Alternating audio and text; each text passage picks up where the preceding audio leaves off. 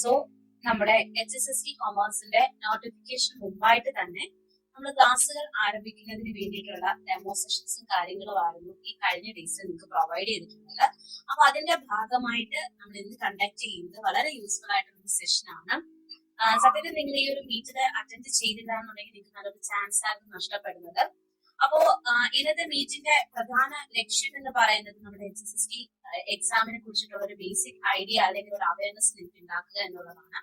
അതുപോലെ തന്നെ നമ്മുടെ എക്സാമിന്റെ രീതികളും സിലബസും അതുപോലെ പ്രീവിയസ് വിന്നേഴ്സുമായിട്ടൊക്കെ ഉള്ളൊരു വളരെ നല്ലൊരു മീറ്റിംഗ് ആണ് നമ്മൾ ഇന്ന് കണ്ടക്ട് ചെയ്യാൻ ഉദ്ദേശിച്ചിരിക്കുന്നത്.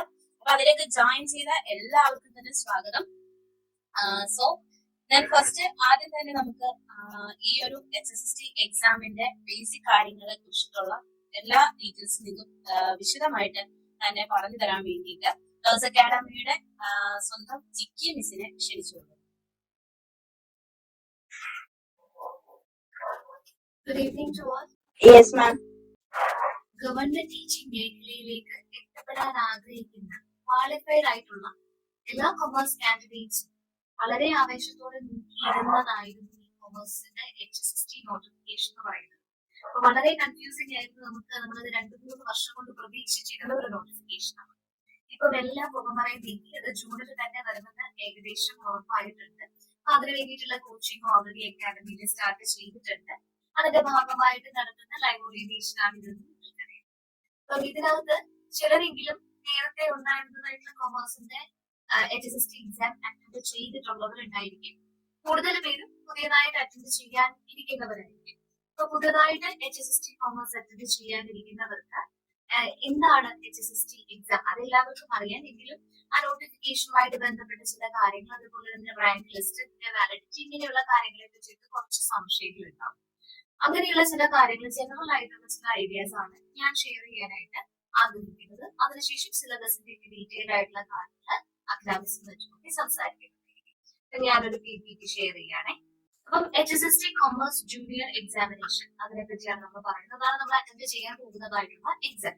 നമുക്കെല്ലാം അറിയാം, ഹയർ സെക്കൻഡറി വിഭാഗത്തിലേക്ക്, അതായത് +1 +2 ഗവൺമെന്റ് സ്കൂളുകളിൽ +1 +2 സെക്ഷൻ പഠിപ്പിക്കുന്നതിന് വേണ്ടിയിട്ട് അങ്ങോട്ടേക്കുള്ള അപ്പോയിന്റ്മെന്റിന് വേണ്ടിയിട്ട് PSC കണ്ടക്ട് ചെയ്യുന്നതായിട്ടുള്ള എക്സാം ആണ്. നല്ലൊരു സാലറി പാക്കേജോട് കൂടിയ പോസ്റ്റ് ആണിത്. അതുപോലെ തന്നെ ഗസറ്റഡ് ഓഫീസർ റാങ്കുള്ള ഒരു പോസ്റ്റ് കൂടിയാണ് HSST കൊമേഴ്സ് എന്ന് പറയുന്നത്. ഇനി ഇതിനു മുമ്പ് കണ്ടക്ട് ചെയ്തതായിട്ടുള്ള HSST കൊമേഴ്സ് എക്സാമിന്റെ കുറച്ച് ഡീറ്റെയിൽസ് ആണ്. ഇതിനു മുമ്പ് HSST കൊമേഴ്സിന്റെ നോട്ടിഫിക്കേഷൻ വന്നത് 2017 പക്ഷെ എക്സാം നടന്നത് 2018 കൂടിയാണ്. അതിന്റെ ഇന്റർവ്യൂ മറ്റുള്ള കാര്യങ്ങളും എല്ലാം ഫിനിഷ് ചെയ്തത് 2020 ഏപ്രിലോട് കൂടിയിട്ടാണ്. ഇതിനെ അടിസ്ഥാനപ്പെടുത്തിയുള്ള റാങ്ക് ലിസ്റ്റ് പബ്ലിഷ് ചെയ്തത് 2021 ഏപ്രിലായിരുന്നു. 3 വർഷമാണ് റാങ്ക് ലിസ്റ്റിന്റെ കാലാവധി എന്ന് പറയുന്നത്. അപ്പം ഈ റാങ്ക് ലിസ്റ്റ് എക്സ്പയർ ആയത് ഈ വർഷം ഏപ്രിലായിരുന്നു. എക്സാം നോട്ടിഫിക്കേഷൻ 2017, എക്സാം 2018 നടന്നത്. ഇന്റർവ്യൂ ഉണ്ടായിരുന്നു, അത് 2020. റാങ്ക് ലിസ്റ്റ് പബ്ലിഷ് ചെയ്തത് 2021. റാങ്ക് ലിസ്റ്റ് എക്സ്പയർ ആയത് ഏപ്രിൽ മാസത്തിൽ, ഈ വർഷം ഏപ്രിൽ മാസത്തിലുമായിരുന്നു. കഴിഞ്ഞ തവണ വന്നതായിട്ടുള്ള നോട്ടിഫിക്കേഷൻ ആണ് ഇതുള്ളത്. ഇതിനകത്ത് നോക്കിയിട്ട് നമുക്ക് ഇതിന്റെ ഏജ് ലിമിറ്റ്, അതുപോലെ തന്നെ ക്വാളിഫിക്കേഷൻ, ഇതൊക്കെ ഒന്ന് കണ്ടുപോകാം. അതിനു മുമ്പായിട്ട് നമുക്ക് ഈ ഒരു പോസ്റ്റിന് വേണ്ടിയിട്ട് അപ്ലൈ ചെയ്യണമെന്നുണ്ടെങ്കിൽ നിങ്ങൾക്കറിയാം, എല്ലാവരും തന്നെ കേരള PSCയുടെ ഓൺലൈൻ സൈറ്റിൽ നമ്മൾ എന്ത് ചെയ്യണം, വൺ ടൈം രജിസ്ട്രേഷൻ ചെയ്യണം. അതായത് PSC തുളസിയുടെ സൈറ്റിൽ രജിസ്ട്രേഷൻ നമ്മൾ നടത്തിയിരിക്കണം. രജിസ്റ്റർ ചെയ്തതിനു ശേഷം മാത്രമേ നമുക്ക് ഈ ഒരു പോസ്റ്റിന് വേണ്ടിയിട്ട് അപ്ലൈ ചെയ്യാൻ പറ്റൂ. രജിസ്റ്റർ ചെയ്യുക മാത്രമല്ല, അതുപോലെ നമ്മുടെ BCom, MCom, B.Ed, അതുപോലെ സെറ്റ്, ഇതിന്റെ എല്ലാം സർട്ടിഫിക്കറ്റ്സ് നമ്മൾ അപ്ലോഡ് ചെയ്തിട്ടുണ്ടാവണം. അതിനുശേഷം മാത്രമേ ഈ ഒരു പോസ്റ്റിലേക്ക് നമുക്ക് അപ്ലൈ ചെയ്യാനായിട്ട് പറ്റത്തുള്ളൂ. ഇതിന് കഴിഞ്ഞ തവണ നോട്ടിഫൈ ചെയ്തപ്പോൾ വന്നതായിട്ടുള്ള സ്കെയിൽ ഓഫ് പേ എന്ന് പറയുന്നത് 32,300 to 68,700 ആയിരുന്നു. പക്ഷെ ഇപ്പോൾ ഒരു 4-5 വർഷം കഴിഞ്ഞതുകൊണ്ട് തന്നെ ഇതിലൊരു ഹൈക്ക് നമ്മൾ പ്രതീക്ഷിക്കുന്നുണ്ട്. ഏകദേശം ഒരു 40,000 എങ്കിലും ഈ സ്കെയിൽ ഓഫ് പേ സ്റ്റാർട്ടിങ് നമുക്ക് പ്രതീക്ഷിക്കാവുന്നതാണ്. അതുകൊണ്ട് തന്നെ നല്ലൊരു സാലറി സ്കെയിലോട് കൂടിയ ഒരു പോസ്റ്റ് ആണ്. ഒരിക്കലും ഇത് വിട്ടുകളയാൻ പാടില്ല. കഠിനമായിട്ട് പ്രയത്നിച്ച് അതിലേക്ക് എത്തിച്ചേരാൻ വേണ്ടിയിട്ട് എല്ലാവരും ട്രൈ ചെയ്യും. പിന്നെ നമ്പർ ഓഫ് വേക്കൻസീസ് നമുക്ക് നോട്ടിഫിക്കേഷൻ വരുമ്പോൾ തന്നെ അതിനകത്ത് ഉണ്ടാകും. ഇല്ലെന്നുണ്ടെങ്കിൽ അത് ജസ്റ്റ് അതിന് ശേഷമായിരിക്കും അവർ നോട്ടിഫൈ ചെയ്യാം. കഴിഞ്ഞ തവണത്തെ നോട്ടിഫിക്കേഷൻ ആന്റിസിപ്പേറ്റഡ് ആയിരുന്നു. എത്ര വേക്കൻസീസ് ഉണ്ടെന്ന് പറഞ്ഞിട്ടുണ്ടായിരുന്നില്ല. പക്ഷെ ഇത്തവണത്തെ HSSTക്ക് ഒരുപാട് വേക്കൻസീസ് ആണ് നമ്മൾ പ്രതീക്ഷിക്കുന്നത്. കാരണം ആദ്യമേ സർവീസിൽ കയറിയതായിട്ട് ഒരുപാട് പേര് ബൾക്കായിട്ട് റിട്ടയർ ചെയ്യാനുള്ള സാധ്യതയുണ്ട്. അതിന് വേണ്ടിയിട്ട് അതുകൊണ്ട് തന്നെ ഒരുപാട് വേക്കൻസീസ് നമ്മൾ പ്രതീക്ഷിക്കുന്നുണ്ട്. പിന്നെ റാങ്ക് ലിസ്റ്റിന്റെ വാലിഡിറ്റി എന്ന് പറയുന്നത് മിനിമം 1 ഇയർ ആണ്. ഇനി വേറൊരു കണ്ടീഷനും കൂടി PSC പറയുന്നുണ്ട്.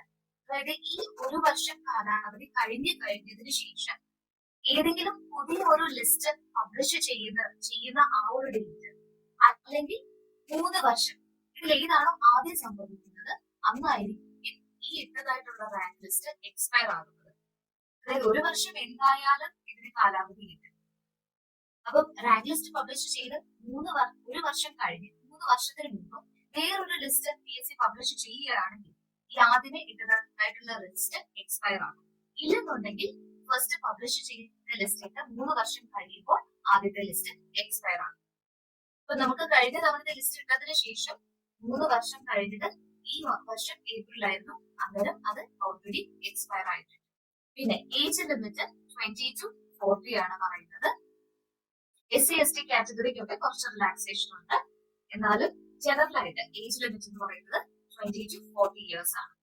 പിന്നീട് ഇതിന്റെ ക്വാളിഫിക്കേഷനിലേക്ക് വരികയാണെങ്കിൽ കൊമേഴ്സുകാരെ സംബന്ധിച്ചിടത്തോളം മാസ്റ്റേഴ്സ് ഡിഗ്രി ഉണ്ടായിരിക്കണം, MCOM ഉണ്ടായിരിക്കണം, 50% മാർക്കോട് കൂടിയിട്ട് MCOM പാസ്സായിട്ടുള്ള വ്യക്തിയായിരിക്കും. അതേപോലെ തന്നെ BEd ഡിഗ്രി, അതായത് BEd കൊമേഴ്സ് പാസ്സായിട്ടുള്ള വ്യക്തിയായിരിക്കും. അതുപോലെ തന്നെ സ്റ്റേറ്റ് എലിജിബിലിറ്റി ടെസ്റ്റ് പാസ്സായിട്ടുണ്ടാവണം. ഈ 3 ക്രൈറ്റീരിയാസ് ഫുൾഫിൽ ചെയ്തിട്ടുണ്ടെങ്കിൽ നമുക്ക് ഈ ഒരു പോസ്റ്റിന് വേണ്ടിയിട്ട് അപ്ലൈ ചെയ്യാം. ഇനി സെറ്റ് എക്സാം ചില കേസിൽ എക്സംപ്റ്റ് ചെയ്തിട്ടുണ്ട്. അതായത് നെറ്റ് പാസ്സായിട്ടുള്ളവർക്ക്, JRF ഉള്ള വ്യക്തികൾക്ക്, PhD അഥവാ MPhil ഉള്ള വ്യക്തികൾക്ക്, MEd കഴിഞ്ഞ വ്യക്തികൾക്ക്, ഇങ്ങനെയുള്ളവർക്ക് സ്റ്റേറ്റ് എലിജിബിലിറ്റി ടെസ്റ്റ് പാസ്സായില്ലെങ്കിലും ഈ ഒരു പോസ്റ്റിന് വേണ്ടിയിട്ട് അപ്ലൈ ചെയ്യാനായിട്ട് പറ്റും. പറഞ്ഞത് ക്ലിയർ ആണോ? സ്റ്റേറ്റ് എലിജിബിലിറ്റി ടെസ്റ്റിന് ചില എക്സംഷൻസ് ഉണ്ട്. നെറ്റ് പാസ്സായിട്ടുള്ള വ്യക്തികൾ, JRF ഉള്ളവര്, അല്ലെങ്കിൽ PhD അഥവാ MPhil പാസ്സായിട്ടുള്ളവര്, അല്ലെങ്കിൽ MEd ഡിഗ്രി ഉള്ളവർക്ക് ഈ സ്റ്റേറ്റ് എലിജിബിലിറ്റി ടെസ്റ്റ് ഇല്ലെങ്കിൽ പോലും നമുക്ക് ഈ ഒരു പോസ്റ്റിലേക്ക് അപ്ലൈ ചെയ്യാനായിട്ട് പറ്റും. ഇത്രയാണ് ബേസിക് ആയിട്ടുള്ള ചില കാര്യങ്ങൾ ഇതിൽ നോട്ട് ചെയ്യേണ്ടതായിട്ടുള്ളത്. അടുത്തതിലോട്ട് പോകട്ടെ. ഇത്രയും പറഞ്ഞ കാര്യങ്ങളിൽ എന്തെങ്കിലും സംശയങ്ങളുണ്ടോ? ഓക്കെ, കഴിഞ്ഞ തവണത്തെ നോട്ടിഫിക്കേഷൻ വന്നപ്പോ ഈ HSST കൊമേഴ്സിന്റെ അപ്പോയിന്റ്മെന്റിന് വേണ്ടിയിട്ട് 2 സ്റ്റേജ് ഓഫ് ഇവാലുവേഷൻ ആയിരുന്നു ഉണ്ടായിരുന്നത്. ഒന്നാമത്തേത് എക്സാം, രണ്ടാമത്തേത് ഇന്റർവ്യൂ. അതായത് എക്സാം എന്ന് പറയുന്നത് 100 മാർക്സിന്റെ MCQ ടെസ്റ്റ് ആയിരുന്നു. അത് നിങ്ങൾക്കറിയാം, എല്ലാ PSC എക്സാം പോലെ തന്നെ 1 മാർക്ക് ക്വസ്റ്റ്യൻസ് ആണ്. 100 ക്വസ്റ്റ്യൻസ് ഉണ്ട്. ഓരോ ക്വസ്റ്റിനും 1 മാർക്ക് വെച്ച് 100 മാർക്സിന്റെ എക്സാം ആയിരുന്നു. തെറ്റി പോകുന്ന റെസ്പോൺസസിന് നെഗറ്റീവ് മാർക്ക് ഉണ്ട്. 1/3 മാർക്സ് കട്ടായി. അതിനെ ബേസ് ചെയ്ത് സെലക്ടഡ് ആയിട്ടുള്ള കാൻഡിഡേറ്റ്സിന് ഇന്റർവ്യൂ കൂടി ഉണ്ടായിരുന്നു. ആ ഇന്റർവ്യൂ കൂടി പാസ്സാകുന്ന കാൻഡിഡേറ്റ്സിന്റെയാണ് റാങ്ക് ലിസ്റ്റ് പബ്ലിഷ് ചെയ്തിട്ടുണ്ടായിരുന്നത്. അപ്പൊ നേരത്തെ വന്നതായിട്ടുള്ള എക്സാമിന്റെ ക്വസ്റ്റ്യൻ പേപ്പറിന്റെ പാറ്റേൺ എന്ന് പറയുന്നത് ഇവിടെ കാണാനായിട്ട് പറ്റും. നമ്മുടെ സബ്ജക്ട് ബേസ് ചെയ്തിട്ടുള്ള 70 ക്വസ്റ്റ്യൻസ് ആണ് ഉണ്ടായിരുന്നത്. അതായത് 70 മാർക്സിന്റെ ക്വസ്റ്റ്യൻസ് മാത്രമാണ് സബ്ജക്ട് റിലേറ്റഡ് ആയിട്ട് വന്നത്. ബാക്കി ഉണ്ടായിരുന്ന 30 ക്വസ്റ്റ്യൻസ് എന്ന് പറയുന്നത് ജനറൽ ഏരിയാസ് ആണ്. അതിൽ 5 ക്വസ്റ്റ്യൻസ് ടീച്ചിങ് ആപ്റ്റിറ്റ്യൂഡിൽ നിന്ന്, 5 ക്വസ്റ്റ്യൻസ് റിസർച്ച് ആപ്റ്റിറ്റ്യൂഡിൽ നിന്ന്, ബാക്കിയുള്ള 20 questions general knowledge, renaissance, constitution പോലുള്ള ഏരിയാസ് ഒക്കെ അതൊക്കെ ചേർത്തിട്ട് 20 ക്വസ്റ്റ്യൻസ് ആണ് ഉണ്ടായിരുന്നത്. അങ്ങനെ മൊത്തത്തില് 100 മാർക്സിന്റെ എക്സാമിനേഷൻ ആണ് വന്നത്. ഇപ്പൊ ഇത്തവണയും ഇതേ മോഡലാണ് നമ്മൾ പ്രതീക്ഷിക്കുന്നത്. നമ്മുടെ സബ്ജക്ട് ഏരിയയിൽ നിന്ന് 70 മാർക്സിന്റെ ക്വസ്റ്റ്യൻസ് ആണ് ഉണ്ടാവുക. 70 ക്വസ്റ്റ്യൻസ് ആണ് ഉണ്ടാവുക. ബാക്കി 30 ക്വസ്റ്റ്യൻസ് ജനറൽ ഏരിയ. ഇനി കഴിഞ്ഞ തവണ നിശ്ചയിച്ചിരുന്ന കട്ട് ഓഫ് മാർക്ക് എന്ന് പറയുന്നത് 25 ആണ്. 25 കട്ട് ഓഫ് നിശ്ചയിക്കണമെന്നുണ്ടെങ്കിൽ അത്രത്തോളം ഡിഫിക്കൽട്ട് ആയിരിക്കും ഈ എക്സാം അല്ലെങ്കിൽ ക്വസ്റ്റ്യൻസ് എന്ന് പ്രത്യേകം ശ്രദ്ധിക്കുക. പിന്നെ ഇതുമായിട്ട് ബന്ധപ്പെട്ട റാങ്ക് ലിസ്റ്റ് പബ്ലിഷ് ചെയ്തത് ഏപ്രിൽ മാസം 2021 ഏപ്രിൽ മാസം 13-ാം തീയതി ആയിരുന്നു. ആ റാങ്ക് ലിസ്റ്റ് കഴിഞ്ഞ തവണ പബ്ലിഷ് ചെയ്തതായിട്ടുള്ള റാങ്ക് ലിസ്റ്റ് ആണിത്. ഇതിനകത്ത് പ്രത്യേകം പറഞ്ഞിട്ട് ഇന്റർവ്യൂവും ഉണ്ടായിരുന്നു. അതിനുശേഷം മെറിറ്റിന്റെ അടിസ്ഥാനത്തിലാണ് ഇപ്പൊ ഇവരെ അറേഞ്ച് ചെയ്തിട്ടുണ്ടായിരുന്നത്. അപ്പൊ ഇത് നോക്കി ആദ്യമേ കിടക്കുന്ന വ്യക്തി, അതായത് ഫസ്റ്റ് റാങ്കിൽ വന്നതായിട്ടുള്ള വ്യക്തിക്ക് ടെസ്റ്റിന് സ്കോർ ചെയ്ത മാർക്ക് എന്ന് പറയുന്നത് 40 ആണ്. ഹയസ്റ്റ് മാർക്ക് എന്ന് പറയുന്നത് 40 ആണ്. അപ്പോൾ നിങ്ങൾ മനസ്സിലാക്കേണ്ട ഒരു കാര്യം, ഈ എക്സാം അത്ര എളുപ്പമല്ല. ഇതിനെ അത്ര ലഘൂകരിച്ച് കാണരുത്. നല്ലതുപോലെ പ്രയത്നിക്കണം. പറ്റുന്നിടത്തോളം ക്വസ്റ്റ്യൻസ് ഒക്കെ വർക്ക്ഔട്ട് ചെയ്യുക, പറ്റുന്നിടത്തോളം ഇൻഫർമേഷൻ ഒക്കെ കളക്ട് ചെയ്യുക, നല്ല രീതിയിൽ പഠിച്ച് കൂടുതൽ മാർക്ക് സ്കോർ ചെയ്യാനായിട്ട് ശ്രമിക്കുക. പിന്നെ ഇന്റർവ്യൂവിന്റെ മാർക്ക്, പിന്നെ ടോട്ടൽ നമ്മുടെ അക്കാഡമിക് ഗ്രേഡിംഗ് ഉണ്ട്, വെയിറ്റേജ് ഉണ്ട്. ഇപ്പൊ PhD അതുപോലെ MPhil ഒക്കെ ഉള്ളവർക്ക് എക്സ്ട്രാ പോയിന്റ്സ് ഉണ്ട്. അതിന്റെയൊക്കെ അടിസ്ഥാനത്തിൽ വെയിറ്റേജ് ഉണ്ട്. ടോട്ടൽ മാർക്സിനെ വെച്ചിട്ടാണ് ഇവിടെ മെറിറ്റിന്റെ അടിസ്ഥാനത്തിൽ അറേഞ്ച് ചെയ്തിട്ടുള്ളത്. ഇത് കഴിഞ്ഞ തവണത്തെ എക്സാമിന്റെ സിലബസ് ആണ്. 2018 നടന്നതായിട്ടുള്ള HSST എക്സാമിന്റെ സിലബസ് ആണ്. ഈ സിലബസ് കണ്ടിട്ടുണ്ടെങ്കിൽ നമുക്ക് മനസ്സിലാകും കുറച്ച് ടോപ്പിക്സ് മാത്രമേ ഉണ്ടായിരുന്നുള്ളൂ. ഈ ഒരു ടോപ്പിക്സിനെ മാത്രം ബേസ് ചെയ്തിട്ടുള്ള ക്വസ്റ്റ്യൻസ് ആണ് ഇന്ന് നമുക്ക് പറയാൻ പറ്റില്ല. എക്സ്ട്രാ ഏരിയാസ് കാണാം, അത് പ്രത്യേകമായിട്ട് ഇതിന്റെ ഉള്ളിൽ പറയുന്നതുണ്ട്. പക്ഷെ എന്നാലും ടോപ്പിക്സ് വളരെ കുറവായിരുന്നു. എന്നിട്ട് പോലും എക്സാമിന് സ്കോർ ചെയ്യാൻ വളരെ പാടായിരുന്നു. ഇത്തവണത്തെ എക്സാമിന് എന്തായാലും നിങ്ങൾ ഇച്ചിരി കൂടി വൈഡ് ആയിട്ടുള്ള സിലബസ് ആണ് പ്രതീക്ഷിക്കുന്നത്. നമ്മുടെ പോസ്റ്റിനോട് സിമിലർ ആയിട്ട് അവസാനം vocational higher secondary non vocational teaching commerce senior exam വിളിച്ചിരുന്നു. അപ്പൊ അതിന്റെ സിലബസ് ആണ് ഈ കാണുന്നത്. ഇത്തവണ നമ്മളുടെ സിലബസ് ഏകദേശം ഇതിനോട് സിമിലർ ആയിരിക്കും, അല്ലെങ്കിൽ ഇതിലേക്ക് കുറച്ചു ഏരിയാസും കൂടി കൂട്ടിച്ചേർക്കാൻ മാത്രമായിരിക്കും ഉണ്ടാവുള്ളൂ എന്നാണ് നമ്മൾ പ്രതീക്ഷിക്കുന്നത്. എന്നാലും ഈ ഒരു വ്യത്യാസം നിങ്ങൾ നോക്കണം. കഴിഞ്ഞ തവണത്തെ സിലബസിന് റിസർച്ച് മെത്തഡോളജി എന്ന് പറയുന്നത് മൊഡ്യൂൾ 5 ടോപ്പിക്സ് കുറച്ചു മാത്രമേ ഉണ്ടായിരുന്നുള്ളൂ. പക്ഷേ ഇപ്പോഴത്തെ സിലബസ് നോക്കി അധികം ടോപ്പിക്സ് അതിലേക്ക് ഇൻക്ലൂഡ് ചെയ്തു വന്നിട്ടുണ്ട്. അതുപോലെ ഓരോ ഏരിയാസും മാനേജ്മെന്റ് പ്രിൻസിപ്പിൾസ് ആൻഡ് ടെക്നിക്സ് വളരെ കുറച്ച് ടോപ്പിക്കുകൾ മാത്രമായിരുന്നു ഉണ്ടായിരുന്നത്. പക്ഷെ ഇപ്പോഴത്തെ സിലബസ് നോക്കി കഴിഞ്ഞിട്ടുണ്ടെങ്കിൽ ഇഷ്ടംപോലെ ടോപ്പിക്സ് അതിലേക്ക് ആഡ് ചെയ്ത് വന്നിട്ടുണ്ട്. ഇത്തവണ സിലബസ് ഒരുപാട് വൈഡായിരിക്കും. അതുകൊണ്ട് തന്നെ പഠിക്കാൻ ഒരുപാട് ഉണ്ടായിരിക്കും. നല്ലതുപോലെ പ്രയത്നിക്കുക. നമ്മൾ ഇത്രയും ഏരിയാസ് ആണ് സിലബസിൽ പ്രതീക്ഷിക്കുന്നത്. Research methodology, quantitative techniques, financial markets, പിന്നെ security analysis, portfolio management, tax ഒക്കെ എന്തായാലും ഉണ്ടായിരിക്കും. അക്കൗണ്ടിംഗ് പാർട്ട് ഉണ്ടായിരിക്കും. International business management, corporate governance, financial management, ഏകദേശം 10 മൊഡ്യൂളുകൾ. അത് കഴിഞ്ഞിട്ടുള്ള 30 മാർക്ക് നമ്മൾ നേരത്തെ പറഞ്ഞതുപോലെ ടീച്ചിങ് ആപ്റ്റിറ്റ്യൂഡും റിസർച്ച് ആപ്റ്റിറ്റ്യൂഡും ജനറൽ നോളജും അടങ്ങുന്നതായിട്ടുള്ള 30 മാർക്സ് ആയിരിക്കും. അങ്ങനെ ടോട്ടൽ 100 മാർക്സിന്റെ ക്വസ്റ്റ്യൻസ് ആണ് ഉണ്ടാവുന്നത്. OBC-കാർക്ക് എക്സംഷൻ ഇല്ലേ? ഏജിന് എക്സംഷൻ ഉണ്ട്. 3 ഇയേഴ്സ് ആണെന്നാണ് എന്റെ ഒരു അറിവ്. അപ്പൊ 43. അതെ, ഓക്കെ. ഓക്കെ മിസ്റ്റർ, ഡൗട്ട്സ് ഉണ്ടെങ്കിൽ നിങ്ങൾക്ക് അത് ചോദിച്ച് ക്ലിയർ ചെയ്യാം. കാരണം എക്സാമിനെ കുറിച്ച് വളരെ ഡീറ്റെയിൽ ആയിട്ടുള്ള കാര്യങ്ങളാണ് ജിക്കിൻസ് പറഞ്ഞിട്ടുള്ളത്. അപ്പൊ നിങ്ങൾ എക്സാം അപ്ലൈ ചെയ്യുന്നത് കാര്യത്തിലോ അല്ലെങ്കിൽ ബാക്കി എന്തെങ്കിലും കാര്യങ്ങൾ കൺഫ്യൂഷൻ ഉണ്ടെങ്കിൽ അത് ജിക്കിൻസിനോട് ചോദിച്ച് ക്ലിയർ ചെയ്യാവുന്നതാണ്. പിന്നെ ഒരു പ്രത്യേക കാര്യം, നിങ്ങൾ ചിലർ സെറ്റിന്റെ റിസൾട്ട് കിട്ടിയിട്ട് അല്ലെങ്കിൽ വീടിന്റെ മാർക്ക് കിട്ടിയിട്ട് ഇതുവരെയും അത് PSC തുളസി സൈറ്റിൽ അപ്ലോഡ് ചെയ്ത് കൊടുക്കാത്തവരുണ്ടാവും. അത് നോട്ടിഫിക്കേഷൻ വരുന്നതിന് മുമ്പ് തന്നെ അപ്ലോഡ് ചെയ്തിടാനായിട്ട് ശ്രദ്ധിക്കണം. അപ്പൊ നമ്മൾ ആ ക്വാളിഫിക്കേഷൻ മീറ്റ് ചെയ്തിട്ടുണ്ടെങ്കിൽ മാത്രമേ നമുക്ക് പോസ്റ്റിന് അപ്ലൈ ചെയ്യാനായിട്ട് പറ്റുള്ളൂ. അപ്പം എല്ലാ സർട്ടിഫിക്കറ്റ്സും അപ്ലോഡ് ചെയ്തിട്ടുണ്ടെന്ന് ഉറപ്പാക്കും. ഓക്കെ, അപ്പൊ ആർക്കും ഡൗട്ട്സ് ഇല്ല എന്ന് വിശ്വസിക്കുന്നു. അപ്പൊ താങ്ക് യു ജിക്കി മിസ്സെ, ഇത്രയും ഡീറ്റെയിൽ ആയിട്ട് കാര്യങ്ങൾ എല്ലാവർക്കും മനസ്സിലാക്കുന്ന രീതിയിൽ പ്രസന്റ് ചെയ്യുന്നത്. താങ്ക് യു സോ മച്ച് മിസ്സെ. സോ ഈ 6 months കൊണ്ട് ഇത്രയും സിലബസ് കംപ്ലീറ്റ് ചെയ്യാൻ പറ്റുമോ? കവർ ചെയ്യാനായിട്ട് പറ്റുമോ കോച്ചിങ്ങില്? അത് പറ്റും. കാരണം സിലബസ് അനുസരിച്ച്, അതായത് പ്രീവിയസ് ഇയർ ക്വസ്റ്റ്യൻസും അതുപോലെ ബാക്കിയുള്ള ഏരിയാസും കംപ്ലീറ്റ് ആയിട്ട് കവർ ചെയ്തിട്ടുള്ള നോട്ട്സും വീഡിയോ ക്ലാസ്സും ആണ് നിങ്ങൾക്ക് ടീച്ചേഴ്സ് തരുന്നത്. പിന്നെ പ്രത്യേകമായിട്ട് നിങ്ങൾ നോക്കേണ്ടതായിട്ടുള്ള ഏരിയാസും കാര്യങ്ങളൊക്കെ പറഞ്ഞു തരുന്നുണ്ട്. അത് അതേപോലെ ഫോളോ ചെയ്താൽ മതി. പിന്നെ എക്സ്ട്രാ നിങ്ങൾക്ക് ടൈം കിട്ടുകയാണെന്നുണ്ടെങ്കിൽ എക്സ്ട്രാ ഇൻഫർമേഷൻ കളക്ട് ചെയ്ത് അതുകൂടി പഠിക്കാനായിട്ട് ശ്രമിക്കാം. Okay, thank you. പോർട്ട്ഫോളിയോ മാനേജ്മെന്റിലെ അത് കോളേജ് ലെവൽ ടോപ്പിക് ആണോ? ശരിക്കും +2 അത് പഠിക്കാനില്ലല്ലോ. കോളേജ് ലെവൽ ടോപ്പിക്സ് ഉണ്ട്. ഡിഗ്രി PG എല്ലാം കവർ ചെയ്തിട്ടുള്ള ടോപ്പിക്സ് ആണ് കിട്ടുന്നത്. PGക്ക് പോലും കവർ ചെയ്യാത്ത അതിലും അഡ്വാൻസ്ഡ് ആയിട്ടുള്ള ടോപ്പിക്സ് ഒക്കെ ഇൻക്ലൂഡ് ചെയ്തിട്ടുണ്ട് പുതിയ സിലബസുകളിൽ. ഈ പോർട്ട്ഫോളിയോ മാനേജ്മെന്റ് അങ്ങനത്തെ പഠിച്ചിട്ടില്ല, അതാണ് ചോദിക്കുന്നത്. അപ്പൊ കോളേജ് ലെവലിൽ ഇപ്പൊ അതുണ്ടോ? ഈ ടോപ്പിക് ഉണ്ടോ? മാം, ഞാനിപ്പോ B.Ed ഫസ്റ്റ് ഇയർ ചെയ്യുവാണ്. സോ ഞാൻ നെക്സ്റ്റ് ഇയറെ കംപ്ലീറ്റ് ആക്കത്തുള്ളൂ. അപ്പൊ എനിക്ക് എക്സാം എഴുതാൻ പറ്റുമല്ലോ അല്ലേ? അപ്പൊ ഈ സർട്ടിഫിക്കേഷനുമായിട്ട് ബന്ധപ്പെട്ടിട്ട് എന്തെങ്കിലും പ്രോബ്ലംസ് വല്ലതും ഉണ്ടാവോ? അറിഞ്ഞത് ശരിക്കും പറഞ്ഞ നോട്ടിഫിക്കേഷൻ വന്നു കഴിഞ്ഞാൽ അതിനോട് ഉറപ്പ് പറയാൻ പറ്റുള്ളൂ. കാരണം കഴിഞ്ഞ തവണത്തെ HSST എക്സാമിന്റെ ഒക്കെ അകത്ത് B.Ed നമുക്ക് കയറി കഴിഞ്ഞ് ഒരു 5 വർഷത്തിനുള്ളിൽ B.Ed എടുത്താൽ മതി എന്നൊരു ക്ലോസ് ഉണ്ടാകും. B.Ed ഇല്ലെങ്കിൽ പോലും എക്സാമിന് അപ്ലൈ ചെയ്യാം, നമ്മൾ ആ പോസ്റ്റിൽ കയറി കഴിഞ്ഞ് ഒരു 5 വർഷത്തിനുള്ളിൽ എഴുതി എടുത്താൽ മതി എന്നുണ്ടായിരുന്നു. പക്ഷെ ഞാൻ മുമ്പേ കാണിച്ചില്ലേ, ഹയർ സെക്കൻഡറി വിഭാഗത്തിലേക്ക് സീനിയർ പോസ്റ്റിലേക്ക് വന്നതായിട്ടുള്ള ആ ഒരു എക്സാമിന്റെ നോട്ടിഫിക്കേഷന് അങ്ങനെ ഒരു ക്ലോസ് പറയുന്നില്ല. അതിൽ B.Ed കംപ്ലീറ്റ് ചെയ്യണം എന്ന് തന്നെയാണ് പറഞ്ഞിട്ടുള്ളത്. അപ്പൊ ഈ നോട്ടിഫിക്കേഷൻ വന്നു കഴിയുമ്പോഴേ നമുക്കത് കൃത്യം പറയാനായിട്ട് പറ്റും. B.Ed കംപ്ലീറ്റ് ചെയ്തവർക്കേ അത് എഴുതാൻ പറ്റുന്നുണ്ടോ അതോ ഓൺഗോയിങ് ആയിട്ടുള്ളവർക്ക് എഴുതാൻ പറ്റുമെന്ന് നമുക്ക് അന്നേരമേ ഉറപ്പ് പറയാൻ പറ്റും.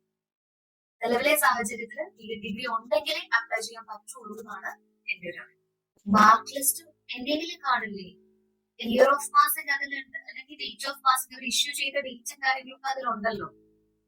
അത് കൊടുത്തിട്ടുണ്ട്. അതായത് ഈ സർട്ടിഫിക്കറ്റ് നമ്മളിപ്പം കിട്ടാത്ത വർഷം അപ്ലോഡ് ചെയ്യുന്നത് അല്ല, നമുക്ക് കൺസോളിഡേറ്റഡ് എങ്കിലും കിട്ടി കാണില്ലേ, ടീം സർട്ടിഫിക്കറ്റ് ഇല്ലെങ്കിലും. അത് നമുക്ക് സൈറ്റിൽ നിന്ന് എത്തിയിട്ടുണ്ട്. സൈറ്റിൽ നിന്ന് കിട്ടിയത് അത് മതി എന്നാണ് എനിക്ക് തോന്നുന്നത്. കാരണം ഓൾറെഡി പാസ് ആയിട്ടുണ്ടല്ലോ, സർട്ടിഫിക്കറ്റ് കിട്ടിയിട്ടില്ല എന്നല്ലേ ഉള്ളൂ. അതെ. അപ്പൊ പിന്നെ അത് സർട്ടിഫിക്കേഷന്റെ കാര്യത്തിലും കുഴപ്പം വരത്തില്ല. വേറെ എന്തെങ്കിലും ഡൗട്ട്സ് ഉണ്ടോ? സർട്ടിഫിക്കറ്റ് അപ്ലോഡ് ചെയ്യണം ഉദ്ദേശിക്കുന്നത് നമ്മുടെ മാർക്സും അതിന്റെ റോൾ നമ്പർ ഒക്കെ ഉണ്ടല്ലോ, സെറ്റിന്റെ റോൾ നമ്പർ, അതൊക്കെയാണോ ഉദ്ദേശിച്ചത്? അതെ അതെ, അതിനകത്ത് എഡ്യൂക്കേഷനിൽ നമ്മൾ കൊടുക്കേണ്ടതായിട്ടുള്ള ഡീറ്റെയിൽസ് ഉണ്ടല്ലോ, അത് ഫില്ല് ചെയ്ത് കൊടുക്കുക.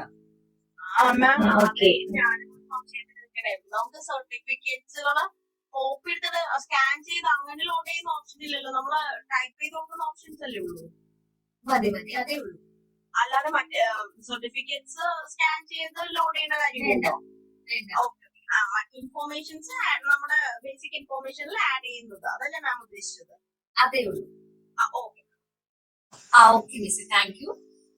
സോ ദെൻ അടുത്തത് വളരെ എഫക്റ്റീവ് ആയിട്ടുള്ള മറ്റൊരു സെഷൻ ആണ്. അതായത് നമ്മുടെ ടോസ് അക്കാഡമി തന്നെ കോച്ചിങ് എടുത്ത് എക്കണോമിക്സ് HSSTയിലെ 13ാമത് റാങ്ക് നേടിയിട്ടുള്ള രഞ്ജിതെ നിങ്ങളുമായിട്ട് ഒരു ഇന്ററാക്റ്റീവ് സെഷന് വേണ്ടിയിട്ട് ക്ഷണിക്കുകയാണ്. രഞ്ജിത, ഹലോ രഞ്ജിത, കേൾക്കാം? ഓക്കെ, അപ്പൊ Ranjitha, thank you and congratulation. Okay, അപ്പൊ ഹായ് ഓൾ, എന്റെ പേര് രഞ്ജിത, കോട്ടയാണ് സ്വദേശം. ഓഡിബിൾ അല്ലേ? പറയുന്നത് കേൾക്കാമല്ലേ? അപ്പം ഞാനും എന്റെ PGക്ക് ശേഷമായിരുന്നു, PGക്ക് ശേഷം B.Ed എടുത്തു. B.Ed എടുത്ത ഉടൻ തന്നെയായിരുന്നു നമ്മുടെ HSST എക്കണോമിക്സിന്റെ നോട്ടിഫിക്കേഷൻ. ഞാൻ 2021 പാസ് ഔട്ട് ആവുന്നത്. അപ്പം ഡിസംബറോട് കൂടി നോട്ടിഫിക്കേഷൻ വന്നു. ജാനുവരിയോടുകൂടി അപ്ലൈ ചെയ്തു. പിന്നീടാണ് ഞാൻ പല കോച്ചിങ്ങിനെ കുറിച്ചും അന്വേഷിച്ചു. കാരണം നമുക്കറിയാം HSST ഇപ്പൊ മിസ് ഓൾറെഡി അതിന്റെ HSST എക്സാമിന്റെ ഇമ്പോർട്ടൻസിനെ കുറിച്ച് പറഞ്ഞു. കാരണം നമുക്ക് ഈ ഒരു ടീച്ചിങ് ഫീൽഡിൽ നമുക്ക് കിട്ടാവുന്നത് വെച്ച് ഏറ്റവും ടോപ്പ് ആയിട്ടുള്ള ജോബ് തന്നെയാണ്. സോ ഞാൻ ഒരുപാട് കോച്ചിങ് ഇൻസ്റ്റിറ്റ്യൂഷൻസിനെ സമീപിച്ചു. കാരണം നമുക്കറിയാം, നമ്മൾ സെർച്ച് ചെയ്യുമ്പോൾ തന്നെ നമുക്ക് ഒരുപാട് ഓപ്പർച്യൂണിറ്റീസ് അല്ലെങ്കിൽ ഒരുപാട് ആപ്പുകളും ഒക്കെ കിട്ടാറുണ്ട്. അപ്പം ഞാനും ഒരുപാട് നമ്മൾ ഒരു കാര്യത്തിലേക്ക് ഇൻവെസ്റ്റ് ചെയ്യാൻ വേണ്ടി പോവുകയാണ്. അതുകൊണ്ട് തന്നെ ഞാൻ ഒരുപാട് ആലോചിച്ചിട്ട് ഞാനും ഈ പറഞ്ഞ പോലെ നിങ്ങളും ഡെമോ ക്ലാസ് കിട്ടിയെന്ന് വിചാരിച്ചു. അങ്ങനെ ഡെമോ ക്ലാസ് എടുത്തു. അതിനുശേഷം ടോസ് അക്കാദമി ചൂസ് ചെയ്യുകയാണ്. അതിനുള്ള കാരണം അതിന്റെ എഫക്റ്റീവ്നെസ് ഒക്കെ ഞാൻ നിങ്ങളോട് പറയാം. അങ്ങനെ ഞാൻ ടോസിന്റെ നമ്മുടെ മോക്ക് ക്ലാസ്സുകളൊക്കെ ചൂസ് ചെയ്തു, കോഴ്സ് എടുത്തു. അപ്പം ഈ HSST എക്കണോമിക്സിനെ കുറിച്ച് മിസ് ഓൾറെഡി നിങ്ങളോട് കാര്യങ്ങൾ പറഞ്ഞിട്ടുണ്ട്. അപ്പൊ അതിന്റെ സിലബസ് ഞങ്ങളുടെയും ഈ പറഞ്ഞ പോലെ 21 മുമ്പ് ഒരു എക്സാം വന്നത് 90-ലായിരുന്നു. 90-ല് റാങ്ക് ലിസ്റ്റ് വന്ന രീതിയിലായിരുന്നു. അപ്പൊ ആ സമയത്തിനുള്ള സിലബസ് ആയിരുന്നില്ല ഞങ്ങൾക്ക് കോളേജിലേക്കുള്ള സിലബസ് ആയിരുന്നു. അതായത് അസിസ്റ്റന്റ് പ്രൊഫസർ എക്കണോമിക്സിന്റെ സിലബസ് ആയിരുന്നു ഞങ്ങൾക്ക് കിട്ടിയത്. അപ്പം നമ്മുടെ മിസ്സുമാർ, ഞങ്ങൾക്ക് 2 മിസ്സുമാരായിരുന്നു. അജിത് മിസ്സും പിന്നെ സജിത് മിസ്സും ആയിരുന്നു. അപ്പൊ 2 പേരും ആ സിലബസ് വൈസ്, ഇപ്പൊ നിങ്ങൾ ഒരാൾ ചോദിക്കുന്നത് കേട്ടായിരുന്നു, നമുക്ക് ഈ ഒരു സിലബസ് ഫുള്ള് തീർക്കാൻ പറ്റുള്ളൂ. അപ്പൊ എനിക്ക് ആൻസർ ചെയ്യാൻ തോന്നിയത്, കാരണം കംപ്ലീറ്റ് ഇവിടെ തീർത്ത് തരും കേട്ടോ. ഞാൻ ഇവർക്കൊരു അഡ്വർടൈസ്മെന്റ് എന്നുള്ള രീതിയിൽ ഒന്നും പറയുകയല്ല. കാരണം നിങ്ങളുടെ ഓപ്ഷനാണ്, നിങ്ങൾക്ക് ചൂസ് ചെയ്യാം നമ്മൾ ഏത് ഇൻസ്റ്റിറ്റ്യൂഷൻ എടുക്കണമെന്ന്.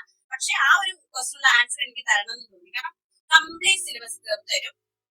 കാരണം ഞാൻ ഇത്രയും വലിയൊരു സിലബസ് കണ്ടപ്പോൾ ഞാൻ സത്യം പറഞ്ഞാൽ ആദ്യം സിലബസ് ഒക്കെ നമ്മുടെ കയ്യിൽ കിട്ടിയിരുന്നു.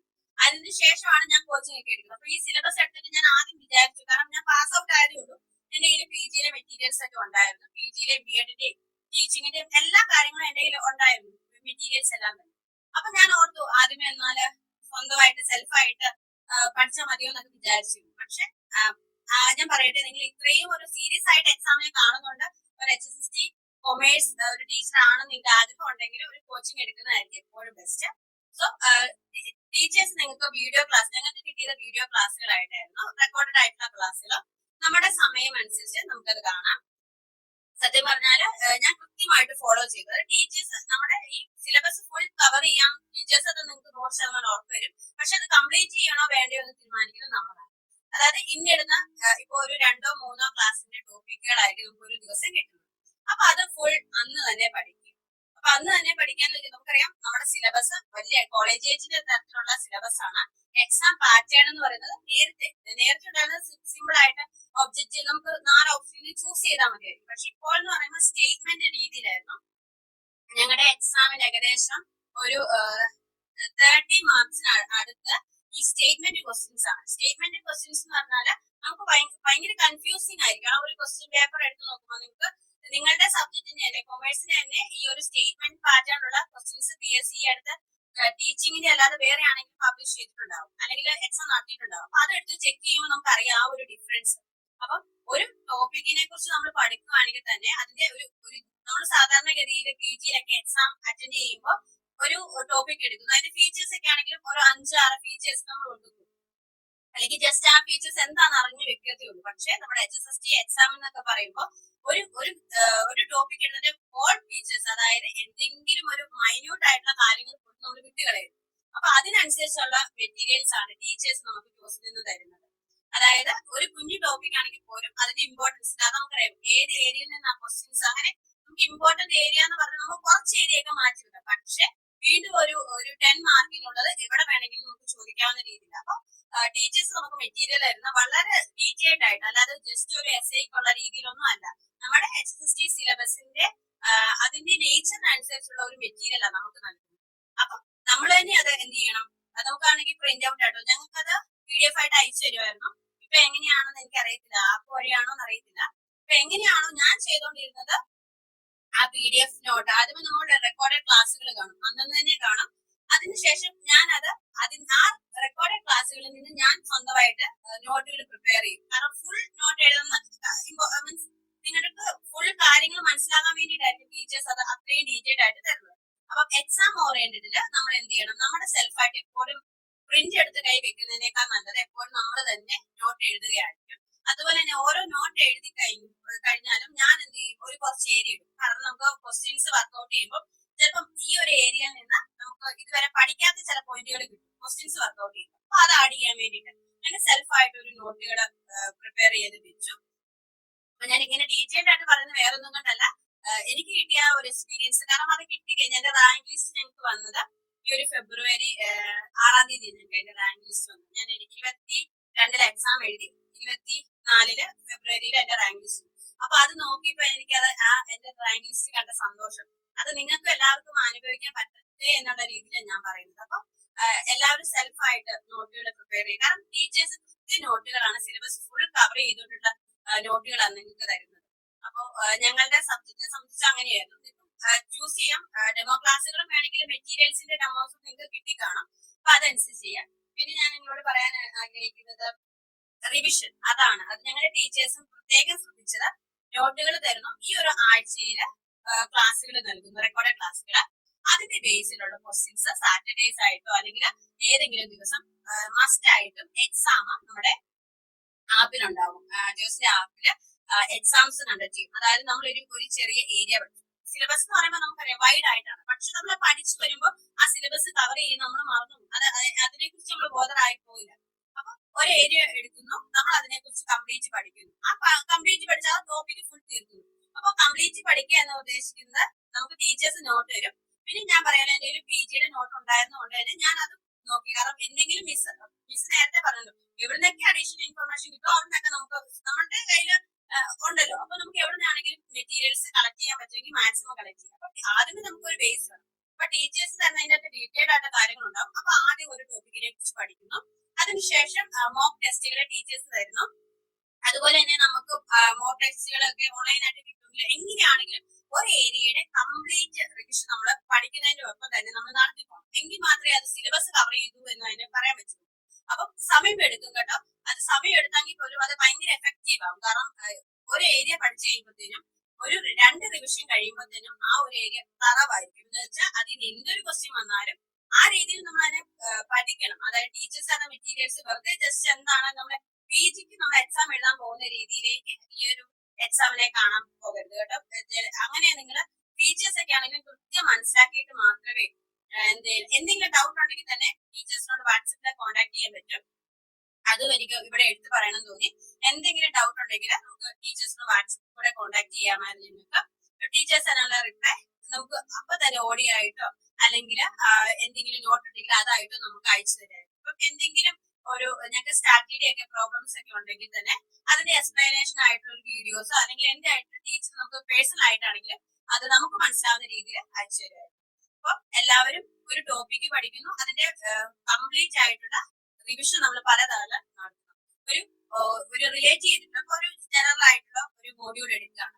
ആ മോഡ്യൂളിൽ തന്നെ നമുക്ക് ഒരു 4-5 മെയിൻ പോയിന്റ്സുകളായിട്ട് തിരിക്കാൻ പറ്റും. അപ്പൊ ആദ്യത്തെ ഒരു മെയിൻ പോയിന്റ് പഠിക്കുമ്പോൾ അത് ഓരോ ദിവസം ഇപ്പൊ 2ാമത്തെ ദിവസം നമ്മൾ പഠിക്കുന്ന 2ാമത്തെ മെയിൻ പോയിന്റ് ആകുമ്പോൾ ആ 2ാമത്തെ ദിവസം സ്റ്റാർട്ട് ചെയ്യുന്നത് നമ്മൾ തലേന്ന് പഠിച്ച ടോപ്പിക്കിനെ റിവിഷൻ ചെയ്തിട്ടുണ്ട്. കാരണം ഒരേ യൂണിറ്റ് ആകുമ്പോൾ റിലേറ്റ് ചെയ്തിരിക്കുന്നു. അപ്പൊ ആ ടോപ്പിക്കിൽ ആ ഒരു യൂണിറ്റ് പഠിക്കുമ്പോൾ തന്നെ ലാസ്റ്റ് ടോപ്പിക് ഒരു യൂണിറ്റിലെ ലാസ്റ്റ് ടോപ്പിക് പഠിക്കുമ്പോൾ തന്നെ നമ്മൾ ആ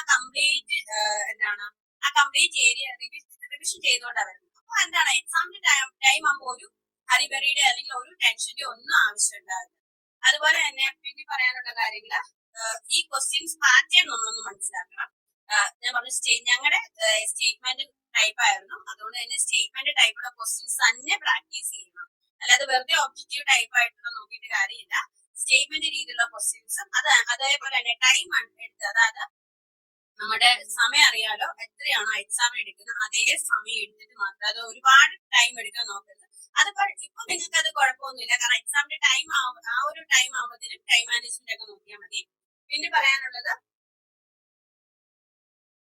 പിന്നെ പഠിക്കുന്ന പ്ലാനുകളാണ്. നിങ്ങൾ സിലബസ് ദയവ് ചെയ്തിട്ട് പ്രിന്റ് എടുത്ത് കൈ വെക്കുക. കാരണം മൊബൈൽ ഉപയോഗിക്കുന്നവർക്ക് അങ്ങനെയാണെങ്കിൽ മതി. പക്ഷെ എന്നാലും ആ ഒരു സിലബസ് എപ്പോഴും കൈവെക്കുക. എന്നിട്ട് പഠിക്കുന്ന ടോപ്പിക്കുകൾ അണ്ടർലൈൻ ചെയ്ത് വരുമ്പോൾ അപ്പൊ നമ്മുടെ കോൺഫിഡൻസ് കൂടും. അത് ഇത്രയും ഏരിയ ഞാൻ കവർ ചെയ്തിട്ടുണ്ട്. ഇതൊക്കെ എന്റെ പേഴ്സണൽ ആയിട്ടുള്ള ഒരു അനുഭവമാണ് കേട്ടോ. ദിവസമായിട്ടും ആ ഒരു HSST ജേർണിയുമായിട്ടുള്ള ഒരു അനുഭവമാണ്. കാരണം റീസെന്റ് ആയിട്ട് ഇതുമായിട്ട് നിന്നതുകൊണ്ട് ഞാൻ പഠിച്ച കാര്യങ്ങളും ആ പഠിച്ച രീതികളൊക്കെ നന്നായിട്ട് ഓർക്കുന്നുണ്ട്. അപ്പൊ അതുകൊണ്ട് ഞാൻ ഷെയർ ചെയ്തതുകൊണ്ട് നിങ്ങൾക്ക് വേണമെങ്കിൽ അത് എടുക്കാം അല്ലെങ്കിൽ വിട്ടുകളയാം.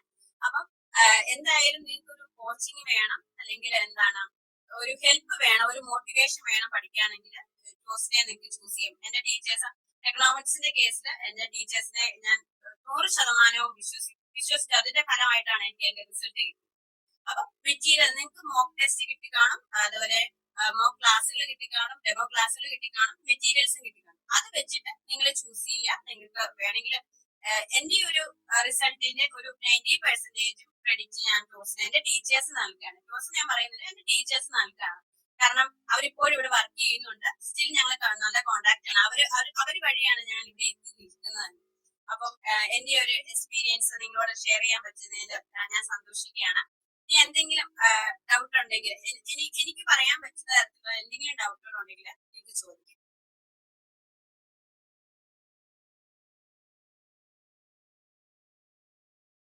പിന്നെ ഒരു കാര്യം കൂടി വിട്ടുപോയിരുന്നു. നമ്മുടെ എക്സാമിന്റെ ടോട്ടൽ മാർക്ക് 100 ആണെന്ന് പറഞ്ഞിരുന്നു. 100-ല് 70 മാർക്സ് നമ്മുടെ സബ്ജക്റ്റും അതുപോലെ നിങ്ങൾക്ക് കൊമേഴ്സ് ആയിരിക്കും, 30 മാർക്സ് ജനറൽ ആണെന്ന് പറഞ്ഞു. അപ്പൊ നമ്മൾ പഠിക്കുമ്പോൾ എപ്പോഴും ശ്രദ്ധിക്കുക 70 മാർക്കിനേക്കാൾ ആ മാർക്ക് നമ്മൾ എന്തായാലും പഠിക്കും. കാരണം നമുക്ക് നമ്മുടെ സബ്ജക്റ്റ് ആണ്, PG വരെ പഠിച്ച നമ്മളാണ്. സോ നമ്മുടെ സബ്ജക്ട് എന്തായാലും നമ്മൾ പഠിക്കും. പക്ഷെ ആ 30 മാർക്ക് എന്നുള്ളത് വളരെ ഇമ്പോർട്ടന്റ് ആയിട്ടുള്ള മാർക്കാണ്. നമ്മുടെ റാങ്കിനെ മേക്ക് ചെയ്യുന്ന മാർക്ക് എന്ന് പറയുന്നത് സത്യം പറഞ്ഞാൽ നമ്മുടെ ഈ ഒരു എക്സ്ട്രാ 30 മാർക്കാണ്. അത് നമ്മുടെ ടീച്ചിങ്, റിസർച്ച് അതുപോലെ തന്നെ ജനറൽ നോളജിനാണ്. അപ്പം ഞങ്ങൾക്ക് ജനറൽ നോളജിന്റെ ക്ലാസ് വന്നത് എനിക്ക് അലക്സ് സാറാണെന്ന് തോന്നുന്നു. സാറിന്റെ കോൺസ്റ്റിറ്റ്യൂഷന്റെയും അതുപോലെ തന്നെ റിനേസൻസിന്റെ ഒക്കെ നോട്ടും അതൊക്കെ എന്റെ ഇപ്പോഴും ഇരിപ്പുണ്ട്. കാരണം വേറെ എക്സാമിന് വേണ്ടിയിട്ട് ഞാൻ അത് യൂസ് ചെയ്തു. കാരണം നമുക്കറിയാം നമ്മുടെ ടീച്ചേഴ്സിന്റെ വോയിസ് ഉണ്ടല്ലോ, അത് നമുക്ക് എക്സാം ടൈമിൽ കാരണം അത്രയും അവർ പഠിച്ച ആ രീതി സ്റ്റേറ്റ്മെന്റ് ക്വസ്റ്റ്യൻസിനൊക്കെ ഏറ്റവും നന്നായിട്ടുള്ള രീതിയിലാണ് നമുക്ക് ക്ലാസ് ഇവിടെ കിട്ടുന്നത്. അതായത് സ്റ്റേറ്റ്മെന്റ് ക്വസ്റ്റ്യൻസ് വെറുതെ ഒബ്ജക്റ്റീവ് ആവുമ്പോൾ നമുക്ക് എവിടെ നിന്ന് വേണമെങ്കിലും മെറ്റീരിയൽസ് വേണമെങ്കിൽ, പക്ഷെ സ്റ്റേറ്റ്മെന്റ് ക്വസ്റ്റ്യൻസിനെ ഡീൽ ചെയ്യാൻ തരത്തിലുള്ള മെറ്റീരിയൽസ് നമുക്ക് ഇവിടെ നിന്ന് കിട്ടും. അപ്പൊ അതൊക്കെ നിങ്ങൾ മനസ്സിൽ വിചാരിക്കുക, നന്നായിട്ട് എക്സാമിന് വേണ്ടിയിട്ട് പ്രിപ്പയർ ചെയ്യും.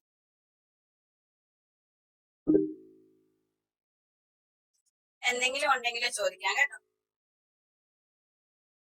രഞ്ജിത ഇപ്പൊ ഒരു ഡൗട്ട് ചോദിച്ചിട്ടുണ്ട് മെസ്സേജ് ആയിട്ടുണ്ടോ?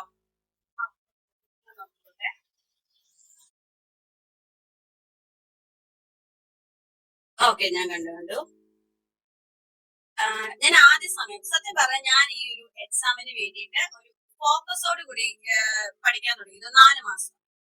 സത്യമായിട്ടും 4 മാസം കൊണ്ടാണ് ഞാനിത് ക്രാക്ക് ചെയ്തതെന്ന് വേണമെങ്കിൽ പറയാം. പക്ഷെ 4 മാസം എന്ന് പറയുന്നത് എനിക്ക് ഫുൾ ടൈം ഉണ്ട്. കാരണം ഞാൻ പഠിത്തം കഴിഞ്ഞതുണ്ടായിരുന്നുള്ളൂ. അപ്പം അതിന് മുമ്പ് വരെ ഞാൻ പഠിത്തം കഴിഞ്ഞ ഉടനെ തന്നെ ഒരു ടെമ്പററി ആയിട്ട് ഗവൺമെന്റ് സ്കൂളിൽ ചെയ്യും. പക്ഷെ ഈ നോട്ടിഫിക്കേഷൻ വന്നു കഴിഞ്ഞാൽ പിന്നെ അതിനുശേഷം ഇന്റർവ്യൂവിന് ഒന്നിനും പോയില്ല. 4 മാസം കംപ്ലീറ്റ് ആയിട്ട് ഇതിനു വേണ്ടി തന്നെ ഇരുന്നു. അപ്പൊ ഫുൾ സത്യം പറഞ്ഞാൽ ഞാനൊരു ആദ്യം തുടങ്ങിയ സമയത്ത് ഒരു ടച്ചപ്പിന് വേണ്ടി അതുമായിട്ടൊരു ടച്ച് കിട്ടാൻ വേണ്ടിയിട്ട് ഒരു 4 മണിക്കൂറിലാണ് സ്റ്റാർട്ട് ചെയ്യും. 4 മണിക്കൂർ തുടങ്ങി 4, 6, 8, 12 അങ്ങനെ കയറി പോയായിരുന്നു ചെയ്യുന്നത്. മിനിമം നമ്മൾ അതുമായിട്ട് ഇരിക്കുമ്പോൾ സ്റ്റാർട്ട് ചെയ്യുമ്പോൾ ഒരു ഉടനെ ആദ്യം തന്നെ നമ്മൾ ഒരുപാട് നേരം ഇരുന്ന് അത് ഓരോരുത്തരുടെ രീതിക്ക് അനുസരിച്ചിരിക്കും. പക്ഷെ ഞാനൊരു സ്റ്റാർട്ട് ചെയ്ത ഒരു 4 മണിക്കൂറൊക്കെ, അതായത് അതും അടുപ്പിച്ചല്ല, രാവിലെ ഒരു 10 മുതൽ ഒരു 11 മണി വരെ. കാരണം എനിക്ക് എപ്പോഴാണ് എന്റെ മൈൻഡ് മടുത്തു എന്ന് തോന്നുന്നത് അപ്പൊ ഞാൻ സ്റ്റോപ്പ് ചെയ്യും.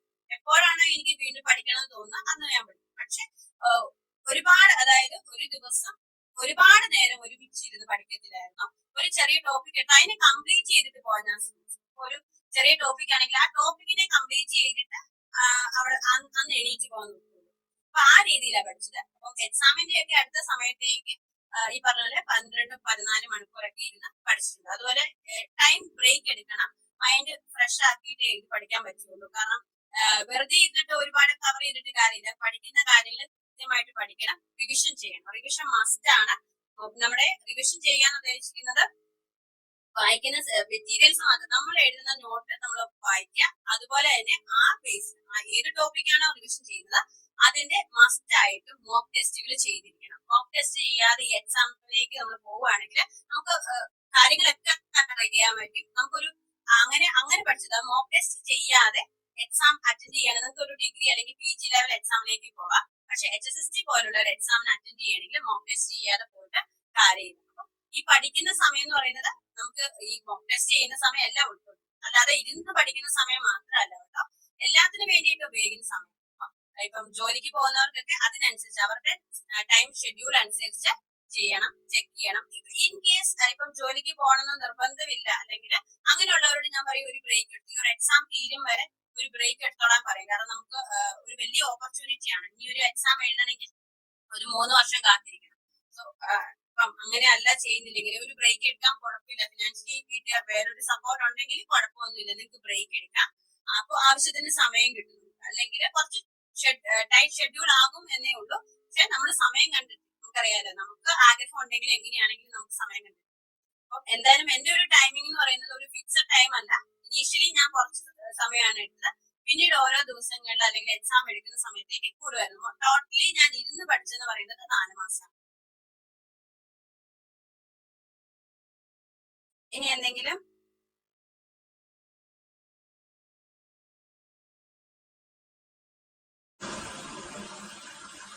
ഡൗട്ട്സ് ഉണ്ടെങ്കിൽ ചോദിക്കാമേ.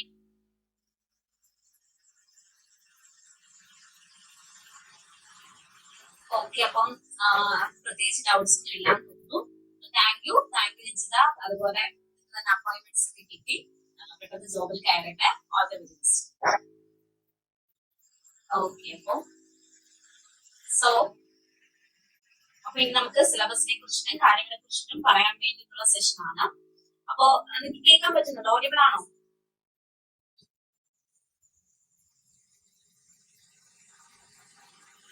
കേൾക്കാം.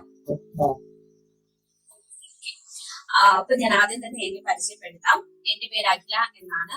കറന്റ്ലി ഞാൻ റിസർച്ച് സ്കോളർ ആണ്. കൊമേഴ്സിൽ റിസർച്ച് ചെയ്യുന്നു കേരള യൂണിവേഴ്സിറ്റിയില്. ഫസ്റ്റ് ഇയർ കഴിഞ്ഞു. സോ ക്വാളിഫിക്കേഷൻസ് എന്ന് പറയുമ്പോൾ സെറ്റും നെറ്റും ഉണ്ട്. അതുപോലെ തന്നെ ടീച്ചിങ് എക്സ്പീരിയൻസും ഉണ്ട്. ടോസ് അക്കാഡമിയിലും അതുപോലെ ഞാൻ ഒരു കോളേജിൽ വർക്ക് ചെയ്യുമായിരുന്നു. ഇപ്പൊ കറന്റ് PhD-യുമായി ബന്ധപ്പെട്ടിട്ട് ഗ്യാപ്പ് എടുത്തിരിക്കുകയാണ്. സോ അപ്പോ ഇത്രയുമാണ്. അതുപോലെ എന്റെ സ്ഥലം വന്നിട്ട് കൊല്ലമാണ്. കൊല്ലം ജില്ലയിൽ നിന്നുള്ള ആരെങ്കിലും ഉണ്ടോ?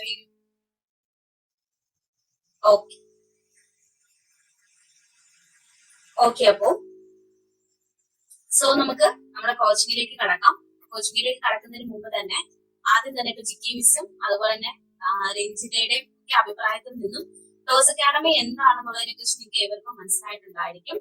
അപ്പൊ നിങ്ങൾ ഇൻസ്റ്റാഗ്രാമും അതുപോലെ ഒരുപാട് സോഷ്യൽ മീഡിയ പ്ലാറ്റ്ഫോമും ഒക്കെ യൂസ് ചെയ്യുന്നവരായിരിക്കും അല്ലെ.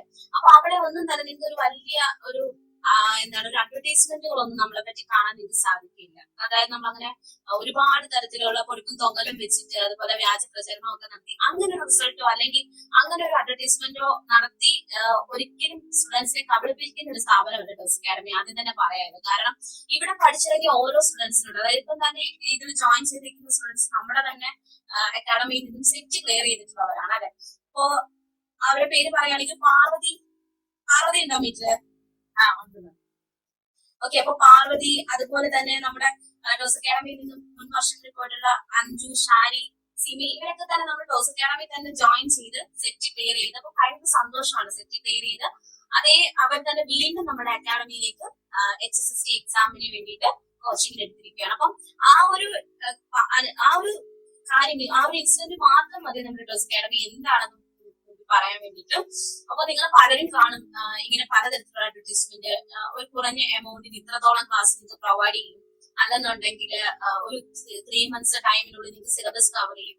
ഓക്കെ. അപ്പം പലരും, അതായത് നമ്മുടെ അക്കാഡമി തന്നെ വന്നിട്ടുള്ള പല സ്റ്റുഡൻസും പറയാറുണ്ട് സെറ്റിന് അവർ ഒരുപാട് അടുത്ത് ഇതുപോലെ തന്നെ കംപ്ലീറ്റ് എന്നുള്ളത്. അപ്പൊ സെറ്റിനാണെങ്കിലും അതുപോലെ മറ്റ് എക്സാംസിനാണെങ്കിലും. പക്ഷെ ടോസ് അക്കാഡമിയെ സംബന്ധിച്ചിടത്തോളം സിലബസ് 100% കവർ ചെയ്തുകൊണ്ടാണ് നമ്മൾ ക്ലാസ്സുകൾ ഇടുന്നത്. ഇപ്പം ആരോ ചോദിച്ചു സിലബസ് ഇത്രയും വൈഡാണ്. സിലബസ് ഇത്രയും വൈഡാണെങ്കിൽ പോലും ഡെയിലി നമ്മൾ ക്ലാസ്സുകൾ ഇടും. ഡെയിലി ഇടുന്ന ക്ലാസ്സിനകത്ത് ജനറൽ പേപ്പറും ഉണ്ട്, സബ്ജക്ട് പേപ്പേഴ്സും ഉണ്ട്. അപ്പൊ സബ്ജക്ട് പേപ്പേഴ്സ് പഠിപ്പിക്കുന്നത് ഒന്ന് ഞാനും പിന്നെ ആര്യൻസുമാണ്. അപ്പൊ നമ്മൾ ഓൾട്ടർനേറ്റീവ് ആയിട്ടാണ് നമ്മൾ ക്ലാസ്സുകൾ ഇട്ടു പോകുന്നത്. അതുപോലെ ഒരാഴ്ചയിൽ 5 ദിവസം നമ്മൾ ക്ലാസ് പ്രൊവൈഡ് ചെയ്യും. അതിനെ ആസ്പദമാക്കിയിട്ട് കമ്മിങ് മൺഡേ നമ്മൾ മോക്ക് ടെസ്റ്റ്, അതായത് നമ്മുടെ വീക്ക്ലി ടെസ്റ്റ് നടത്താറുണ്ട്. അപ്പൊ നമ്മൾ സെറ്റ് ക്ലിയർ ചെയ്തിട്ടുള്ള കുട്ടികളോട് ചോദിച്ചാൽ അറിയാൻ സാധിക്കും. ഇവരെല്ലാം തന്നെ ഈ ഒരു എക്സാം ക്ലിയർ ചെയ്തതിന്റെ പ്രധാന കാരണം എന്ന് പറയുന്നത് ഇത്തരത്തിലുള്ള മോക്ക് ടെസ്റ്റുകൾ അറ്റൻഡ് ചെയ്തുകൊണ്ടാണ്. അപ്പൊ മോക്ക് ടെസ്റ്റ് അറ്റൻഡ് ചെയ്ത് അവർ നല്ല രീതിയിൽ ഈ ഒരു ഫീൽഡിൽ, അതായത് ഒരു കൊമേഴ്സ് എന്ന് പറയുന്ന ഒരു സബ്ജക്റ്റിനെ നല്ല രീതിയിൽ മനസ്സിലാക്കിയത് കൊണ്ടാണ് അവർക്ക് ഈ ഒരു എക്സാം ക്രാക്ക് ചെയ്യാൻ സാധിച്ചത്. ഇനി HSST-ലേക്ക് വരുമ്പോൾ നമുക്ക് ജിക്കിമിസ് സിലബസ് കാണിച്ചു എങ്കിൽ പോലും ഇതിൽ 1-2 പേർക്ക് ഡൗട്ട്സ് ഉണ്ട്. സിലബസ് ഇതിനകത്ത് ഈ പറഞ്ഞ ഇത്രത്തോളം സബ്ജക്ട്സുകൾ ഉൾപ്പെടുത്തി എന്നുള്ളത്. ഓക്കെ. അപ്പോ നമ്മളിപ്പോ പഠിപ്പിച്ചു തുടങ്ങുന്ന സിലബസ് എന്ന് പറയുന്നത് ഇപ്പൊ കറന്റ്ലി നടന്നിട്ടുള്ള എക്സാം ബേസ് ചെയ്തിട്ടുള്ള സിലബസ് ആണ് അല്ലെ. അപ്പൊ നമ്മൾ അതിനകത്ത് ഉൾപ്പെടുത്തേണ്ട സബ്ജക്റ്റുകൾ എന്ന് പറയുന്നത് നമ്മൾ +1 മുതലാണ് നമ്മൾ കോമേഴ്സ് സ്റ്റാർട്ട് ചെയ്യുന്നത് അല്ലെ. അപ്പൊ +1 to PG ലെവൽ വരെയുള്ള കാര്യങ്ങൾ ഉൾപ്പെടുത്തിയ സിലബസ് ആയിരിക്കും നമ്മൾ എപ്പോഴും പഠിക്കേണ്ടത്. കാരണം നമ്മൾ അഡ്വാൻസ് ലെവലിൽ നിന്ന് വേണം പഠിച്ചു തുടങ്ങാൻ. കാരണം മുൻപ് നടത്തിയ HSST എക്സാമിന്റെ ആ ഒരു പാറ്റേണിൽ നിന്നും PSC ഒരുപാട് അപ്ഡേറ്റ് ആയിട്ടുണ്ട് അല്ലെ. ഇപ്പൊ PSC എക്സാംസ് തന്നെ നിങ്ങൾക്ക് അറിയാൻ പറ്റും. നമ്മൾ കൊമേഴ്സ് സബ്ജക്റ്റിനാണ് പ്രിൻസ് വെക്കാറുണ്ട് അല്ലെ പല എക്സാംസിനും. സോ PSC അത്രത്തോളം അപ്ഡേറ്റ് ആയ സ്ഥിതിക്ക് അത്രത്തോളം അഡ്വാൻസ് ആയിട്ടുള്ള ക്വസ്റ്റ്യൻസ് ആണ് ഇപ്പൊ PSC എക്സാംസിൽ എല്ലാം തന്നെ വരുന്നത് അല്ലെ. അപ്പൊ അതേ ലെവലിൽ നിന്ന് വേണം നമ്മൾ പഠിക്കാൻ. അപ്പൊ നമ്മൾ അഡ്വാൻസ് ലെവലിൽ നിന്ന് പഠിച്ചെങ്കിൽ മാത്രമേ ഈ ഒരു എക്സാം നമുക്ക് ക്രാക്ക് ചെയ്യാൻ സാധിക്കുകയുള്ളൂ. അപ്പോ കഴിഞ്ഞ തവണത്തെ കട്ട് ഓഫ് 25 എന്ന് പറയുന്നുണ്ട്. അപ്പൊ ആ ഒരു 25 എന്ന് പറയുന്നത് ആ ഒരു എക്സാമിന്റെ ഡിഫിക്കൽറ്റിയെ സൂചിപ്പിക്കുന്ന ഒന്നാണ്. അത് കറക്റ്റ് തന്നെയാണ്. കാരണം ഇത്രത്തോളം റെമ്യൂണറേഷൻ ഉള്ള ഒരു ജോബ്, അതുപോലെ ഇത്രത്തോളം റെപ്യൂട്ടഡ് ആയിട്ടുള്ള ഒരു ജോബ്, ഇപ്പൊ ഇതിന് ഏജ് കുറഞ്ഞിട്ടുള്ള ചെറിയ ആൾക്കാർ കാണുമായിരിക്കും. അപ്പം ഈ ഏജ് പറഞ്ഞ് നിങ്ങൾ ചെറു പ്രായത്തിൽ തന്നെ ഈ ഒരു ജോബിന് കയറുകയാണ്. നിങ്ങൾ റിട്ടയർഡ് ആകുന്ന സമയത്ത് നിങ്ങൾ ഒരിക്കലും ഒരു സ്കൂളിന്റെ പ്രിൻസിപ്പൾ ആയിട്ടല്ല അവിടെ റിട്ടയർഡ് ആവുന്നത്. നിങ്ങൾക്ക് എഡ്യൂക്കേഷൻ ഡിപ്പാർട്ട്മെന്റില് ഹയർ പോസ്റ്റ്, ഈവൻ ഗസറ്റഡ് പോസ്റ്റിലേക്ക് നിങ്ങൾക്ക് പോകാൻ സാധിക്കും അല്ലെ. ഇപ്പൊ ഗസറ്റഡ് പോസ്റ്റ് എന്ന് പറയുമ്പോൾ നിങ്ങൾക്ക് അറിയാലോ, നമ്മളിപ്പം അഡ്ജസ്റ്റ് ചെയ്യിക്കാനൊക്കെ നമ്മൾ +1 +2 ടീച്ചേഴ്സിന്റെ അടുത്തോട്ടാണ് ആദ്യമേ പോകുന്നത്. ഗസറ്റഡ് പോസ്റ്റിൽ ഇരിക്കുക എന്ന് പറയുന്നത് തന്നെ ഒരു ഡെപ്യൂട്ടഡ് പൊസിഷൻ ആണ് അല്ലെ. അപ്പൊ അത് നിങ്ങളെ കൊണ്ട് സാധിക്കാവുന്നതേ ഉള്ളൂ. നിങ്ങൾ ഈ എടുക്കുന്ന ഒരു 6 മാസത്തെ എഫർട്ട് മതി നിങ്ങളുടെ ലൈഫ് ലോങ് നിങ്ങൾക്ക് സെറ്റിൽമെന്റ്, അതുപോലെ ലൈഫ് ലോങ് നിങ്ങൾക്ക് ഒരു സ്റ്റാറ്റസ് ജോബോട് കൂടിയിട്ട് ജീവിക്കാൻ അല്ലെ. അപ്പൊ ഈ പറഞ്ഞ രീതിയിൽ നിങ്ങൾക്ക് എല്ലാ കാര്യങ്ങളും അച്ചീവ് ചെയ്യണം എന്നുണ്ടെങ്കിൽ അതിന് ചിട്ടയായിട്ടുള്ള ഒരു പഠന രീതി നിങ്ങൾക്ക് ഉണ്ടായിരിക്കണം. അതുപോലെ നിങ്ങൾക്ക് ഈ സിലബസിൽ ഉൾപ്പെട്ടിരിക്കുന്ന കാര്യങ്ങൾ ഇപ്പം ഈ പറഞ്ഞ 3 മാസത്തെ ക്ലാസ്സുകളും അല്ലെങ്കിൽ 2 മാസത്തെ ക്ലാസ്, ഈവൻ ഒരാഴ്ചത്തെ ക്ലാസ് വരെ പ്രൊവൈഡ് ചെയ്യുന്ന അക്കാഡമിക്സ് കേരളത്തിലുണ്ടല്ലേ.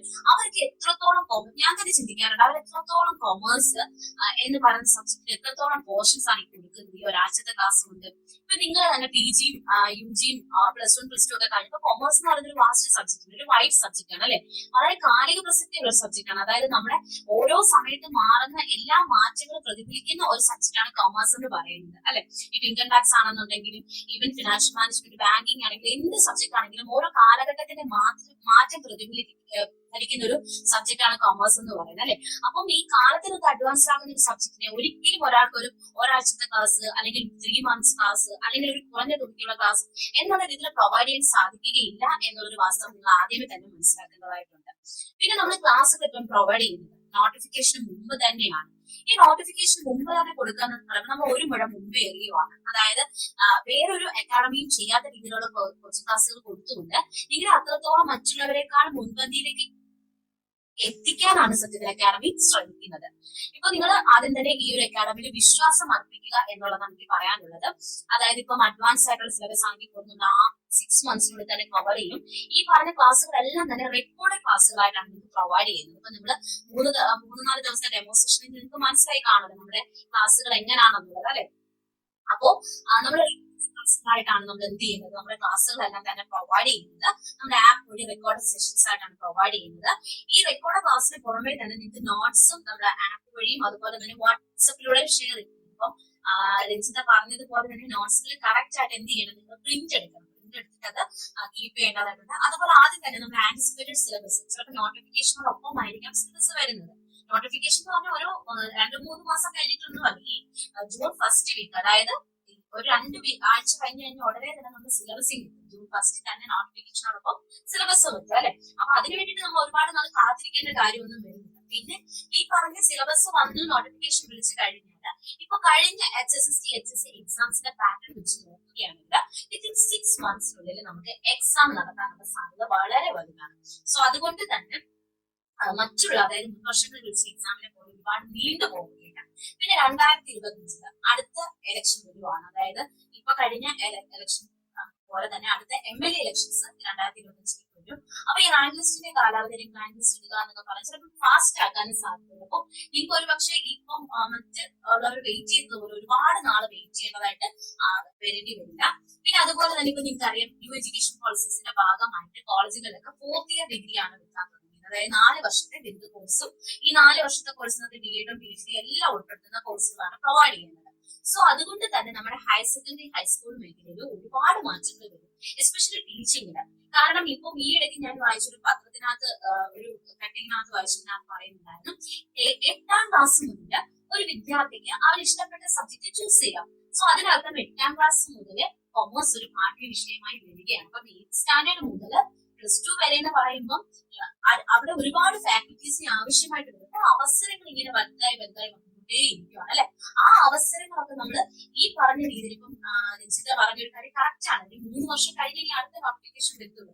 അപ്പോഴത്തേക്ക് നമ്മുടെ ഏജ് മാറും, അപ്പോഴത്തേക്ക് നമ്മുടെ നമ്മുടെ ഒരുപാട് കാര്യങ്ങൾ മാറും, നമ്മുടെ ജീവിത സാഹചര്യങ്ങൾ മാറും, അപ്പോഴത്തേക്ക് നമ്മുടെ പഠിക്കാനുള്ള ഒരു ഉന്മേഷം, അങ്ങനെ ഒരുപാട് കാര്യങ്ങൾ മാറിയില്ല അല്ലെ. അപ്പൊ ഈ പ്രസന്റ് ടൈമിൽ നിങ്ങൾക്ക് എല്ലാം കൊണ്ടും ഓക്കെയാണ് എങ്കിൽ അല്ലെങ്കിൽ എല്ലാം നിങ്ങൾ ഓക്കെ ആക്കണം, ഈ ഒരു എക്സാം ക്ലിയർ ചെയ്യാൻ പറ്റുന്ന എല്ലാ ഹെൽപ്പും എല്ലാ സപ്പോർട്ടും അക്കാഡമിയുടെ ഭാഗത്തു നിന്ന് നിങ്ങൾക്ക് ഉണ്ടാകും. അതിന് നിങ്ങൾ ഒരിക്കലും സംശയിക്കേണ്ട കാര്യമില്ല. കാരണം സെറ്റ് ക്ലിയർ ചെയ്തൊരു വിദ്യാർത്ഥി നമ്മുടെ സ്ഥാപനം ചൂസ് ചെയ്യാതെ, നമ്മുടെ സ്ഥാപനത്തിൽ തന്നെ പഠിച്ച് സെറ്റ് ക്ലിയർ ചെയ്തൊരു വിദ്യാർത്ഥി മറ്റൊരു സ്ഥാപനം ചൂസ് ചെയ്യാതെ എന്തുകൊണ്ട് ടോസ് അക്കാഡമി ചൂസ് ചെയ്തു എന്നുള്ളത് അതിന്റെ കറക്റ്റ് ആൻസർ ആണ്. ഒരിക്കലും നമ്മൾ വലിയ രീതിയിൽ ഘോരമായിട്ടുള്ള അഡ്വർടൈസ്മെന്റുകളോ അല്ലെങ്കിൽ ഫോൾസ് റിസൾട്ടുകളോ ഒന്നും പബ്ലിഷ് ചെയ്തിട്ടില്ല. ഞാൻ നോക്കിയെടുത്തോളം കഴിഞ്ഞ സെറ്റ് എക്സാമിൽ ഏറ്റവും കൂടുതൽ റിസൾട്ട് പ്രൊവൈഡ് ചെയ്ത ഒരു സ്ഥാപനം എന്ന് പറയുന്നത് ടോസ് അക്കാഡമി തന്നെയാണ്. അത് നമ്മൾ വൻപിച്ച രീതിയിൽ കൊട്ടിഘോഷിച്ച് പറഞ്ഞില്ല എങ്കിൽ പോലും അത് സത്യമായിട്ടുള്ള ഒരു കാര്യം തന്നെയാണ്. സോ അതുകൊണ്ട് ഒരുപാട് അവസരങ്ങൾ വരാൻ പോകുന്ന ഒരു ഫീൽഡാണ് HSST ഈ പറഞ്ഞ കൊമേഴ്സ് എക്സാം എന്ന് പറയുന്നത് വേക്കൻസീസ് ധാരാളം വരാൻ സാധ്യതയുണ്ട്. അതുകൊണ്ട് നിങ്ങൾ നല്ല രീതിയിൽ പഠിക്കണം. അതിന് വേണ്ടിയിട്ട് ചിട്ടയായ ഒരു പഠനം, അതുപോലെ നല്ല പരിശീലനം നിങ്ങൾക്ക് ഉണ്ടായിരിക്കണം. അപ്പൊ റെക്കോർഡ് ക്ലാസ്സിന് പുറമെ നോട്ട്സുകൾ തരാറുണ്ട്. അതുപോലെ പ്രീവിയസ് ഇയർ ക്വസ്റ്റ്യൻ പേപ്പേഴ്സ് എല്ലാം തന്നെ നമ്മൾ ഉൾപ്പെടുത്താറുണ്ട്. പിന്നെ നമ്മൾ പഠിപ്പിക്കുമ്പോൾ നിങ്ങൾ ശ്രദ്ധിക്കണം. ഇപ്പൊ നിങ്ങൾ സെറ്റ് എക്സാമിന് ചിലപ്പോൾ ഇതിൽ ചിലർ സ്വന്തമായിട്ടായിരിക്കാം പഠിച്ചിട്ടുള്ളത്. മറ്റു ചിലർ നമുക്ക് പി ജി പഠിക്കുന്ന കാലയളവിൽ തന്നെ സെറ്റ് ക്രാക്ക് ചെയ്യാൻ സാധിക്കുന്നവരുണ്ടായിരിക്കാം. മറ്റു ചിലർ ഈ പറയുന്ന പല കോച്ചിങ് സെന്ററിൽ പോയിട്ടൊക്കെ ആയിരിക്കാം സെറ്റ് എക്സാം ക്ലിയർ ചെയ്തിട്ടുള്ളത്. പക്ഷെ നമ്മൾ ഒരു കാര്യം നോട്ട് ചെയ്യുകയാണെങ്കിൽ സെറ്റിന്റെ ആ ഒരു സിലബസിൽ നിന്ന് മാത്രമാണ് ഇതുവരെ ക്വസ്റ്റ്യൻസ് വന്നിട്ടുള്ളത്. നിങ്ങളൊന്ന് ചെക്ക് ചെയ്തറിയാം. സെറ്റിന്റെ ആ ഒരു സിലബസിൽ നിന്ന് മാത്രമല്ല ക്വസ്റ്റ്യൻസ് വന്നിട്ടുള്ളത്. നമ്മുടെ നെറ്റിന്റെ ഏരിയാസ് നിങ്ങൾ ശ്രദ്ധിച്ചാൽ അറിയാം. നെറ്റിന്റെ പ്രീവിയസ് ഇയർ ക്വസ്റ്റ്യൻസിനകത്ത് ഒക്കെ ക്വസ്റ്റ്യൻസ് അതിനകത്ത് വന്നിട്ടുണ്ട്. അതുപോലെ തന്നെ CM എക്സാംസിന്റെ എല്ലാ ക്വസ്റ്റ്യൻസും നമ്മുടെ സെറ്റ് നെറ്റ് നമ്മുടെ കോമ്പറ്റേറ്റീവ് എക്സാംസിന് എല്ലാം വരാറുണ്ട്. സോ ആ രീതിയിൽ ക്വസ്റ്റ്യൻസ് എല്ലാം കളക്ട് ചെയ്ത് ഇപ്പൊ നിങ്ങളെ കൊണ്ട് ഒറ്റയ്ക്ക് പറ്റില്ല ഈ പറഞ്ഞ ക്വസ്റ്റ്യൻസ് കളക്ട് ചെയ്യാനും നോട്ട്സും മെറ്റീരിയലും എല്ലാം ശേഖരിച്ചു വെക്കുമ്പോഴത്തേക്ക് ഈ 6 മാസം കഴിയും അല്ലെ. അപ്പൊ നിങ്ങൾ ഇതൊരു റെഡി ടു ടീച്ച് എന്നുള്ള രീതിയിൽ, അതായത് നിങ്ങൾക്ക് എപ്പോഴാണ് ആവശ്യം അപ്പോഴത്തേക്ക് തന്നെ ഈ കാര്യങ്ങളെല്ലാം പ്രൊവൈഡ് ചെയ്യുന്ന രീതിയിലായിരിക്കണം നിങ്ങൾ പഠിക്കുന്നത്. നിങ്ങളുടെ സമയം ഫലപ്രദമാക്കാൻ സാധിക്കും അല്ലെ. അപ്പം നമ്മൾ കവർ ചെയ്യുന്നത് സെറ്റും അതുപോലെ തന്നെ ഇപ്പൊ വിളിച്ചിട്ടുള്ള കോമ്പറ്റേറ്റീവ് എക്സാംസ് എല്ലാം, അതായത് നോൺ വൊക്കേഷണൽ ടീച്ചേഴ്സിന്റെ, അസിസ്റ്റന്റ് പ്രൊഫസർ പോളിടെക്നിക് കോളേജിന്റെ, അതുപോലെ തന്നെ അസിസ്റ്റന്റ് പ്രൊഫസർഷിപ്പ് എക്സാംസ് അതിന് മുമ്പ് നടത്തിയിട്ടുള്ളത്, പിന്നെ ജനറൽ എഡ്യൂക്കേഷൻ ഡിപ്പാർട്ട്മെന്റ് കണ്ടക്ട് ചെയ്തിട്ടുള്ള ടീച്ചിങ് എക്സാംസ്, ഈവൻ റിസർച്ച് അസിസ്റ്റന്റിന്റെ വരെ സിലബസ് കവർ ചെയ്തുകൊണ്ടുള്ള ക്ലാസ്സുകളും അതിന്റെ അടിസ്ഥാനത്തിലുള്ള സിലബസുമാണ് നമ്മൾ തയ്യാറാക്കിയിട്ടുള്ളത്. സോ അതുകൊണ്ട് നിങ്ങൾ ഒരിക്കലും വറീഡ് ആവണ്ട നമ്മുടെ കോച്ചിങ്ങിനെ കുറിച്ചിട്ടും അല്ലെങ്കിൽ നമ്മുടെ അക്കാഡമിയുടെ ക്ലാസ്സുകളെ കുറിച്ചിട്ടും. നിങ്ങൾക്ക് പഠിക്കുക എന്നുള്ള ഒരൊറ്റ കാര്യം മാത്രമേ ഉള്ളൂ. ഓക്കെ, അതുപോലെ ജിറ്റിൻസ് പറഞ്ഞൊരു കാര്യം നോട്ട് ചെയ്യുക. ക്വാളിഫിക്കേഷൻസ് ആഡ് ചെയ്യാത്തവരും ഒരിക്കലും നമ്മൾ PSCയുടെ സൈറ്റില് നമ്മൾ ഒരു സർട്ടിഫിക്കറ്റും അപ്ലോഡ് ചെയ്യേണ്ട കാര്യമില്ല. അത് നമ്മൾ സർട്ടിഫിക്കറ്റ് വെരിഫിക്കേഷന് പോകുമ്പോൾ അവിടെ കൊടുത്തിരുന്നാൽ മതി. നമ്മൾ ജസ്റ്റ് ആഡ് ചെയ്യേണ്ട കാര്യങ്ങൾ എന്ന് പറയുന്നത് നിങ്ങളുടെ റോൾ നമ്പർ, നിങ്ങളുടെ റിസൾട്ടിനകത്ത് നിങ്ങളുടെ റോൾ നമ്പർ വന്നിട്ടുണ്ടെങ്കിൽ ആ റോൾ നമ്പറും നിങ്ങൾക്ക് ഒരു പെർസെന്റേജ് വരും അല്ലെ. ആ ഒരു പെർസെന്റേജിനകത്ത് ചിലപ്പോൾ ചോദിക്കും ഫസ്റ്റ് ക്ലാസ് ആണോ സെക്കൻഡ് ക്ലാസ് ആണോ എന്നൊക്കെ കുറച്ചിട്ട് വരും. അപ്പൊ നിങ്ങൾ ജസ്റ്റ് നെറ്റിൽ ആ ഒരു ഇത്ര പെർസെന്റേജ് എത്ര ക്ലാസ് ആണെന്ന് സെർച്ച് ചെയ്താൽ അതിന്റെ കറക്റ്റ് ആൻസർ അറിയാൻ സാധിക്കും. അപ്പൊ നിങ്ങൾ ഇതുവരെയും ആഡ് ചെയ്യാത്തവരുണ്ടെങ്കിൽ നിങ്ങൾ അത് ആഡ് ചെയ്യണം. ഇവൻ ടീച്ചിങ് എക്സ്പീരിയൻസ് ഉള്ള സ്റ്റുഡൻസിനകത്ത് ചിലപ്പോൾ സെറ്റൊക്കെ കിട്ടിയ സ്ഥിതിക്ക് ഏതെങ്കിലും സ്കൂളിൽ വർക്ക് ചെയ്യുന്നവരുണ്ടാക്കി അല്ലെ. അപ്പൊ നിങ്ങൾ മറക്കാതെ തന്നെ അത് ആഡ് ചെയ്യണം. കാരണം നമ്മൾ എക്സാമിന് മുമ്പ് അല്ലെങ്കിൽ അപ്ലൈ ചെയ്യുന്നതിന് മുമ്പ് തന്നെ ക്വാളിഫിക്കേഷൻസ് ആഡ് ചെയ്യുകയാണെങ്കിൽ അവിടെ നമുക്കൊരു മുൻഗണന ലഭിക്കുകയാണ്. ഓക്കെ, സോ ഇത്രയും കാര്യങ്ങളാണ് ബേസിക് ആയിട്ട് പറയാനുള്ളത് നമ്മുടെ അക്കാഡമിയെ കുറിച്ചിട്ടും ക്ലാസ്സിനെ കുറിച്ചിട്ടും. ഇനി മറ്റൊരു കാര്യം എന്ന് പറയുമ്പോൾ നമുക്ക് സിലബസിലേക്ക് പോവുകയാണെങ്കിൽ, ഇപ്പൊ ഞാൻ സിലബസിന്റെ കാര്യങ്ങളെ കുറിച്ച് പറയുകയാണെങ്കിൽ, സോ ഇതാണ് നമ്മുടെ ഒരു എക്സ്പെക്ടഡ് സിലബസ് എന്ന് പറയുന്നത്. നമ്മുടെ ടോസ് അക്കാഡമിയുടെ തന്നെ ഒരു എക്സ്പെക്ടഡ് സിലബസ് ആണ്. മൊത്തം 10 മൊഡ്യൂൾസ് ആണുള്ളത്. കൊമേഴ്സ് സിലബസ് എടുക്കുകയാണെങ്കിൽ അതില് 5 മൊഡ്യൂൾസ് ഞാനും 5 മൊഡ്യൂൾസ് ആര്യാമിസും കൂടി ചേർന്നാണ് എടുക്കുന്നത്. അപ്പൊ ഞാൻ എടുക്കുന്ന മൊഡ്യൂൾസ് പറയുകയാണെങ്കിൽ module 2 financial market and service investment, then next module 5 advance cost and management accounting, and module 6 corporate financial accounting and reporting, then module 9 and 10 corporate governance and business ethics and financial management. അപ്പോ ഇത്രയും കാര്യങ്ങളാണ്, ഇത്രയും modules ആണ് ഞാൻ ഇതിനകത്ത് എടുക്കാൻ പോകുന്നത്. വളരെ ഇമ്പോർട്ടന്റ് ആയിട്ടുള്ള ക്ലാസ്സുകൾ തന്നെയാണ് എല്ലാം തന്നെ. കാരണം നമുക്ക് ഒന്നും ഒഴിവാക്കാൻ പറ്റില്ല. ഒരു ചെറിയ അറിവ് പോലും നിസ്സാരമല്ലെന്ന് പറയുന്നത് പോലെ നമുക്ക് ഒരു കാര്യങ്ങളും ഈ ഒരു സിലബസിനകത്ത് ഒഴിവാക്കാൻ പറ്റുന്നതല്ല. സോ അതുകൊണ്ട് തന്നെ വളരെ ഇന്റൻസീവ് ആയിട്ടുള്ളതും ആയിട്ടുള്ള ക്ലാസ്സിലായിരിക്കും നമ്മൾ പ്രൊവൈഡ് ചെയ്യുന്നത്. പിന്നെ ഏറ്റവും വലിയ ഹൈലൈറ്റ് ആയിട്ടൊരു കാര്യം പറയുകയാണെങ്കിൽ ഇതിൽ പലയിടത്തും ഏജ് ഗ്യാപ്പ്, അതായത് ഏജ് ഗ്യാപ്പ് അല്ല സോറി ഒരു ഗ്യാപ്പ് വന്നിട്ടുണ്ടായിരിക്കും അല്ലെ. ഇപ്പൊ പഠിച്ച് പാസ് ഔട്ട് ആയിട്ട് ഇറങ്ങി, പക്ഷെ കുറെ നാളായിട്ട് എക്സാംസ് പ്രിപ്പയർ ചെയ്യുന്നില്ല പല സാഹചര്യങ്ങൾ കൊണ്ട് അങ്ങനെ പഠനമൊക്കെ വഴിമുട്ടിയിട്ടുണ്ടായിരിക്കാം. അതുപോലെ തന്നെ ഇപ്പൊ ഫ്രഷ് ആയിട്ട് പഠിച്ചവരുണ്ടായിരിക്കാം. നിങ്ങൾക്ക് അതുപോലെ മറ്റൊരു പ്രശ്നം വരാൻ സാധ്യത എന്ന് പറയുന്നത് ഫാമിലി പരമായിട്ട് അല്ലെ. അപ്പൊ അത്ര സപ്പോർട്ടീവ് ഒന്നും ആയിരിക്കില്ല. പക്ഷെ എല്ലാ കാറ്റഗറീസും, അതായത് ഈ പറഞ്ഞ എല്ലാ വിഭാഗങ്ങളെയും പരിഗണിച്ചുകൊണ്ടുള്ള ക്ലാസ്സുകളാണ് ടോസ് അക്കാഡമി പ്രൊവൈഡ് ചെയ്യുന്നത്. ഇത്രയും അഡ്വാൻസ് ടോപ്പിക്കുകളെ പോലും നിങ്ങൾക്ക് ബേസ് ലെവലുള്ള കാര്യങ്ങളുണ്ട്. അപ്പൊ നമ്മൾ ടോസ് അക്കാഡമി തന്നിട്ടുള്ള ഡെമോ സെഷൻസ് നോക്കിയാൽ അറിയാൻ സാധിക്കും. നിങ്ങൾക്ക് ബേസിക് ആയിട്ടുള്ള കാര്യങ്ങൾ ആദ്യം നിങ്ങൾക്ക് പറഞ്ഞത് ഒരു ബ്രിഡ്ജ് കോഴ്സ് എന്നുള്ള രീതിയിലാണ് ബേസിക് ആയിട്ടുള്ള കാര്യങ്ങൾ ഒരു കുഞ്ഞു കുട്ടിയെ പഠിപ്പിക്കുന്ന പോലെ തന്നെ പഠിപ്പിച്ചു തരും. അതുപോലെ അഡ്വാൻസ് ആയിട്ടുള്ള കാര്യങ്ങൾ നിങ്ങളുടെ ലെവലിലേക്ക്, നിങ്ങൾ ഏത് ലെവലിലാണോ നിൽക്കുന്നത് ആ ലെവലിലേക്ക് ഇറങ്ങിയിട്ടായിരിക്കും നമ്മൾ ക്ലാസ്സുകൾ പ്രൊവൈഡ് ചെയ്യുന്നത്. അതുപോലെ തന്നെ നിങ്ങളെ ഒരു മോക്ക് ടെസ്റ്റിൽ, അതായത് ഓരോ മോക്ക് ടെസ്റ്റിലും നിങ്ങൾക്ക് നല്ല രീതിയിൽ ഇംപ്രൂവ്മെന്റ് ഉണ്ടാകുന്ന രീതിയിലൊക്കെയുള്ള ക്ലാസ്സുകളായിരിക്കും നമ്മൾ പ്രൊവൈഡ് ചെയ്യുന്നത്. ആ രീതിയിലുള്ള കാര്യങ്ങളൊന്നും നിങ്ങൾ സംശയിക്കേണ്ട കാര്യമില്ല. സോ ഇത്രയുമാണ് ബേസിക് ആയിട്ട് നമുക്ക് ക്ലാസ്സുകളെ കുറിച്ചിട്ടും സിലബസിനെ കുറിച്ചിട്ടും പറയാനുള്ളത്. പിന്നെ നമ്മൾ ക്ലാസ്സുകൾ തുടങ്ങുമ്പോൾ സിലബസിലെ ഓരോ ടോപ്പിക്കും എത്രത്തോളം ഇമ്പോർട്ടൻസ് ആണ്, എത്രത്തോളം നിങ്ങൾ പഠിക്കണം, എത്ര പെർസെന്റേജ് കവർ ചെയ്യണം, എങ്ങനെയൊക്കെ ക്വസ്റ്റ്യൻസ് വരാം എന്നുള്ള കാര്യങ്ങൾ നമുക്ക് ക്ലാസ്സുകൾ തുടങ്ങുമ്പോൾ ഡീറ്റെയിൽ ആയിട്ട് പറഞ്ഞു തരാം. അപ്പോൾ ഒരു ഓറിയന്റേഷൻ എന്നുള്ള രീതിയിൽ ഇത്രയുമാണ് എനിക്ക് പറയാനുള്ളത്. And thank you very much for. So എന്തെങ്കിലും ഡൗട്ട്സ് ഉണ്ടെങ്കിൽ ചോദിക്കുക.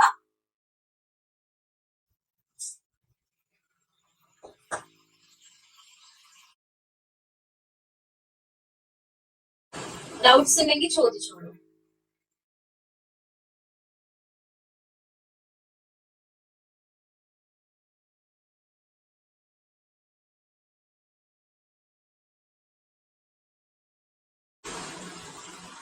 ഡൗട്ട്സ് ഉണ്ടോ ക്ലാസ്സിൽ? ഹലോ, കേൾക്കാം, പറഞ്ഞു. അതാണ് ഇപ്പൊ ഈ ടോപ്പിക്സ് ഇപ്പൊ ഓൾട്ടർനേറ്റീവ് ആയിട്ടാണ് എടുക്കുന്നത്.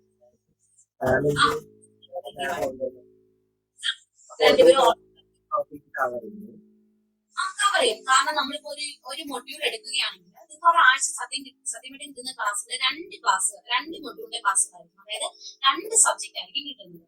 ഇപ്പൊ ഫോർ എക്സാമ്പിൾ പറയുകയാണെങ്കിൽ ഒരു ദിവസം റിസർച്ചിന്റെ ക്ലാസ് RMS പ്രൊവൈഡ് ചെയ്യുകയാണെങ്കിൽ നെക്സ്റ്റ് ഡേ ഇപ്പൊ മൺഡേ RMS റിസർച്ചിന്റെ സെഷൻ ആണെന്നുണ്ടെങ്കിൽ ട്യൂസ്ഡേ നിങ്ങൾക്ക് അക്കൗണ്ടിങ്ങിന്റെ സെഷൻ ആയിരിക്കും ഞാൻ പ്രൊവൈഡ് ചെയ്യുന്നത് അല്ലെ. അപ്പൊ നിങ്ങൾക്ക് ഒരു ആഴ്ച തന്നെ 2 ടോപ്പിക്കിന്റെ ക്ലാസ്സുകളാണ് കിട്ടുന്നത്. അതുപോലെ ജനറൽ പേപ്പർ ക്ലാസ്സുകൾ. Okay, ma'am. Any doubt?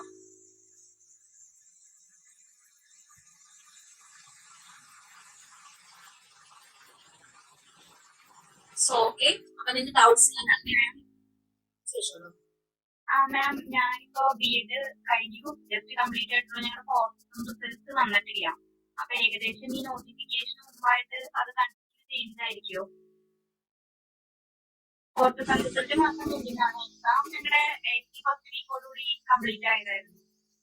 Okay, fourth semester result ഉടനെ വരാൻ ചാൻസ് ഉണ്ടോ യൂണിവേഴ്സിറ്റിയിലൊന്ന്? അത് ഒന്നും പറഞ്ഞിട്ടില്ല ഇതുവരെ. ഏത് യൂണിവേഴ്സിറ്റി നിങ്ങള്? MG യൂണിവേഴ്സിറ്റിയാ. MG university. ഓക്കെ. അപ്പൊ നിങ്ങൾക്ക് സാധാരണ എപ്പോഴത്തേക്ക് റിസൾട്ട് വരുന്നത് ഫോർത്ത് സെമസ്റ്ററിന്റെ ഒക്കെ? സാധാരണ എക്സാം എല്ലാം ലേറ്റ് ആയിട്ടാ വരാറ്. എക്സാം എല്ലാം നേരത്തെ കഴിഞ്ഞിട്ടുണ്ട്. അപ്പൊ ചെറിയൊരു ചാൻസ് ഉണ്ട്. പക്ഷെ ഇപ്പൊ ജൂൺ 1 എത്തുമെന്നുള്ളത് സംശയമുള്ള കേസാണ്. സോ നമ്മുടെ HSSC കൊമേഴ്സിന്റെ നോട്ടിഫിക്കേഷൻ മുമ്പായിട്ട് തന്നെ നമ്മൾ ക്ലാസ്സുകൾ ആരംഭിക്കുന്നതിന് വേണ്ടിയിട്ടുള്ള ഡെമോ സെഷൻസും കാര്യങ്ങളും ആയിരുന്നു ഈ കഴിഞ്ഞ ഡേയ്സ് നിങ്ങൾക്ക് പ്രൊവൈഡ് ചെയ്തിട്ടുള്ളത്. അപ്പൊ അതിന്റെ ഭാഗമായിട്ട് നമ്മൾ ഇന്ന് കണ്ടക്ട് ചെയ്യുന്നത് വളരെ യൂസ്ഫുൾ ആയിട്ടുള്ള ഒരു സെഷനാണ്. സത്യത്തിൽ നിങ്ങൾ ഈ ഒരു മീറ്റിൽ അറ്റൻഡ് ചെയ്തില്ല എന്നുണ്ടെങ്കിൽ നിങ്ങൾക്ക് നല്ലൊരു ചാൻസ് ആയിരുന്നു നഷ്ടപ്പെടുന്നത്. അപ്പോ ഇന്നത്തെ മീറ്റിന്റെ പ്രധാന ലക്ഷ്യം എന്ന് പറയുന്നത് നമ്മുടെ HSSC എക്സാമിനെ കുറിച്ചിട്ടുള്ള ഒരു ബേസിക് ഐഡിയ അല്ലെങ്കിൽ ഒരു അവയർനെസ് നിങ്ങൾക്ക് ഉണ്ടാക്കുക എന്നുള്ളതാണ്. അതുപോലെ തന്നെ നമ്മുടെ എക്സാമിന്റെ രീതികളും സിലബസും അതുപോലെ പ്രീവിയസ് വിന്നേഴ്സുമായിട്ടൊക്കെ ഉള്ളൊരു വളരെ നല്ലൊരു മീറ്റിംഗ് ആണ് നമ്മൾ ഇന്ന് കണ്ടക്ട് ചെയ്യാൻ ഉദ്ദേശിച്ചിരിക്കുന്നത്. അപ്പൊ അതിലേക്ക് ജോയിൻ ചെയ്ത എല്ലാവർക്കും തന്നെ സ്വാഗതം. സോ ദെൻ ഫസ്റ്റ് ആദ്യം തന്നെ നമുക്ക് ഈ ഒരു HSSC എക്സാമിന്റെ ബേസിക് കാര്യങ്ങളെ കുറിച്ചിട്ടുള്ള എല്ലാ ഡീറ്റെയിൽസും നിങ്ങൾക്ക് വിശദമായിട്ട് തന്നെ പറഞ്ഞു തരാൻ വേണ്ടിയിട്ട് ലോസ് അക്കാഡമിയുടെ സ്വന്തം ജിക്കി മിസ്സിനെ ക്ഷണിച്ചുകൊള്ളുന്നു.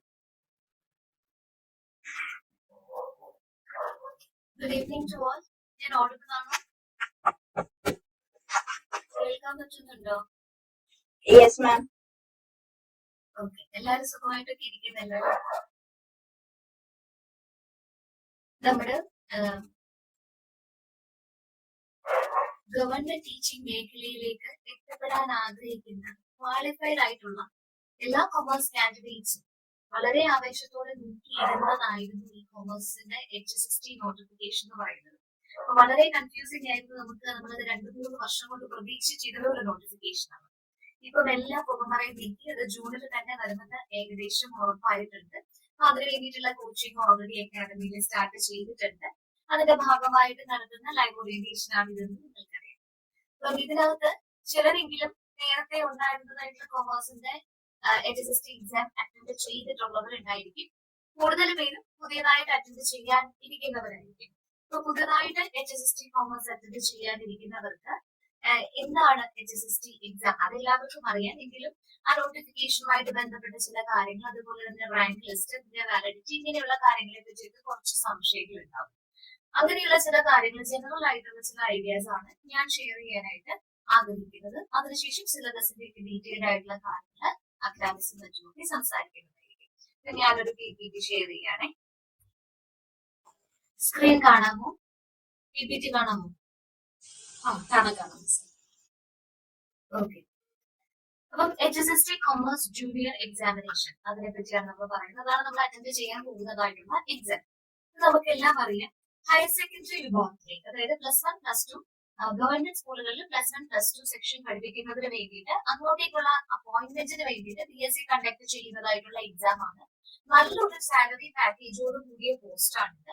അതുപോലെ തന്നെ ഗസറ്റഡ് ഓഫീസർ റാങ്ക് ഉള്ള ഒരു പോസ്റ്റ് കൂടിയാണ് HSST കോമേഴ്സ് എന്ന് പറയുന്നത്.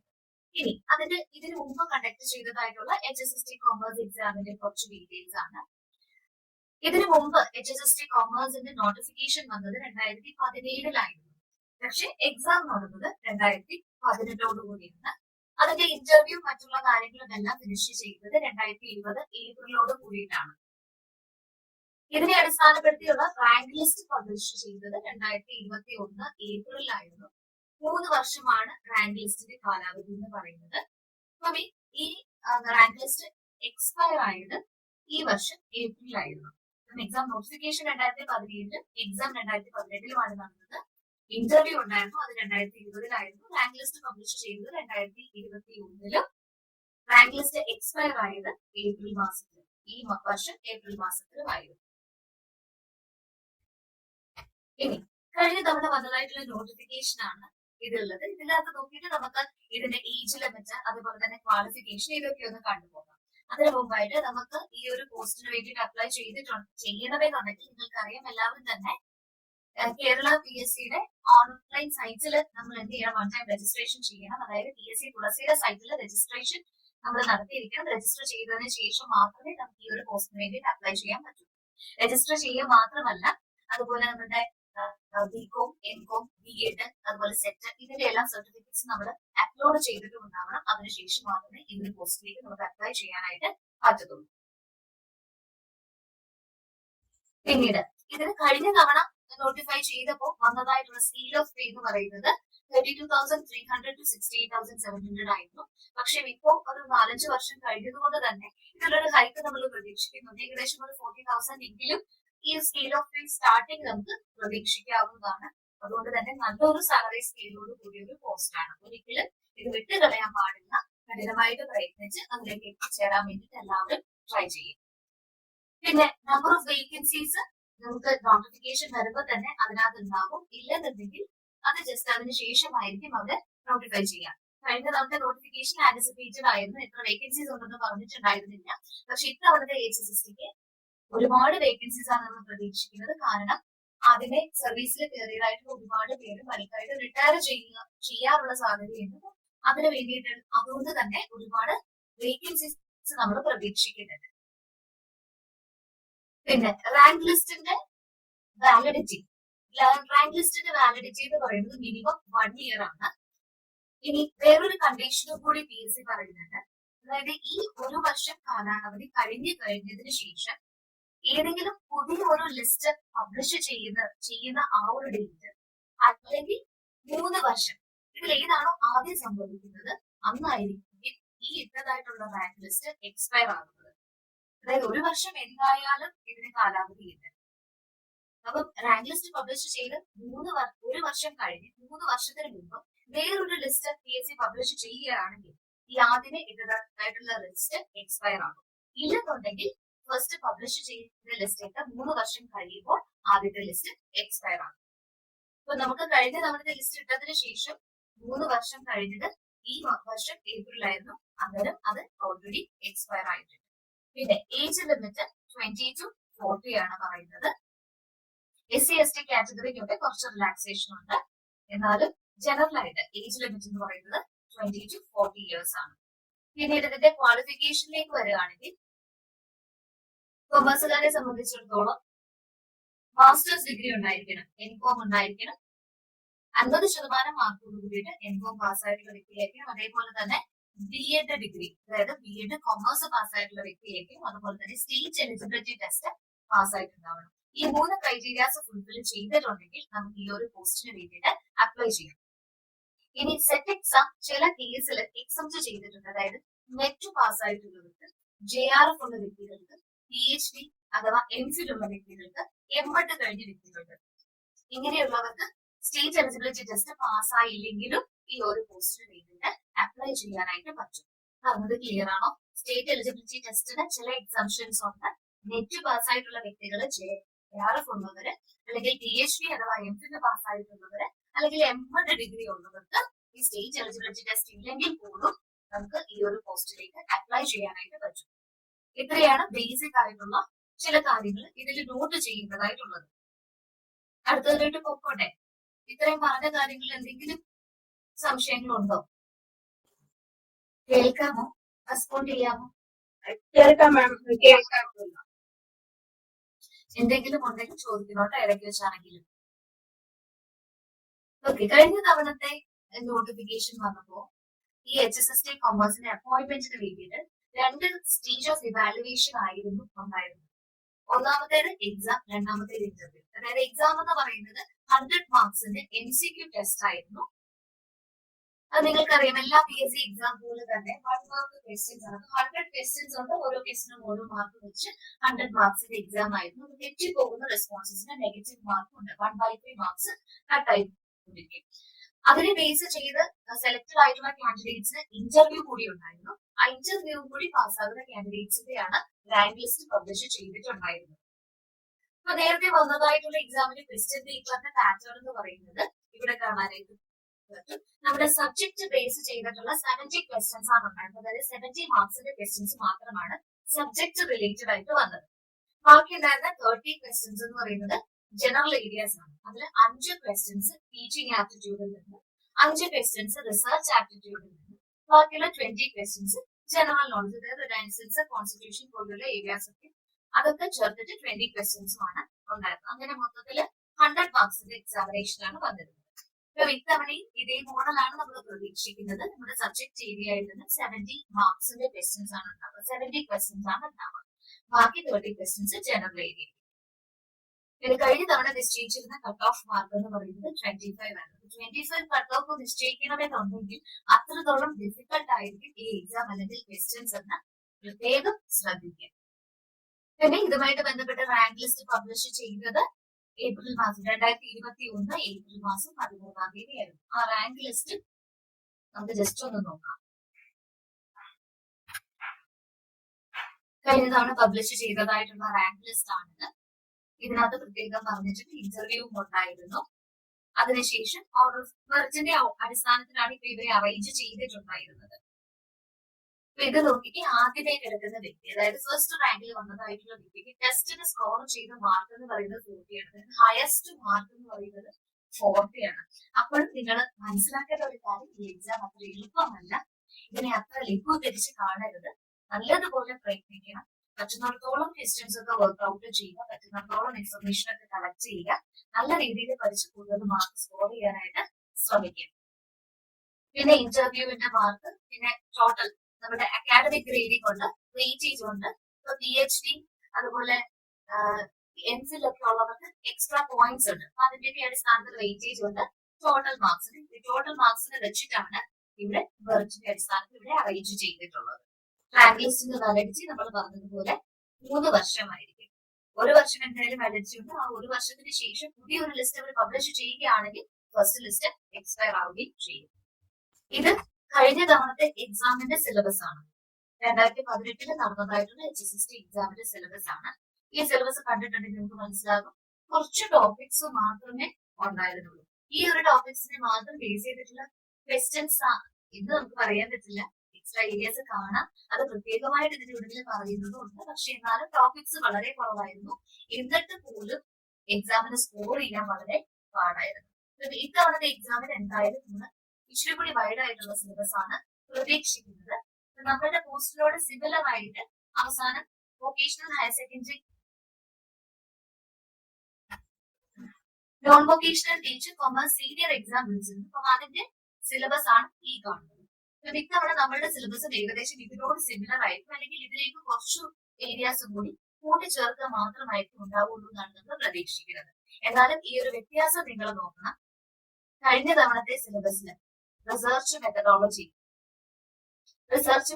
എന്ന് പറയുന്നത് മൊഡ്യൂൾ 5 ടോപ്പിക്സ് കുറച്ചു മാത്രമേ ഉണ്ടായിരുന്നുള്ളൂ. പക്ഷേ ഇപ്പോഴത്തെ സിലബസ് നോക്കി അധികം ടോപ്പിക്സ് അതിലേക്ക് ഇൻക്ലൂഡ് ചെയ്തു വന്നിട്ടുണ്ട്. അതുപോലെ ഓരോ ഏരിയാസും മാനേജ്മെന്റ് പ്രിൻസിപ്പിൾസ് ആൻഡ് ടെക്നിക്സ് വളരെ കുറച്ച് ടോപ്പിക്കുകൾ മാത്രമായിരുന്നു ഉണ്ടായിരുന്നത്. പക്ഷെ ഇപ്പോഴത്തെ സിലബസ് നോക്കി കഴിഞ്ഞിട്ടുണ്ടെങ്കിൽ ഇഷ്ടംപോലെ ടോപ്പിക്സ് അതിലേക്ക് ആഡ് ചെയ്ത് വന്നിട്ടുണ്ട്. ഇത്തവണ സിലബസ് ഒരുപാട് വൈഡായിരിക്കും, അതുകൊണ്ട് തന്നെ പഠിക്കാൻ ഒരുപാട് ഉണ്ടായിരിക്കും. നല്ലതുപോലെ പ്രയത്നിക്കാം. നമ്മൾ ഇത്രയും ഏരിയാസ് ആണ് സിലബസിൽ പ്രതീക്ഷിക്കുന്നത്. Research methodology, quantitative techniques, financial markets, പിന്നെ security analysis, portfolio management, tax ഒക്കെ എന്തായാലും ഉണ്ടായിരിക്കും. അക്കൗണ്ടിംഗ് പാർട്ട് ഉണ്ടായിരിക്കും. International business, management, corporate governance, financial management, ഏകദേശം 10 മൊഡ്യൂളോളം. അത് കഴിഞ്ഞിട്ടുള്ള 30 മാർക്ക് നമ്മൾ നേരത്തെ പറഞ്ഞതുപോലെ ടീച്ചിങ് ആപ്റ്റിറ്റ്യൂഡും റിസർച്ച് ആപ്റ്റിറ്റ്യൂഡും ജനറൽ നോളജും അടങ്ങുന്നതായിട്ടുള്ള 30 മാർക്സിന്റെ ആയിരിക്കും. അങ്ങനെ ടോട്ടൽ 100 മാർക്സിന്റെ ക്വസ്റ്റ്യൻസ് ആണ് ഉണ്ടാവുക. എന്തെങ്കിലും ഇതിൽ നിന്ന് ചോദിക്കാനുണ്ടോ? സിലബസ് ഡീറ്റെയിൽഡ് ആയിട്ട് ടീച്ചേഴ്സ് പറഞ്ഞു തരും. ഞാൻ ജസ്റ്റ് ഒരു ജനറൽ ഐഡിയ തന്നു മാത്രമേ ഉള്ളൂ. ക്വാളിഫിക്കേഷൻ അല്ലെങ്കിൽ എന്തെങ്കിലും ഏജിനെ പറ്റി എന്തെങ്കിലും ബേസ് ചെയ്തിട്ടുള്ള എന്തെങ്കിലും കാര്യങ്ങൾ അറിയാനുണ്ടോ? ഇല്ലെങ്കിൽ അക്കാദമിക്സിൽ ഞാൻ ഹാൻഡ് ഓവർ ചെയ്യുകയാണ്. OBC-ക്കാർക്ക് എക്സംഷൻ ഇല്ലേ? ഏജിന് എക്സംഷൻ ഉണ്ട്. 3 ഇയേഴ്സ് ആണെന്നാണ് എന്റെ ഒരു അറിവ്. അപ്പൊ 43. അതെ. ഓക്കെ. Okay miss. ഡൗട്ട്സ് ഉണ്ടെങ്കിൽ നിങ്ങൾക്ക് അത് ചോദിച്ച് ക്ലിയർ ചെയ്യാം. കാരണം എക്സാമിനെ കുറിച്ച് വളരെ ഡീറ്റെയിൽ ആയിട്ടുള്ള കാര്യങ്ങളാണ് ജിറ്റിങ്സ് പറഞ്ഞിട്ടുള്ളത്. അപ്പൊ നിങ്ങൾ എക്സാം അപ്ലൈ ചെയ്യുന്നത് കാര്യത്തിലോ അല്ലെങ്കിൽ ബാക്കി എന്തെങ്കിലും കാര്യങ്ങൾ കൺഫ്യൂഷൻ ഉണ്ടെങ്കിൽ അത് ജിറ്റിങ്സിനോട് ചോദിച്ച് ക്ലിയർ ചെയ്യാവുന്നതാണ്. പിന്നെ ഒരു പ്രത്യേക കാര്യം, നിങ്ങൾ ചിലരെങ്കിലും സെറ്റിന്റെ റിസൾട്ട് കിട്ടിയിട്ട് അല്ലെങ്കിൽ ബിഎഡിന്റെ മാർക്ക് കിട്ടിയിട്ട് ഇതുവരെയും അത് PSC തുളസി സൈറ്റിൽ അപ്ലോഡ് ചെയ്ത് കൊടുക്കാത്തവരുണ്ടാവും. അത് നോട്ടിഫിക്കേഷൻ വരുന്നതിന് മുമ്പ് തന്നെ അപ്ലോഡ് ചെയ്തിടാനായിട്ട് ശ്രദ്ധിക്കണം. അപ്പൊ നമ്മൾ ആ ക്വാളിഫിക്കേഷൻ മീറ്റ് ചെയ്തിട്ടുണ്ടെങ്കിൽ മാത്രമേ നമുക്ക് ഈ പോസ്റ്റിന് അപ്ലൈ ചെയ്യാനായിട്ട് പറ്റത്തുള്ളൂ. അപ്പൊ എല്ലാ സർട്ടിഫിക്കറ്റ്സും അപ്ലോഡ് ചെയ്തിട്ടുണ്ടെന്ന് ഉറപ്പാക്കുക. ഓക്കെ, അപ്പൊ ആർക്കും ഡൗട്ട്സ് ഇല്ല എന്ന് വിശ്വസിക്കുന്നു. അപ്പൊ താങ്ക് യു ജിക്കി മിസ്. ഇത്രയും ഡീറ്റെയിൽഡ് ആയിട്ട് കാര്യങ്ങൾ എല്ലാവർക്കും മനസ്സിലാക്കുന്ന രീതിയിൽ പ്രസന്റ് ചെയ്യുന്നത്. Thank you so much miss. So ഈ 6 months കൊണ്ട് ഇത്രയും സിലബസ് കംപ്ലീറ്റ് ചെയ്യാൻ പറ്റുമോ? കവർ ചെയ്യാനായിട്ട് പറ്റുമോ കോച്ചിങ്ങില്?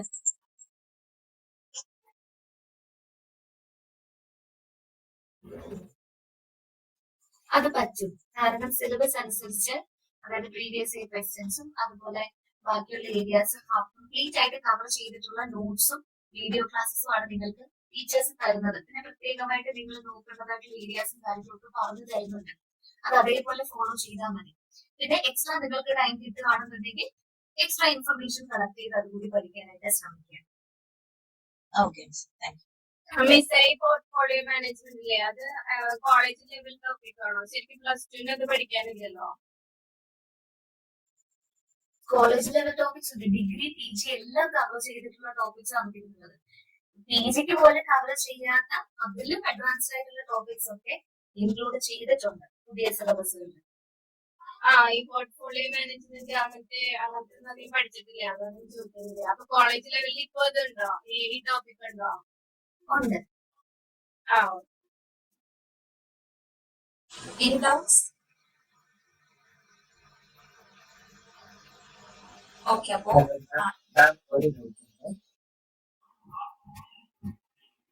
ഹലോ. കേൾക്കാം. മാം, ഞാനിപ്പോ B.Ed ഫസ്റ്റ് ഇയർ ചെയ്യുവാണ്. സോ ഞാൻ നെക്സ്റ്റ് ഇയറെ കംപ്ലീറ്റ് ആക്കത്തുള്ളൂ. അപ്പൊ എനിക്ക് എക്സാം എഴുതാൻ പറ്റുമല്ലോ അല്ലേ? അപ്പൊ ഈ സർട്ടിഫിക്കേഷനുമായിട്ട് ബന്ധപ്പെട്ടിട്ട് എന്തെങ്കിലും പ്രോബ്ലംസ് വല്ലതും ഉണ്ടാവോ? അറിയുന്നത് ശരിക്കും പറഞ്ഞ നോട്ടിഫിക്കേഷൻ വന്നു കഴിഞ്ഞാൽ അതിനോട് ഉറപ്പ് പറയാൻ പറ്റുള്ളൂ. കാരണം കഴിഞ്ഞ തവണത്തെ HSST എക്സാമിന്റെ ഒക്കെ അകത്ത് B.Ed നമുക്ക് കയറി കഴിഞ്ഞ് ഒരു 5 വർഷത്തിനുള്ളിൽ B.Ed എടുത്താൽ മതി എന്നൊരു ക്ലോസ് ഉണ്ടാകും. B.Ed ഇല്ലെങ്കിൽ പോലും എക്സാമിന് അപ്ലൈ ചെയ്യാം, നമ്മൾ ആ പോസ്റ്റിൽ കയറി കഴിഞ്ഞ് ഒരു 5 വർഷത്തിനുള്ളിൽ എഴുതിയെടുത്താൽ മതി എന്നുണ്ടായിരുന്നു. പക്ഷെ ഞാൻ മുമ്പേ കാണിച്ചില്ലേ, ഹയർ സെക്കൻഡറി വിഭാഗത്തിലേക്ക് സീനിയർ പോസ്റ്റിലേക്ക് വന്നതായിട്ടുള്ള ആ ഒരു എക്സാമിന്റെ നോട്ടിഫിക്കേഷന് അങ്ങനെ ഒരു ക്ലോസ് പറയുന്നില്ല. അതിൽ B.Ed കംപ്ലീറ്റ് ചെയ്യണം എന്ന് തന്നെയാണ് പറഞ്ഞിട്ടുള്ളത്. അപ്പൊ ഈ നോട്ടിഫിക്കേഷൻ വന്നു കഴിയുമ്പോഴേ നമുക്കത് കൃത്യം പറയാനായിട്ട് പറ്റുള്ളൂ. B.Ed കംപ്ലീറ്റ് ചെയ്തവർക്കേ അത് എഴുതാൻ പറ്റുന്നുള്ളൂ, അതും ഓൺഗോയിങ് ആയിട്ടുള്ളവർക്ക് എഴുതാൻ പറ്റുമെന്ന് നമുക്ക് അന്നേരമേ ഉറപ്പ് പറയാൻ പറ്റും. നിലവിലെ സാഹചര്യത്തിൽ B.Ed ഡിഗ്രി ഉണ്ടെങ്കിലേ അപ്ലൈ ചെയ്യാൻ പറ്റുള്ളൂ എന്നാണ് എന്റെ ഒരു അറിവ്. Okay ma'am, okay.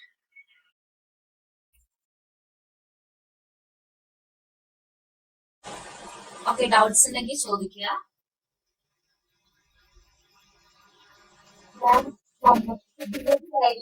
സെറ്റിംഗ് കിട്ടി, അപ്പൊ നമ്മുടെ ഈ സർട്ടിഫിക്കറ്റ് ഇന്നലെ കയ്യിൽ കിട്ടിയിട്ടില്ല. അപ്പൊ സൈറ്റിൽ ഞാൻ ആഡ് ചെയ്തിട്ടുണ്ട്, പക്ഷെ നമ്മുടെ സർട്ടിഫിക്കറ്റ് അപ്ലോഡ് ചെയ്തിട്ടില്ല. അങ്ങനെയാണെങ്കിലോ മാർക്ക് ലിസ്റ്റ് എന്തെങ്കിലും കാണില്ലേ? ഇയർ ഓഫ് പാസിംഗ് അതിലുണ്ട്, അല്ലെങ്കിൽ ഡേറ്റ് ഓഫ് പാസിംഗ് അവർ ഇഷ്യൂ ചെയ്ത ഡേറ്റും കാര്യങ്ങളൊക്കെ അതിലുണ്ടല്ലോ.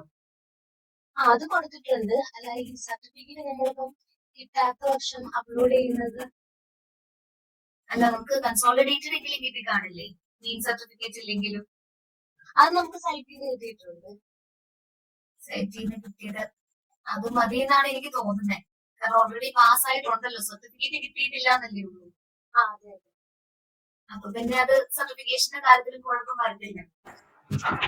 സർട്ടിഫിക്കറ്റ് അപ്ലോഡ് ചെയ്യാൻ ഉദ്ദേശിച്ചത് നമ്മുടെ മാർക്സും അതിന്റെ റോൾ നമ്പർ ഒക്കെ ഉണ്ടല്ലോ, സെറ്റിന്റെ റോൾ നമ്പർ, അതൊക്കെയാണോ ഉദ്ദേശിച്ചത്? അതെ അതെ, അതിനകത്ത് എഡ്യൂക്കേഷന്റെ നമ്മള് കൊടുക്കേണ്ടതായിട്ടുള്ള ഡീറ്റെയിൽസ് ഉണ്ടല്ലോ, അത് ഫില്ല് ചെയ്ത് കൊടുക്കുക. നമുക്ക് സർട്ടിഫിക്കറ്റ്സുകള് കോപ്പി എടുത്തത് സ്കാൻ ചെയ്ത് അങ്ങനെ ലോഡ് ചെയ്യുന്ന ഓപ്ഷൻ ഇല്ലല്ലോ, നമ്മള് ടൈപ്പ് ചെയ്ത് നോക്കുന്ന ഓപ്ഷൻസ് അല്ലേ ഉള്ളൂ. മതി മതി, അതേ ഉള്ളൂ. അല്ലാതെ മറ്റേ സർട്ടിഫിക്കറ്റ്സ് സ്കാൻ ചെയ്ത് ലോഡ് ചെയ്യേണ്ട കാര്യമില്ലല്ലോ. ഇൻഫോർമേഷൻസ് നമ്മുടെ ബേസിക് ഇൻഫോർമേഷനിൽ ആഡ് ചെയ്യുന്നത്, അതല്ലേ മാം ഉദ്ദേശിച്ചത്? അതേ ഉള്ളൂ. Okay okay miss, thank you.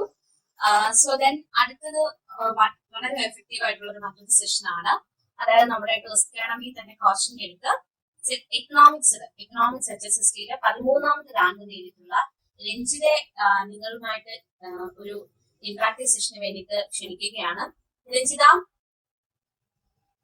Hello Ranjitha, കേൾക്കാം? ഓക്കെ, അപ്പൊ Ranjitha, thank you and congratulation. Okay, അപ്പൊ ഹായ് ഓൾ, എന്റെ പേര് രഞ്ജിത, കോട്ടയാണ് സ്വദേശം. ഓഡിബിൾ അല്ലേ? പറയുന്നത് കേൾക്കാമല്ലേ? അപ്പം ഞാനും എന്റെ PGക്ക് ശേഷമായിരുന്നു, PGക്ക് ശേഷം B.Ed എടുത്തു. B.Ed എടുത്ത ഉടൻ തന്നെയായിരുന്നു നമ്മുടെ HSST എക്കണോമിക്സിന്റെ നോട്ടിഫിക്കേഷൻ. ഞാൻ 2021 പാസ് ഔട്ട് ആവുന്നത്. അപ്പം ഡിസംബറോട് കൂടി നോട്ടിഫിക്കേഷൻ വന്നു. ജാനുവരിയോടുകൂടി അപ്ലൈ ചെയ്തു. പിന്നീടാണ് ഞാൻ പല കോച്ചിങ്ങിനെ കുറിച്ചും അന്വേഷിച്ചു. കാരണം നമുക്കറിയാം HSST ഇപ്പൊ മിസ് ഓൾറെഡി അതിന്റെ HSST എക്സാമിന്റെ ഇമ്പോർട്ടൻസിനെ കുറിച്ച് പറഞ്ഞു തന്നു. കാരണം നമുക്ക് മറ്റൊരു ഈ ഒരു ടീച്ചിങ് ഫീൽഡിൽ നമുക്ക് കിട്ടാവുന്നത് വെച്ച് ഏറ്റവും ടോപ്പ് ആയിട്ടുള്ള ജോബ് തന്നെയാണ്. സോ ഞാൻ ഒരുപാട് കോച്ചിങ് ഇൻസ്റ്റിറ്റ്യൂഷൻസിനെ സമീപിച്ചു. കാരണം നമുക്കറിയാം, നമ്മൾ സെർച്ച് ചെയ്യുമ്പോൾ തന്നെ നമുക്ക് ഒരുപാട് ഓപ്പർച്യൂണിറ്റീസ് അല്ലെങ്കിൽ ഒരുപാട് ആപ്പുകളൊക്കെ കിട്ടാറുണ്ട്. അപ്പം ഞാനും ഒരുപാട് പേര് നമ്മൾ ഒരു കാര്യത്തിലേക്ക് ഇൻവെസ്റ്റ് ചെയ്യാൻ വേണ്ടി പോവുകയാണ്. അതുകൊണ്ട് തന്നെ ഞാൻ ഒരുപാട് ആലോചിച്ചിട്ട് ഞാനും ഈ പറഞ്ഞ പോലെ നിങ്ങളും ഡെമോ ക്ലാസ് കിട്ടിയെന്ന് വിചാരിച്ചു. അങ്ങനെ ഡെമോ ക്ലാസ് എടുത്തു. അതിനുശേഷം ടോസ് അക്കാദമി ചൂസ് ചെയ്യുകയാണ്. അതിനുള്ള കാരണം അതിന്റെ എഫക്റ്റീവ്നെസ് ഒക്കെ ഞാൻ നിങ്ങളോട് പറയാം. അങ്ങനെ ഞാൻ ടോസിന്റെ നമ്മുടെ മോക്ക് ക്ലാസ്സുകളൊക്കെ ചൂസ് ചെയ്തു, കോഴ്സ് എടുത്തു. അപ്പം ഈ HSST എക്കണോമിക്സിനെ കുറിച്ച് മിസ് ഓൾറെഡി നിങ്ങളോട് കാര്യങ്ങൾ പറഞ്ഞിട്ടുണ്ട്. അപ്പൊ അതിന്റെ സിലബസ് ഞങ്ങളുടെയും ഈ പറഞ്ഞ പോലെ 21 മുമ്പ് ഒരു എക്സാം വന്നത് 90 റാങ്ക് ലിസ്റ്റ് വന്ന രീതിയിലായിരുന്നു. അപ്പൊ ആ സമയത്തിലുള്ള സിലബസ് ആയിരുന്നില്ല ഞങ്ങൾക്ക് കോളേജിലേക്കുള്ള സിലബസ് ആയിരുന്നു. അതായത് അസിസ്റ്റന്റ് പ്രൊഫസർ എക്കണോമിക്സിന്റെ സിലബസ് ആയിരുന്നു ഞങ്ങൾക്ക് കിട്ടിയത്. അപ്പം നമ്മുടെ മിസ്സുമാർ, ഞങ്ങൾക്ക് 2 മിസ്സുമാരായിരുന്നു.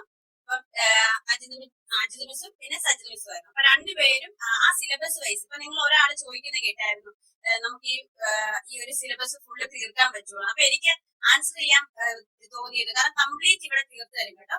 ഞാൻ ഇവർക്ക് ഒരു അഡ്വർടൈസ്മെന്റ് എന്നുള്ള രീതിയിൽ ഒന്നും പറയുകയല്ല. കാരണം നിങ്ങളുടെ ഓപ്ഷനാണ്, നിങ്ങൾക്ക് ചൂസ് ചെയ്യാം നമ്മൾ ഏത് ഇൻസ്റ്റിറ്റ്യൂഷൻ എടുക്കണമെന്ന്. പക്ഷെ ആ ഒരു ക്വസ്റ്റിനുള്ള ആൻസർ എനിക്ക് തരണം എന്ന് തോന്നി. കാരണം കംപ്ലീറ്റ് സിലബസ് തീർത്ത് തരും. കാരണം ഞാൻ ഇത്രയും വലിയൊരു സിലബസ് കണ്ടപ്പോ ഞാൻ സത്യം പറഞ്ഞാൽ ആദ്യം സിലബസ് ഒക്കെ നമ്മുടെ കയ്യിൽ കിട്ടിയിരുന്നു. അതിനുശേഷമാണ് ഞാൻ കോച്ചിങ് ഒക്കെ എടുക്കുന്നത്. അപ്പൊ ഈ സിലബസ് എടുത്തിട്ട് ഞാൻ ആദ്യം വിചാരിച്ചു, കാരണം ഞാൻ പാസ് ഔട്ട് ആയതേ ഉള്ളൂ, എന്റെ കയ്യിൽ PG-യിലെ മെറ്റീരിയൽസ് ഒക്കെ ഉണ്ടായിരുന്നു. PG-യിലെ B.Ed-ന്റെയും ടീച്ചിങ്ങിന്റെയും എല്ലാ കാര്യങ്ങളും എന്റെ കയ്യിൽ ഉണ്ടായിരുന്നു, മെറ്റീരിയൽസ് എല്ലാം തന്നെ. അപ്പൊ ഞാൻ ഓർത്തു ആദ്യമേ എന്നാല് സ്വന്തമായിട്ട് സെൽഫായിട്ട് പഠിച്ചാൽ മതിയോ എന്നൊക്കെ വിചാരിച്ചിരുന്നു. പക്ഷെ ഞാൻ പറയട്ടെ, നിങ്ങൾ ഇത്രയും ഒരു സീരിയസ് ആയിട്ട് എക്സാമിനെ കാണുന്നുണ്ട്, ഒരു HSST കൊമേഴ്സ് ഒരു ടീച്ചർ ആണെന്ന് നിങ്ങൾക്ക് ആഗ്രഹം ഉണ്ടെങ്കിൽ ഒരു കോച്ചിങ് എടുക്കുന്നതായിരിക്കും എപ്പോഴും ബെസ്റ്റ്. സോ ടീച്ചേഴ്സ് നിങ്ങൾക്ക് വീഡിയോ ക്ലാസ്, ഞങ്ങൾക്ക് കിട്ടിയത് വീഡിയോ ക്ലാസ്സുകളായിട്ടായിരുന്നു, റെക്കോർഡഡ് ആയിട്ടുള്ള ക്ലാസ്സുകൾ. നമ്മുടെ സമയം അനുസരിച്ച് നമുക്കത് കാണാം. സത്യം പറഞ്ഞാല് ഞാൻ കൃത്യമായിട്ട് ഫോളോ ചെയ്തത്. ടീച്ചേഴ്സ് നമ്മുടെ ഈ സിലബസ് ഫുൾ കവർ ചെയ്യാം, ടീച്ചേഴ്സ് അത് നിങ്ങൾക്ക് 100% ഉറപ്പ് വരും. പക്ഷെ അത് കംപ്ലീറ്റ് ചെയ്യണോ വേണ്ടയോ എന്ന് തീരുമാനിക്കുന്നത് നമ്മളാണ്. അതായത് ഇന്നിടുന്ന ഇപ്പൊ ഒരു 2 or 3 ക്ലാസ്സിന്റെ ടോപ്പിക്കുകളായിരിക്കും നമുക്ക് ഒരു ദിവസം കിട്ടുന്നത്. അപ്പൊ അത് ഫുൾ അന്ന് തന്നെ പഠിക്കും. അപ്പൊ അന്ന് തന്നെ പഠിക്കാൻ നമുക്കറിയാം നമ്മുടെ സിലബസ് വലിയ കോളേജ് ഏജിന്റെ തരത്തിലുള്ള സിലബസ് ആണ്. എക്സാം പാറ്റേൺ എന്ന് പറയുന്നത് നേരത്തെ ഉണ്ടായിരുന്നത് സിമ്പിൾ ആയിട്ട് ഒബ്ജക്റ്റീവ് നമുക്ക് 4 ഓപ്ഷനിൽ ചൂസ് ചെയ്താൽ മതിയായിരിക്കും. പക്ഷെ ഇപ്പോൾ എന്ന് പറയുമ്പോൾ സ്റ്റേറ്റ്മെന്റ് രീതിയിലായിരുന്നു. ഞങ്ങളുടെ എക്സാമിന് ഏകദേശം ഒരു 30 മാർക്സിന് അടുത്ത് ഈ സ്റ്റേറ്റ്മെന്റ് ക്വസ്റ്റ്യൻസ് ആണ്. സ്റ്റേറ്റ്മെന്റ് ക്വസ്റ്റ്യൻസ് എന്ന് പറഞ്ഞാൽ നമുക്ക് ഭയങ്കര കൺഫ്യൂസിംഗ് ആയിരിക്കും. ആ ഒരു ക്വസ്റ്റ്യൻ പേപ്പർ എടുത്ത് നോക്കുമ്പോൾ നിങ്ങൾക്ക് നിങ്ങളുടെ സബ്ജക്റ്റിന് തന്നെ കൊമേഴ്സിന് തന്നെ ഈ ഒരു സ്റ്റേറ്റ്മെന്റ് പാറ്റേണിലുള്ള ക്വസ്റ്റ്യൻസ് PSC അടുത്ത് ടീച്ചിങ്ങിന്റെ അല്ലാതെ വേറെ ആണെങ്കിൽ പബ്ലിഷ് ചെയ്തിട്ടുണ്ടാവും, അല്ലെങ്കിൽ എക്സാം നടത്തിയിട്ടുണ്ടാവും. അപ്പൊ അതെടുത്ത് ചെക്ക് ചെയ്യുമ്പോൾ നമുക്ക് അറിയാം ആ ഒരു ഡിഫറൻസ്. അപ്പം ഒരു ടോപ്പിക്കിനെ കുറിച്ച് നമ്മൾ പഠിക്കുകയാണെങ്കിൽ തന്നെ അതിന്റെ ഒരു നമ്മൾ സാധാരണഗതിയിൽ PG-യിലൊക്കെ എക്സാം അറ്റൻഡ് ചെയ്യുമ്പോൾ ഒരു ടോപ്പിക് എടുക്കുന്നു, അതിന്റെ ഫീച്ചേഴ്സ് ഒക്കെ ആണെങ്കിലും ഒരു 5-6 ഫീച്ചേഴ്സ് നമ്മൾ കൊടുക്കും, അല്ലെങ്കിൽ ജസ്റ്റ് ആ ഫീച്ചേഴ്സ് എന്താണെന്ന് അറിഞ്ഞു വെക്കത്തേ ഉള്ളൂ. പക്ഷെ നമ്മുടെ HSST എക്സാം എന്നൊക്കെ പറയുമ്പോൾ ഒരു ടോപ്പിക് എടുത്തിട്ട് ബോർഡ് ഫീച്ചേഴ്സ്, അതായത് എന്തെങ്കിലും ഒരു മൈന്യൂട്ട് ആയിട്ടുള്ള കാര്യങ്ങൾ കൂടി നമ്മൾ വിട്ടുകളയുന്നു. അപ്പൊ അതിനനുസരിച്ചുള്ള മെറ്റീരിയൽസ് ആണ് ടീച്ചേഴ്സ് നമുക്ക് ക്ലാസ്സിൽ നിന്ന് തരുന്നത്. അതായത് ഒരു കുഞ്ഞു ടോപ്പിക് ആണെങ്കിൽ പോലും അതിന്റെ ഇമ്പോർട്ടൻസ്, കാരണം നമുക്കറിയാം ഏത് ഏരിയയിൽ നിന്നാണ് ക്വസ്റ്റ്യൻസ്, അങ്ങനെ നമുക്ക് ഇമ്പോർട്ടന്റ് ഏരിയ എന്ന് പറഞ്ഞാൽ നമുക്ക് കുറച്ച് ഏരിയ ഒക്കെ മാറ്റി വെക്കാം. പക്ഷെ വീണ്ടും ഒരു 10 മാർക്കിനുള്ളത് എവിടെ വേണമെങ്കിലും നമുക്ക് ചോദിക്കാവുന്ന രീതിയിൽ. അപ്പൊ ടീച്ചേഴ്സ് നമുക്ക് മെറ്റീരിയൽ തരുന്ന വളരെ ഡീറ്റെയിൽഡ് ആയിട്ട്, അല്ലാതെ ജസ്റ്റ് ഒരു എസ്ഐക്കുള്ള രീതിയിലൊന്നും അല്ല. നമ്മുടെ HSST സിലബസിന്റെ അതിന്റെ നേച്ചറിനനുസരിച്ചുള്ള ഒരു മെറ്റീരിയലാണ് നമുക്ക് നൽകുന്നത്. അപ്പം നമ്മൾ തന്നെ അത് എന്ത് ചെയ്യണം, അത് നമുക്കാണെങ്കിൽ പ്രിന്റ് ഔട്ട് ആയിട്ടോ ഞങ്ങൾക്കത് PDF ആയിട്ട് അയച്ചു തരുമായിരുന്നു. ഇപ്പൊ എങ്ങനെയാണെന്ന് എനിക്ക് അറിയത്തില്ല, ആപ്പ് വഴിയാണോ എന്ന് അറിയത്തില്ല. ഇപ്പൊ എങ്ങനെയാണോ ഞാൻ ചെയ്തുകൊണ്ടിരുന്നത്, ആ PDF നോട്ട് ആദ്യമേ നമ്മുടെ റെക്കോർഡഡ് ക്ലാസ്സുകൾ കാണും, അന്നന്ന് തന്നെ കാണാം. അതിനുശേഷം ഞാനത് ആ റെക്കോർഡഡ് ക്ലാസ്സുകളിൽ നിന്ന് ഞാൻ സ്വന്തമായിട്ട് നോട്ടുകൾ പ്രിപ്പയർ ചെയ്യും. കാരണം ഫുൾ നോട്ട് എഴുതുന്ന മീൻസ് നിങ്ങൾക്ക് ഫുൾ കാര്യങ്ങൾ മനസ്സിലാകാൻ വേണ്ടിയിട്ടായിരിക്കും ടീച്ചേഴ്സ് അത് അത്രയും ഡീറ്റെയിൽഡ് ആയിട്ട് തരുന്നത്. അപ്പം എക്സാം ഓറിയന്റഡില് നമ്മൾ എന്ത് ചെയ്യണം, നമ്മുടെ സെൽഫായിട്ട് എപ്പോഴും പ്രിന്റ് എടുത്ത് കൈ വെക്കുന്നതിനേക്കാൾ നല്ലത് എപ്പോഴും നമ്മൾ തന്നെ നോട്ട് എഴുതുകയായിരിക്കും. അതുപോലെ തന്നെ ഓരോ നോട്ട് എഴുതി കഴിഞ്ഞാലും ഞാൻ എന്ത് ചെയ്യും, ഒരു കുറച്ച് ഏരിയ ഇടും. കാരണം നമുക്ക് ക്വസ്റ്റ്യൻസ് വർക്ക്ഔട്ട് ചെയ്യുമ്പോൾ ചിലപ്പം ഈ ഒരു ഏരിയയിൽ നിന്ന് നമുക്ക് ഇതുവരെ പഠിക്കാത്ത ചില പോയിന്റുകൾ കിട്ടും ക്വസ്റ്റ്യൻസ് വർക്ക്ഔട്ട് ചെയ്യുമ്പോൾ. അപ്പൊ അത് ആഡ് ചെയ്യാൻ വേണ്ടിയിട്ട് ഞാൻ സെൽഫായിട്ട് ഒരു നോട്ടുകൾ പ്രിപ്പയർ ചെയ്ത് വെച്ചു.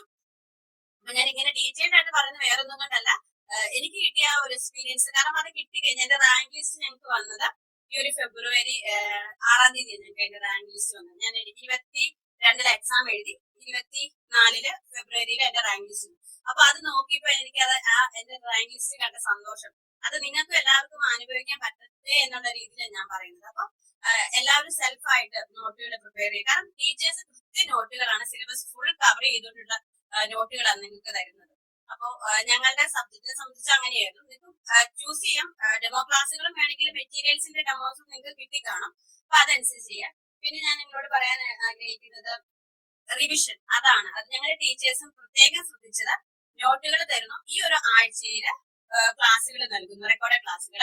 അതിന്റെ ബേസിലുള്ള ക്വസ്റ്റ്യൻസ് സാറ്റർഡേസ് ആയിട്ടോ അല്ലെങ്കിൽ ഏതെങ്കിലും ദിവസം മസ്റ്റ് ആയിട്ടും എക്സാം നമ്മുടെ ആപ്പിലുണ്ടാവും. ജോസിന്റെ ആപ്പില് എക്സാംസ് കണ്ടക്ട് ചെയ്യും. അതായത് നമ്മൾ ഒരു ചെറിയ ഏരിയ പഠിക്കും. സിലബസ് എന്ന് പറയുമ്പോൾ നമുക്കറിയാം വൈഡ് ആയിട്ടാണ്, പക്ഷെ നമ്മൾ പഠിച്ചു വരുമ്പോൾ ആ സിലബസ് കവർ ചെയ്ത് നമ്മൾ മറന്നു. അതിനെ ഒരു ഏരിയ എടുക്കുന്നു, നമ്മൾ അതിനെ കുറിച്ച് കംപ്ലീറ്റ് പഠിക്കുന്നു. ആ കംപ്ലീറ്റ് പഠിച്ച ആ ടോപ്പിക് ഫുൾ തീർക്കുന്നു. അപ്പൊ കംപ്ലീറ്റ് പഠിക്കുക എന്ന് ഉദ്ദേശിക്കുന്നത് നമുക്ക് ടീച്ചേഴ്സ് നോട്ട് തരും. പിന്നെ ഞാൻ പറയാൻ എന്റെ ഒരു PGയുടെ നോട്ട് ഉണ്ടായിരുന്നതുകൊണ്ട് തന്നെ ഞാൻ അത് നോക്കി. കാരണം എന്തെങ്കിലും മിസ് നേരത്തെ പറഞ്ഞു എവിടുന്നൊക്കെ അഡീഷണൽ ഇൻഫർമേഷൻ കിട്ടും അവിടുന്നൊക്കെ നമുക്ക് നമ്മുടെ കയ്യിൽ ഉണ്ടല്ലോ. അപ്പൊ നമുക്ക് എവിടെ നിന്നാണെങ്കിലും മെറ്റീരിയൽസ് കളക്ട് ചെയ്യാൻ പറ്റുമെങ്കിൽ മാക്സിമം കളക്ട് ചെയ്യാം. അപ്പൊ ആദ്യമേ നമുക്ക് ഒരു ബേസ് വേണം. അപ്പൊ ടീച്ചേഴ്സ് തരുന്നതിന്റെ അകത്ത് ഡീറ്റെയിൽഡ് ആയിട്ട് കാര്യങ്ങൾ ഉണ്ടാവും. അപ്പൊ ആദ്യം ഒരു ടോപ്പിക്കിനെ കുറിച്ച് പഠിക്കുന്നു. അതിനുശേഷം മോക്ക് ടെസ്റ്റുകളെ ടീച്ചേഴ്സ് തരുന്നു. അതുപോലെ തന്നെ നമുക്ക് മോക്ക് ടെസ്റ്റുകളൊക്കെ ഓൺലൈനായിട്ട് കിട്ടുമെങ്കിൽ എങ്ങനെയാണെങ്കിലും ഒരു ഏരിയയുടെ കംപ്ലീറ്റ് റിവിഷൻ നമ്മൾ പഠിക്കുന്നതിന്റെ ഒപ്പം തന്നെ നമ്മൾ നടത്തി പോകണം. എങ്കിൽ മാത്രമേ അത് സിലബസ് കവർ ചെയ്തു എന്ന് തന്നെ പറയാൻ പറ്റുള്ളൂ. അപ്പം സമയം എടുക്കും കേട്ടോ. അത് സമയം എടുത്തെങ്കിൽ പോലും അത് ഭയങ്കര എഫക്റ്റീവ് ആവും. കാരണം ഒരു ഏരിയ പഠിച്ചു കഴിയുമ്പോഴത്തേനും ഒരു 2 റിവിഷൻ കഴിയുമ്പോഴത്തേനും ആ ഒരു ഏരിയ തറവായിരിക്കും. എന്ന് വെച്ചാൽ അതിന് എന്തൊരു ക്വസ്റ്റ്യൻ വന്നാലും ആ രീതിയിൽ നമ്മൾ അതിനെ പഠിക്കണം. അതായത് ടീച്ചേഴ്സ് തന്ന മെറ്റീരിയൽസ് വെറുതെ ജസ്റ്റ് എന്താണ് നമ്മുടെ PGക്ക് നമ്മൾ എക്സാം എഴുതാൻ പോകുന്ന രീതിയിലേക്ക് ഈ ഒരു എക്സാമിനെ കാണാൻ പോകരുത് കേട്ടോ. അങ്ങനെ നിങ്ങൾ ടീച്ചേഴ്സ് ഒക്കെ ആണെങ്കിൽ കൃത്യം മനസ്സിലാക്കിയിട്ട് മാത്രമേ എന്തെങ്കിലും ഡൗട്ട് ഉണ്ടെങ്കിൽ തന്നെ ടീച്ചേഴ്സിനോട് വാട്സപ്പിൽ കോൺടാക്ട് ചെയ്യാൻ പറ്റും.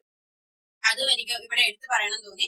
എന്തെങ്കിലും ഡൗട്ട് ഉണ്ടെങ്കിൽ നമുക്ക് ടീച്ചേഴ്സിന് വാട്സപ്പിൽ കൂടെ കോൺടാക്ട് ചെയ്യാമായിരുന്നു. നിങ്ങൾക്ക് ടീച്ചേഴ്സ് അതിനുള്ള റിപ്ലൈ നമുക്ക് അപ്പൊ തന്നെ ഓഡിയോ ആയിട്ടോ അല്ലെങ്കിൽ എന്തെങ്കിലും നോട്ട് ഉണ്ടെങ്കിൽ അതായിട്ടോ നമുക്ക് അയച്ചു തരായിരുന്നു. ഇപ്പം എന്തെങ്കിലും ഒരു ഞങ്ങൾക്ക് സ്റ്റാർട്ടിന്റെ ഒക്കെ പ്രോബ്ലംസ് ഒക്കെ ഉണ്ടെങ്കിൽ തന്നെ അതിന്റെ എക്സ്പ്ലനേഷൻ ആയിട്ടുള്ള ഒരു വീഡിയോസ് അല്ലെങ്കിൽ എന്റെ ആയിട്ട് ടീച്ചർ നമുക്ക് പേഴ്സണൽ ആയിട്ടാണെങ്കിൽ അത് നമുക്ക് മനസ്സിലാവുന്ന രീതിയിൽ അയച്ചു തരുമായിരുന്നു. അപ്പൊ എല്ലാവരും ഒരു ടോപ്പിക്ക് പഠിക്കുന്നു, അതിന്റെ കംപ്ലീറ്റ് ആയിട്ടുള്ള റിവിഷൻ നമ്മൾ പലതവണ നടത്തണം. ഒരു റിലേറ്റ് ചെയ്തിട്ട് ഒരു ജനറൽ ആയിട്ടുള്ള ഒരു മോഡ്യൂൾ എടുക്കുകയാണ്.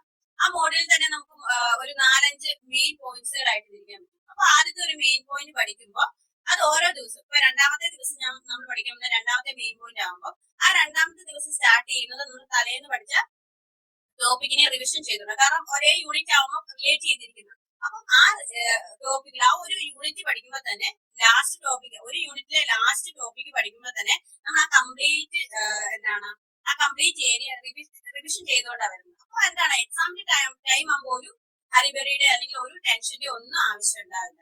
അതുപോലെ തന്നെ പിന്നെ പറയാനുള്ള കാര്യങ്ങള് ഈ ക്വസ്റ്റ്യൻസ് പാറ്റേൺ നമ്മളൊന്ന് മനസ്സിലാക്കണം. ഞാൻ പറഞ്ഞ ഞങ്ങളുടെ സ്റ്റേറ്റ്മെന്റ് ടൈപ്പ് ആയിരുന്നു. അതുകൊണ്ട് തന്നെ സ്റ്റേറ്റ്മെന്റ് ടൈപ്പുള്ള ക്വസ്റ്റ്യൻസ് തന്നെ പ്രാക്ടീസ് ചെയ്യണം. അല്ലാതെ വെറുതെ ഒബ്ജക്റ്റീവ് ടൈപ്പ് ആയിട്ടുള്ള നോക്കിയിട്ട് കാര്യമില്ല.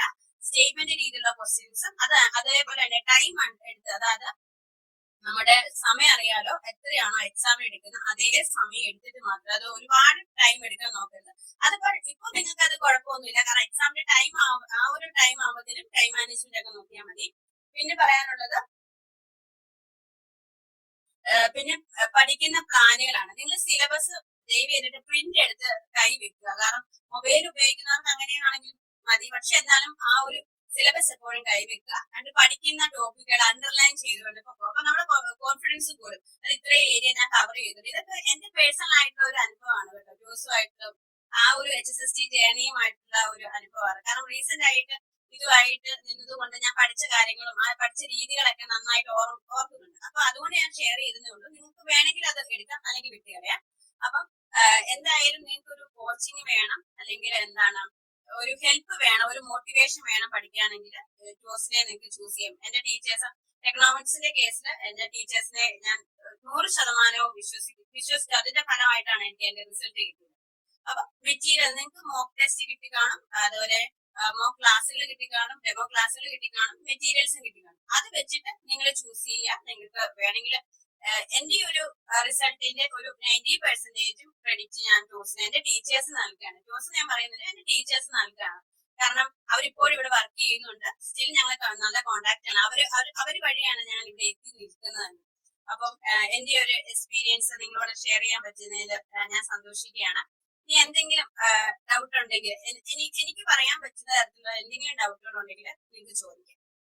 പിന്നെ ഒരു കാര്യം കൂടി വിട്ടുപോയിരുന്നു. നമ്മുടെ എക്സാമിന്റെ ടോട്ടൽ മാർക്ക് 100 ആണെന്ന് പറഞ്ഞിരുന്നു. 100-ല് 70 മാർക്സ് നമ്മുടെ സബ്ജക്റ്റും അതുപോലെ നിങ്ങൾക്ക് കൊമേഴ്സ് ആയിരിക്കും, 30 മാർക്സ് ജനറൽ ആണെന്ന് പറഞ്ഞു. അപ്പൊ നമ്മൾ പഠിക്കുമ്പോൾ എപ്പോഴും ശ്രദ്ധിക്കുക 70 മാർക്കിനേക്കാൾ ആ മാർക്ക് നമ്മൾ എന്തായാലും പഠിക്കും. കാരണം നമുക്ക് നമ്മുടെ സബ്ജക്റ്റ് ആണ്, PG വരെ പഠിച്ച നമ്മളാണ്. സോ നമ്മുടെ സബ്ജക്ട് എന്തായാലും നമ്മൾ പഠിക്കും. പക്ഷെ ആ 30 മാർക്ക് എന്നുള്ളത് വളരെ ഇമ്പോർട്ടന്റ് ആയിട്ടുള്ള മാർക്കാണ്. നമ്മുടെ റാങ്കിനെ മേക്ക് ചെയ്യുന്ന മാർക്ക് എന്ന് പറയുന്നത് സത്യം പറഞ്ഞാൽ നമ്മുടെ ഈ ഒരു എക്സ്ട്രാ 30 മാർക്കാണ്. അത് നമ്മുടെ ടീച്ചിങ്, റിസർച്ച്, അതുപോലെ തന്നെ ജനറൽ നോളജിനാണ്. അപ്പം ഞങ്ങൾക്ക് ജനറൽ നോളജിന്റെ ക്ലാസ് വന്നത് എനിക്ക് അലക്സ് സാറാണെന്ന് തോന്നുന്നു. സാറിന്റെ കോൺസ്റ്റിറ്റ്യൂഷന്റെയും അതുപോലെ തന്നെ റിനേസൻസിന്റെ ഒക്കെ നോട്ടും അതൊക്കെ എന്റെ റിപ്പോർട്ട് ഇരിപ്പുണ്ട്. കാരണം വേറെ എക്സാമിന് വേണ്ടിയിട്ട് ഞാൻ അത് യൂസ് ചെയ്തു. കാരണം നമുക്കറിയാം നമ്മുടെ ടീച്ചേഴ്സിന്റെ വോയിസ് ഉണ്ടല്ലോ, അത് നമുക്ക് എക്സാം ടൈമിൽ കാരണം അത്രയും അവർ പഠിച്ച ആ രീതി സ്റ്റേറ്റ്മെന്റ് ക്വസ്റ്റ്യൻസിനൊക്കെ ഏറ്റവും നന്നായിട്ടുള്ള രീതിയിലാണ് നമുക്ക് ക്ലാസ് ഇവിടെ കിട്ടുന്നത്. അതായത് സ്റ്റേറ്റ്മെന്റ് ക്വസ്റ്റ്യൻസ് വെറുതെ ഒബ്ജക്റ്റീവ് ആവുമ്പോൾ നമുക്ക് എവിടെ നിന്ന് വേണമെങ്കിലും മെറ്റീരിയൽസ് വേണമെങ്കിൽ, പക്ഷെ സ്റ്റേറ്റ്മെന്റ് ക്വസ്റ്റ്യൻസിനെ ഡീൽ ചെയ്യാൻ തരത്തിലുള്ള മെറ്റീരിയൽസ് നമുക്ക് ഇവിടെ നിന്ന് കിട്ടാം. അപ്പൊ അതൊക്കെ നിങ്ങൾ മനസ്സിൽ വിചാരിക്കുക, നന്നായിട്ട് എക്സാമിന് വേണ്ടിയിട്ട് പ്രിപ്പയർ ചെയ്യുക. ഞാൻ ആദ്യ സമയം സത്യം പറഞ്ഞാൽ ഞാൻ ഈ ഒരു എക്സാമിന് വേണ്ടിയിട്ട് ഒരു ഫോക്കസോട് കൂടി പഠിക്കാൻ തുടങ്ങിയത് 4 മാസം. സത്യമായിട്ടും 4 മാസം കൊണ്ടാണ് ഞാൻ ഇത് ക്രാക്ക് ചെയ്തതെന്ന് വേണമെങ്കിൽ പറയാം. പക്ഷെ 4 മാസം എന്ന് പറയുന്നത് എനിക്ക് ഫുൾ ടൈം ഉണ്ട്. കാരണം ഞാൻ പഠിത്തം കഴിഞ്ഞതേ ഉണ്ടായിരുന്നുള്ളൂ. അപ്പം അതിന് മുമ്പ് വരെ ഞാൻ പഠിത്തം കഴിഞ്ഞ ഉടനെ തന്നെ ഒരു ടെമ്പററി ആയിട്ട് ഗവൺമെന്റ് സ്കൂളിൽ കയറി. പക്ഷെ ഈ നോട്ടിഫിക്കേഷൻ വന്നു കഴിഞ്ഞാൽ പിന്നെ അതിനുശേഷം ഞാൻ ഇന്റർവ്യൂവിന് ഒന്നിനും പോയില്ല. 4 മാസം കംപ്ലീറ്റ് ആയിട്ട് ഇതിനു വേണ്ടി തന്നെ ഇരുന്നു. അപ്പൊ ഫുൾ സത്യം പറഞ്ഞാൽ ഞാനൊരു ആദ്യം തുടങ്ങിയ സമയത്ത് ഒരു ടച്ചപ്പിന് വേണ്ടി അതുമായിട്ട് ഒരു ടച്ച് കിട്ടാൻ വേണ്ടിയിട്ട് ഒരു 4 മണിക്കൂറിലാണ് സ്റ്റാർട്ട് ചെയ്യുന്നത്. 4 മണിക്കൂർ തുടങ്ങി 4, 6, 8, 12 അങ്ങനെ കയറി പോവായിരുന്നു ചെയ്യുന്നത്. അപ്പൊ മിനിമം നമ്മൾ ഇതുമായിട്ട് ഇരിക്കുമ്പോൾ സ്റ്റാർട്ട് ചെയ്യുമ്പോൾ ഒരു ഉടനെ ആദ്യം തന്നെ നമ്മൾ ഒരുപാട് നേരം ഇരുന്ന അത് ഓരോരുത്തരുടെ രീതിക്ക് അനുസരിച്ചിരിക്കും. പക്ഷെ ഞാൻ ഒരു സ്റ്റാർട്ട് ചെയ്ത ഒരു 4 മണിക്കൂറൊക്കെ, അതായത് അതും അടുപ്പിച്ചല്ല, രാവിലെ ഒരു 10 മുതൽ ഒരു 11 മണി വരെ. കാരണം എനിക്ക് എപ്പോഴാണ് എന്റെ മൈൻഡ് മടുത്തു എന്ന് തോന്നുന്നത് അപ്പൊ ഞാൻ സ്റ്റോപ്പ് ചെയ്യും. എപ്പോഴാണ് എനിക്ക് വീണ്ടും പഠിക്കണം എന്ന് തോന്നുന്നത് അന്ന് ഞാൻ പഠിക്കും. പക്ഷെ ഒരുപാട്, അതായത് ഒരു ദിവസം ഒരുപാട് നേരം ഒരുമിച്ചിരുന്ന് പഠിക്കത്തില്ലായിരുന്നു. ഒരു ചെറിയ ടോപ്പിക് എടുത്ത് അതിനെ കംപ്ലീറ്റ് ചെയ്തിട്ട് പോകാൻ ഞാൻ ശ്രമിച്ചു. ഒരു ചെറിയ ടോപ്പിക് ആണെങ്കിൽ ആ ടോപ്പിക്കിനെ കംപ്ലീറ്റ് ചെയ്തിട്ട് അവിടെ അന്ന് എണീറ്റ് പോകാൻ നോക്കുന്നു. അപ്പൊ ആ രീതിയിലാണ് പഠിച്ചത്. അപ്പം എക്സാമിന്റെ ഒക്കെ അടുത്ത സമയത്തേക്ക് ഈ പറഞ്ഞ പോലെ 12-14 മണിക്കൂറൊക്കെ ഇരുന്ന് പഠിച്ചിട്ടുണ്ട്. അതുപോലെ ടൈം ബ്രേക്ക് എടുക്കണം, മൈൻഡ് ഫ്രഷ് ആക്കിയിട്ടേ ഇത് പഠിക്കാൻ പറ്റുള്ളൂ. കാരണം വെറുതെ ഇരുന്നിട്ട് ഒരുപാട് കവർ ചെയ്തിട്ട് കാര്യമില്ല. പഠിക്കുന്ന കാര്യങ്ങൾ കൃത്യമായിട്ട് പഠിക്കണം, റിവിഷൻ ചെയ്യണം. റിവിഷൻ മസ്റ്റ് ആണ്. നമ്മുടെ റിവിഷൻ ചെയ്യാൻ ഉദ്ദേശിക്കുന്നത് വായിക്കുന്ന മെറ്റീരിയൽസ് മാത്രം, നമ്മൾ എഴുതുന്ന നോട്ട് നമ്മൾ വായിക്കുക. അതുപോലെ തന്നെ ആ ബേസിൽ ഏത് ടോപ്പിക്കാണോ റിവിഷൻ ചെയ്യുന്നത് അതിന്റെ മസ്റ്റ് ആയിട്ട് മോക്ക് ടെസ്റ്റുകൾ ചെയ്തിരിക്കണം. മോക്ക് ടെസ്റ്റ് ചെയ്യാതെ ഈ എക്സാമിലേക്ക് നമ്മൾ പോവുകയാണെങ്കിൽ നമുക്ക് കാര്യങ്ങളൊക്കെ ചെയ്യാൻ പറ്റും. നമുക്കൊരു അങ്ങനെ പഠിച്ചത് മോക്ക് ടെസ്റ്റ് ചെയ്യാതെ എക്സാം അറ്റൻഡ് ചെയ്യണം. നമുക്ക് ഒരു ഡിഗ്രി അല്ലെങ്കിൽ PG ലെവൽ എക്സാമിലേക്ക് പോവാം. പക്ഷെ HSST പോലുള്ള ഒരു എക്സാമിന് അറ്റൻഡ് ചെയ്യണമെങ്കിൽ മോക്ക് ടെസ്റ്റ് ചെയ്യാതെ പോയിട്ട് കാര്യമില്ല. അപ്പം ഈ പഠിക്കുന്ന സമയം എന്ന് പറയുന്നത് നമുക്ക് ഈ മോക്ക് ടെസ്റ്റ് ചെയ്യുന്ന സമയം എല്ലാം ഉൾക്കൊള്ളുന്നു. അല്ലാതെ ഇരുന്ന് പഠിക്കുന്ന സമയം മാത്രമല്ല കേട്ടോ, എല്ലാത്തിനും വേണ്ടിയിട്ട് ഉപയോഗിക്കുന്ന സമയം. ഇപ്പം ജോലിക്ക് പോകുന്നവർക്കൊക്കെ അതിനനുസരിച്ച് അവരുടെ ടൈം ഷെഡ്യൂൾ അനുസരിച്ച് ചെയ്യണം, ചെക്ക് ചെയ്യണം. ഇൻ കേസ് ഇപ്പം ജോലിക്ക് പോകണമെന്ന് നിർബന്ധമില്ല അല്ലെങ്കിൽ അങ്ങനെയുള്ളവരോട് ഞാൻ പറയും ഒരു ബ്രേക്ക് എടുത്ത് ഈ ഒരു എക്സാം തീരും വരെ ഒരു ബ്രേക്ക് എടുത്തോളാൻ പറയും. കാരണം നമുക്ക് ഒരു വലിയ ഓപ്പർച്യൂണിറ്റിയാണ്. ഈ ഒരു എക്സാം എഴുതണമെങ്കിൽ ഒരു 3 വർഷം കാത്തിരിക്കണം. സോ ഇപ്പം അങ്ങനെ അല്ല ചെയ്യുന്നില്ലെങ്കിൽ ഒരു ബ്രേക്ക് എടുക്കാൻ കുഴപ്പമില്ല. ഫിനാൻഷ്യലി വീട്ടുകാർ വേറൊരു സപ്പോർട്ട് ഉണ്ടെങ്കിൽ കുഴപ്പമൊന്നുമില്ല, നിങ്ങൾക്ക് ബ്രേക്ക് എടുക്കാം. അപ്പൊ ആവശ്യത്തിന് സമയം കിട്ടുന്നു. അല്ലെങ്കിൽ കുറച്ച് ടൈറ്റ് ഷെഡ്യൂൾ ആകും എന്നേ ഉള്ളൂ. പക്ഷെ നമ്മൾ സമയം കണ്ടെത്തി, നമുക്കറിയാലോ നമുക്ക് ആഗ്രഹം ഉണ്ടെങ്കിൽ എങ്ങനെയാണെങ്കിലും നമുക്ക് സമയം കണ്ടെത്തി. അപ്പൊ എന്തായാലും എന്റെ ഒരു ടൈമിംഗ് എന്ന് പറയുന്നത് ഒരു ഫിക്സഡ് ടൈം അല്ല. ഇനീഷ്യലി ഞാൻ കുറച്ച് സമയമാണ് എടുത്തത്. പിന്നീട് ഓരോ ദിവസങ്ങളിൽ അല്ലെങ്കിൽ എക്സാം എടുക്കുന്ന സമയത്തേക്ക് കൂടുമായിരുന്നു. ടോട്ടലി ഞാൻ ഇരുന്ന് പഠിച്ചെന്ന് പറയുന്നത് 4 മാസമാണ്. ഓക്കെ, അപ്പം പ്രത്യേകിച്ച് ഡൗട്ട്സ് ഒന്നും ഇല്ലാന്ന് തോന്നുന്നു. Thank you Ranjitha. അതുപോലെ അപ്പോയിന്റ്മെന്റ്സ് ഒക്കെ കിട്ടി, പെട്ടെന്ന് ജോബിൽ കയറട്ടെ. All the best. ഓക്കെ, അപ്പൊ ഇനി നമുക്ക് സിലബസിനെ കുറിച്ചിട്ടും കാര്യങ്ങളെ കുറിച്ചിട്ടും പറയാൻ വേണ്ടിയിട്ടുള്ള സെഷനാണ്. അപ്പോ നിങ്ങൾക്ക് കേൾക്കാൻ പറ്റുന്നുണ്ടോ? ഓഡിബിൾ ആണോ?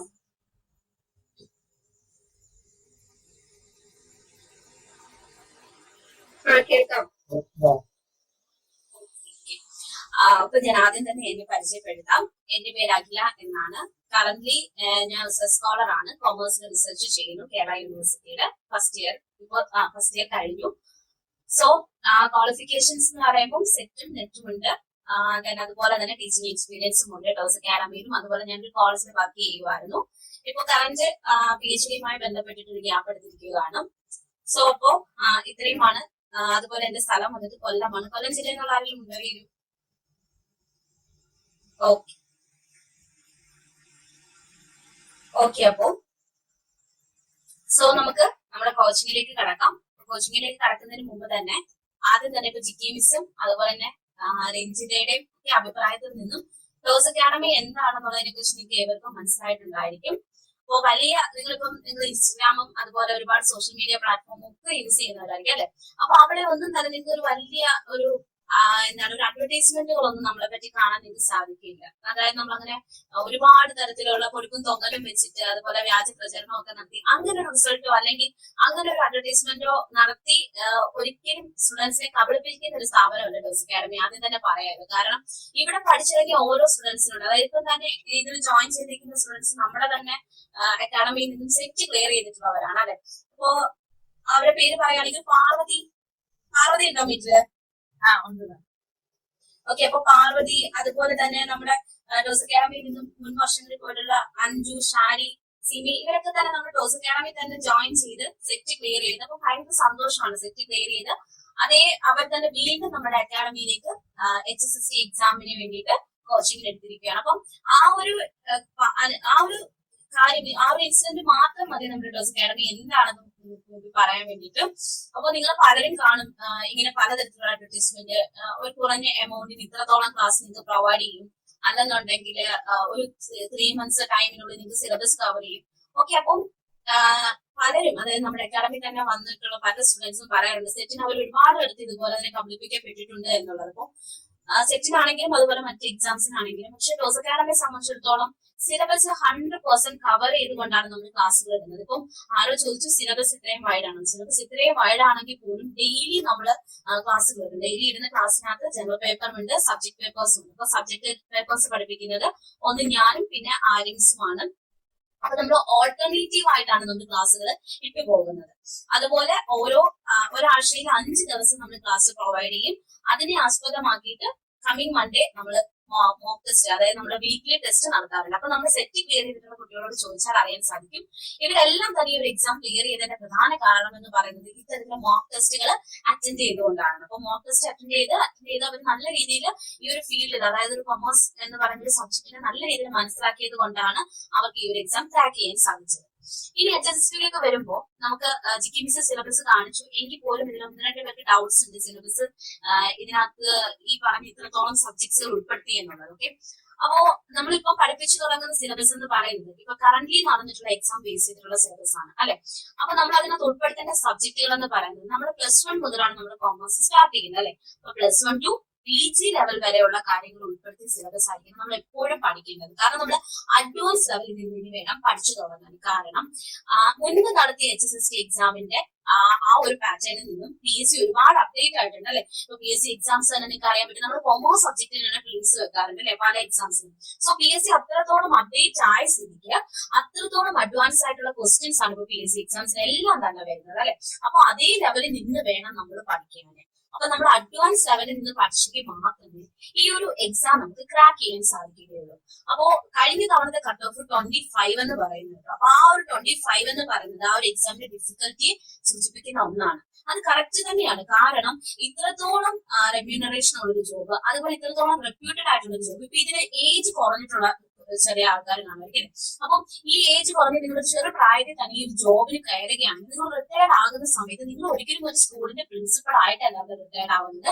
നിങ്ങൾക്ക് എഡ്യൂക്കേഷൻ ഡിപ്പാർട്ട്മെന്റില് ഹയർ പോസ്റ്റിലേക്ക്, ഈവൻ ഗസറ്റഡ് പോസ്റ്റിലേക്ക് നിങ്ങൾക്ക് പോകാൻ സാധിക്കും അല്ലെ. ഇപ്പൊ ഗസറ്റഡ് പോസ്റ്റ് എന്ന് പറയുമ്പോൾ നിങ്ങൾക്ക് അറിയാലോ, നമ്മളിപ്പം അറ്റസ്റ്റ് ചെയ്യിക്കാനൊക്കെ നമ്മൾ +1 ടീച്ചേഴ്സിന്റെ അടുത്തോട്ടാണ് ആദ്യമേ പോകുന്നത്. ഒരു ഗസറ്റഡ് പോസ്റ്റിൽ ഇരിക്കുക എന്ന് പറയുന്നത് തന്നെ ഒരു ഡെപ്യൂട്ടഡ് പൊസിഷൻ ആണ് അല്ലെ.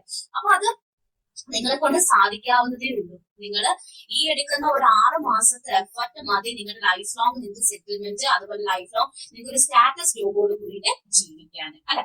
അപ്പൊ ഈ പറഞ്ഞ രീതിയിൽ നിങ്ങൾക്ക് എല്ലാ കാര്യങ്ങളും അച്ചീവ് ചെയ്യണം എന്നുണ്ടെങ്കിൽ അതിന് ചിട്ടയായിട്ടുള്ള ഒരു പഠന രീതി നിങ്ങൾക്ക് ഉണ്ടായിരിക്കണം.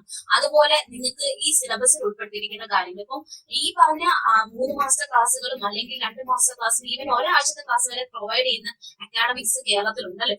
അവർക്ക് എത്രത്തോളം ഞാൻ തന്നെ ചിന്തിക്കാറുണ്ട്, അവർ എത്രത്തോളം കൊമേഴ്സ് എന്ന് പറയുന്ന സബ്ജക്റ്റിന് എത്രത്തോളം പോർഷൻസ് ആണ് കൊടുക്കുന്നത് ഈ ഒരാഴ്ചത്തെ ക്ലാസ് കൊണ്ട്. ഇപ്പൊ നിങ്ങൾ തന്നെ PGയും UGയും +1 +2 ഒക്കെ കഴിഞ്ഞു. ഇപ്പൊ കൊമേഴ്സ് എന്ന് പറയുന്ന ഒരു വാസ്റ്റ് സബ്ജക്റ്റ്, ഒരു വൈഡ് സബ്ജക്റ്റ് ആണ് അല്ലെ. വളരെ കാലിക പ്രസക്തിയുള്ള ഒരു സബ്ജക്റ്റ് ആണ്. അതായത് നമ്മുടെ ഓരോ സമയത്ത് മാറുന്ന എല്ലാ മാറ്റങ്ങളും പ്രതിഫലിക്കുന്ന ഒരു സബ്ജക്റ്റാണ് കൊമേഴ്സ് എന്ന് പറയുന്നത് അല്ലെ. ഇപ്പൊ ഇൻകം ടാക്സ് ആണെന്നുണ്ടെങ്കിലും ഈവൻ ഫിനാൻഷ്യൽ മാനേജ്മെന്റ്, ബാങ്കിങ് ആണെങ്കിലും എന്ത് സബ്ജക്ട് ആണെങ്കിലും ഓരോ കാലഘട്ടത്തിന്റെ മാറ്റം പ്രതിഫലിക്കുന്ന ഒരു സബ്ജക്റ്റ് ആണ് കൊമേഴ്സ് എന്ന് പറയുന്നത് അല്ലെ. അപ്പം ഈ കാലത്തിനൊക്കെ അഡ്വാൻസ് ആകുന്ന ഒരു സബ്ജക്റ്റിനെ ഒരിക്കലും ഒരാഴ്ചത്തെ ക്ലാസ് അല്ലെങ്കിൽ 3 months ക്ലാസ് അല്ലെങ്കിൽ ഒരു കുറഞ്ഞ തുകയ്ക്കുള്ള ക്ലാസ് എന്നുള്ള രീതിയിൽ പ്രൊവൈഡ് ചെയ്യാൻ സാധിക്കുകയില്ല എന്നുള്ളൊരു വാസ്തവം നിങ്ങൾ ആദ്യമേ തന്നെ മനസ്സിലാക്കേണ്ടതായിട്ടുണ്ട്. പിന്നെ നമ്മൾ ക്ലാസ്സുകൾ ഇപ്പം പ്രൊവൈഡ് ചെയ്യുന്നത് നോട്ടിഫിക്കേഷന് മുമ്പ് തന്നെയാണ്. ഈ നോട്ടിഫിക്കേഷൻ മുമ്പ് തന്നെ കൊടുക്കുക എന്ന് പറയുമ്പോൾ നമ്മൾ ഒരു മുഴ മുമ്പേ എറിയുവാണ്. അതായത് വേറൊരു അക്കാഡമിയും ചെയ്യാത്ത രീതിയിലുള്ള കോച്ചിങ് ക്ലാസ്സുകൾ കൊടുത്തുകൊണ്ട് നിങ്ങൾ അത്രത്തോളം മറ്റുള്ളവരെക്കാൾ മുൻപന്തിയിലേക്ക് എത്തിക്കാനാണ് സത്യത്തിൽ അക്കാഡമി ശ്രമിക്കുന്നത്. ഇപ്പൊ നിങ്ങൾ ആദ്യം തന്നെ ഈ ഒരു അക്കാഡമിയിൽ വിശ്വാസം അർപ്പിക്കുക എന്നുള്ളതാണ് എനിക്ക് പറയാനുള്ളത്. അതായത് ഇപ്പം അഡ്വാൻസ് ആയിട്ടുള്ള സിലബസ് ആണെങ്കിൽ പോലും നമ്മൾ ആ 6 months തന്നെ കവർ ചെയ്യും. ഈ പറഞ്ഞ ക്ലാസ്സുകളെല്ലാം തന്നെ റെക്കോർഡ് ക്ലാസ്സുകളായിട്ടാണ് നിങ്ങൾക്ക് പ്രൊവൈഡ് ചെയ്യുന്നത്. ഇപ്പൊ നിങ്ങൾ 3-4 ദിവസത്തെ ഡെമോ സെഷനിൽ നിങ്ങൾക്ക് മനസ്സിലായി കാണുന്നത് നമ്മുടെ ക്ലാസ്സുകൾ എങ്ങനെയാണെന്നുള്ളത് അല്ലെ. അപ്പോ നമ്മുടെ ക്ലാസ്സുകളായിട്ടാണ് നമ്മൾ എന്ത് ചെയ്യുന്നത്, നമ്മുടെ ക്ലാസ്സുകളെല്ലാം തന്നെ പ്രൊവൈഡ് ചെയ്യുന്നത് നമ്മുടെ ആപ്പ് വഴി റെക്കോർഡ് സെഷൻസ് ആയിട്ടാണ് പ്രൊവൈഡ് ചെയ്യുന്നത്. ഈ റെക്കോർഡ് ക്ലാസ്സിന് പുറമെ തന്നെ നിങ്ങൾക്ക് നോട്ട്സും നമ്മുടെ ആപ്പ് വഴിയും അതുപോലെ തന്നെ വാട്സപ്പിലൂടെ ഷെയർ ചെയ്യുന്നു. ഇപ്പം രഞ്ജിത പറഞ്ഞതുപോലെ തന്നെ നോട്ട്സുകൾ കറക്റ്റ് ആയിട്ട് എന്ത് ചെയ്യണം, നിങ്ങൾ പ്രിന്റ് എടുക്കണം. പ്രിന്റ് എടുത്തിട്ട് അത് കീപ്പ് ചെയ്യേണ്ടതായിട്ടുണ്ട്. അതുപോലെ ആദ്യം തന്നെ നമ്മൾ ആന്റിസിപ്പേറ്റഡ് സിലബസ്, ചിലപ്പോൾ നോട്ടിഫിക്കേഷനോടൊപ്പം ആയിരിക്കാം സിലബസ് വരുന്നത്. നോട്ടിഫിക്കേഷൻ എന്ന് പറഞ്ഞാൽ ഒരു 2-3 മാസം കഴിഞ്ഞിട്ടൊന്നും അല്ല. ഈ June 1st വീക്ക്, അതായത് ഒരു 2 ആഴ്ച കഴിഞ്ഞ് ഉടനെ തന്നെ നമ്മൾ സിലബസ് കിട്ടും. June 1st തന്നെ നോട്ടിഫിക്കേഷനോടൊപ്പം സിലബസും കിട്ടും അല്ലെ. അപ്പൊ അതിന് വേണ്ടിയിട്ട് നമ്മൾ ഒരുപാട് നാൾ കാത്തിരിക്കേണ്ട കാര്യമൊന്നും വരുന്നില്ല. പിന്നെ ഈ പറഞ്ഞ സിലബസ് വന്നു നോട്ടിഫിക്കേഷൻ വിളിച്ചു കഴിഞ്ഞാൽ ഇപ്പൊ കഴിഞ്ഞ HSST, HSC എക്സാംസിന്റെ പാറ്റേൺ വെച്ച് നോക്കുകയാണെങ്കിൽ വിത്തിൻ 6 months നമുക്ക് എക്സാം നടത്താനുള്ള സാധ്യത വളരെ വലുതാണ്. സോ അതുകൊണ്ട് തന്നെ മറ്റുള്ള, അതായത് മുൻവർഷങ്ങളിൽ വിളിച്ച എക്സാമിനെ പോലെ ഒരുപാട് നീണ്ടു പോവുകയില്ല. പിന്നെ 2025 അടുത്ത ഇലക്ഷൻ വരുവാണ്. അതായത് ഇപ്പൊ കഴിഞ്ഞ ഇലക്ഷൻ പോലെ തന്നെ അടുത്ത MLA ഇലക്ഷൻസ് 2025 വരും. അപ്പൊ ഈ റാങ്ക് ലിസ്റ്റിന്റെ കാലാവധി അല്ലെങ്കിൽ റാങ്ക് ലിസ്റ്റ് ഇടുക എന്നൊക്കെ പറഞ്ഞാൽ ചിലപ്പോൾ ഫാസ്റ്റ് ആക്കാനും സാധ്യതയുള്ളൂ. അപ്പം നിങ്ങൾക്ക് ഒരു പക്ഷേ ഇപ്പം മറ്റ് ഉള്ളവർ വെയിറ്റ് ചെയ്യുന്നത് പോലെ ഒരുപാട് നാൾ വെയിറ്റ് ചെയ്യേണ്ടതായിട്ട് വരേണ്ടി വരില്ല. പിന്നെ അതുപോലെ തന്നെ ഇപ്പൊ നിങ്ങൾക്ക് അറിയാം, ന്യൂ എഡ്യൂക്കേഷൻ പോളിസീസിന്റെ ഭാഗമായിട്ട് കോളേജുകളിലൊക്കെ 4th year ഡിഗ്രിയാണ് വെക്കാൻ തുടങ്ങിയത്. അതായത് 4 വർഷത്തെ ബിരുദ കോഴ്സും ഈ 4 വർഷത്തെ കോഴ്സിനകത്ത് BEd, PhD എല്ലാം ഉൾപ്പെടുത്തുന്ന കോഴ്സുകളാണ് പ്രൊവൈഡ് ചെയ്യുന്നത്.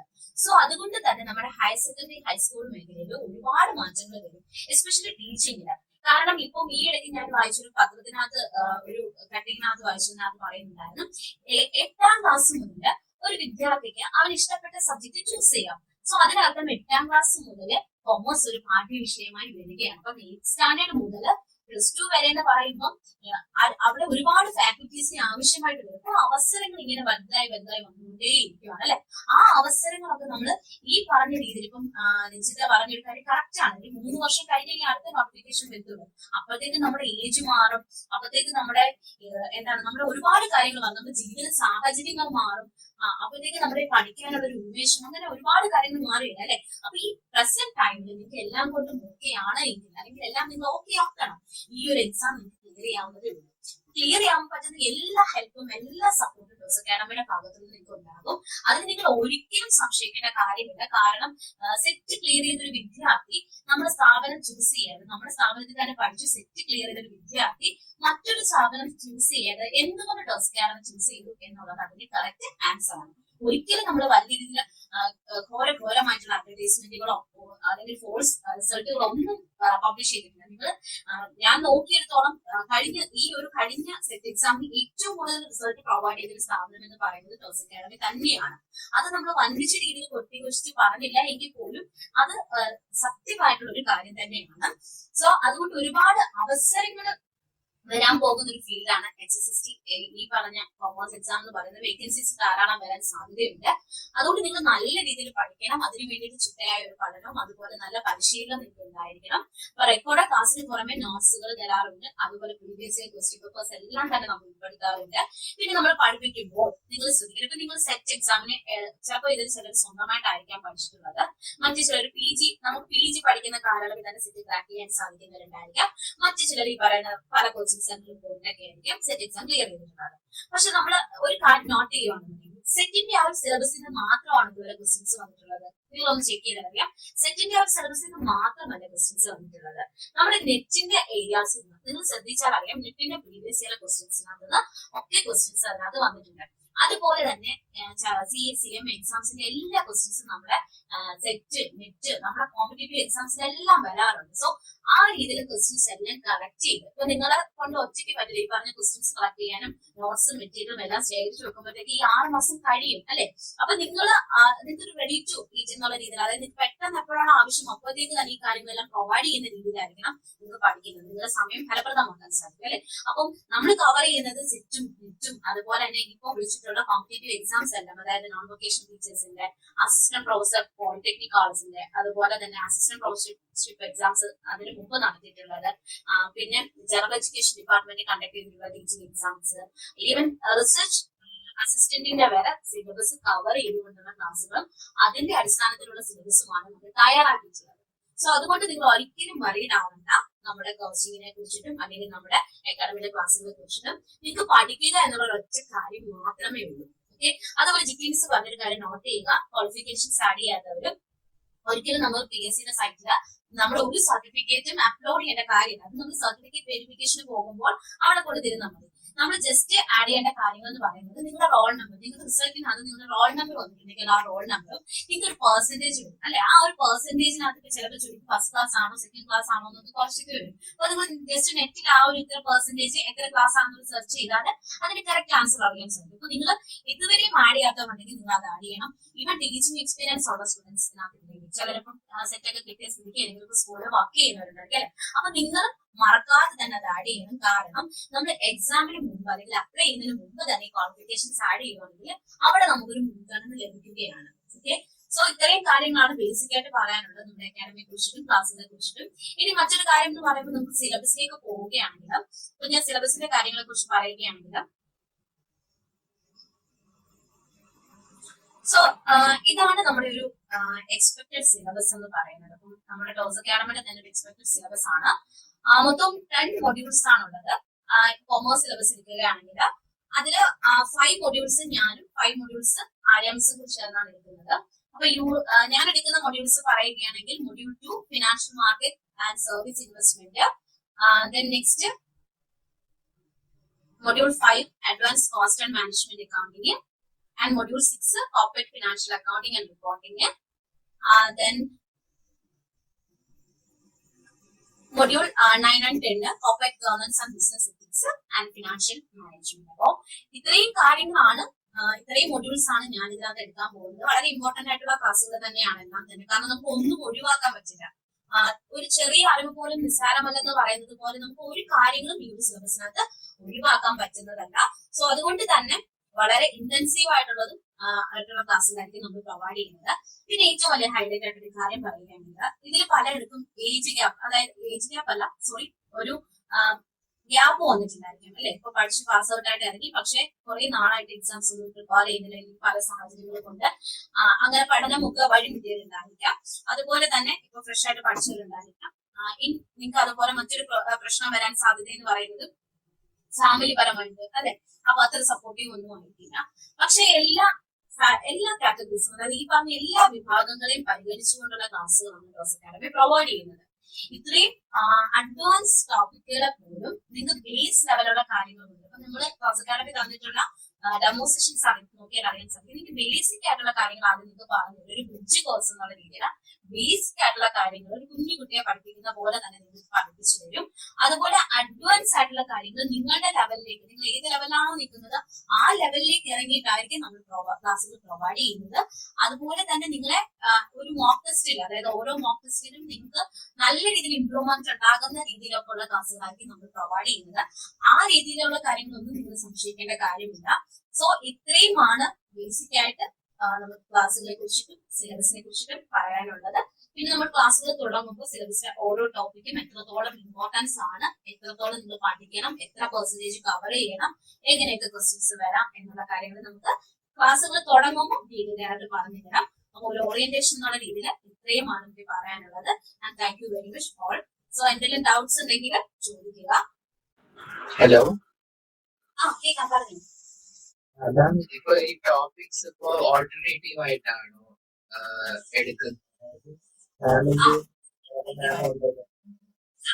രണ്ടുപേരും ടോപ്പിക് കവർ ചെയ്യും. കവർ ചെയ്യും. കാരണം നമ്മളിപ്പോ ഒരു മൊഡ്യൂൾ എടുക്കുകയാണെങ്കിൽ നിങ്ങൾക്ക് ഒരാഴ്ച സത്യമായിട്ട് കിട്ടുന്ന ക്ലാസ്സിൽ രണ്ട് മൊഡ്യൂളിന്റെ ക്ലാസ്സുകളായിരിക്കും. അതായത് 2 സബ്ജക്ട് ആയിരിക്കും കിട്ടുന്നത്. ഇപ്പൊ ഫോർ എക്സാമ്പിൾ പറയുകയാണെങ്കിൽ ഒരു ദിവസം റിസർച്ചിന്റെ ക്ലാസ് RMS പ്രൊവൈഡ് ചെയ്യുകയാണെങ്കിൽ നെക്സ്റ്റ് ഡേ ഇപ്പൊ മൺഡേ RMS റിസർച്ചിന്റെ സെഷൻ ആണെന്നുണ്ടെങ്കിൽ ട്യൂസ്ഡേ നിങ്ങൾക്ക് അക്കൗണ്ടിങ്ങിന്റെ സെഷൻ ആയിരിക്കും ഞാൻ പ്രൊവൈഡ് ചെയ്യുന്നത് അല്ലെ. അപ്പൊ നിങ്ങൾക്ക് ഒരു ആഴ്ച തന്നെ 2 ടോപ്പിക്കിന്റെ ക്ലാസ്സുകളാണ് കിട്ടുന്നത്. അതുപോലെ ജനറൽ പേപ്പർ ക്ലാസ്സുകൾ. മാം ഞാനിപ്പോ B.Ed കഴിഞ്ഞു, ജസ്റ്റ് കംപ്ലീറ്റ് ആയിട്ടുള്ള ഞങ്ങളുടെ ഫോർത്ത് റിസൾട്ട് വന്നിട്ടില്ല. അപ്പൊ ഏകദേശം ഈ നോട്ടിഫിക്കേഷൻ മുമ്പായിട്ട് അത് കൺസിഡർ ചെയ്യുന്നതായിരിക്കുമോ? ഫോർത്ത് റിസൾട്ട് മാസം മുന്നിലാണ് എക്സാം. ഞങ്ങളുടെ 80 വീക്കോടുകൂടി കംപ്ലീറ്റ് ആയതായിരുന്നു. ഓക്കെ, ഫോർത്ത് സെമിസ്റ്റർ റിസൾട്ട് ഉടനെ വരാൻ ചാൻസ് ഉണ്ടോ യൂണിവേഴ്സിറ്റിയിലൊന്ന്? അത് ഒന്നും പറഞ്ഞിട്ടില്ല ഇതുവരെ. ഏത് യൂണിവേഴ്സിറ്റി നിങ്ങള്? MG യൂണിവേഴ്സിറ്റിയാ. MG university. ഓക്കെ, അപ്പൊ നിങ്ങൾക്ക് സാധാരണ എപ്പോഴത്തേക്ക് റിസൾട്ട് വരുന്നത് ഫോർത്ത് സെമിന്റെ ഒക്കെ? സാധാരണ എക്സാം എല്ലാം ലേറ്റ് ആയിട്ടാ വരാറില്ല. കാരണം എക്സാം എല്ലാം നേരത്തെ കഴിഞ്ഞിട്ടുണ്ട്. അപ്പൊ ചെറിയൊരു ചാൻസ് ഉണ്ട്. പക്ഷെ ഇപ്പൊ ജൂൺ 1-നുള്ളിൽ എത്തുമെന്നുള്ളത് സംശയമുള്ള കേസാണ്. അല്ലല്ല, ജൂൺ 1 പറഞ്ഞു കഴിഞ്ഞാൽ നോട്ടിഫിക്കേഷൻ വരുന്ന ദിവസമാണ്. ആ നോട്ടിഫിക്കേഷൻ വരുന്ന ദിവസം അല്ല നമ്മൾ സത്യത്തിൽ നോക്കേണ്ടത്. കാരണം നമുക്ക്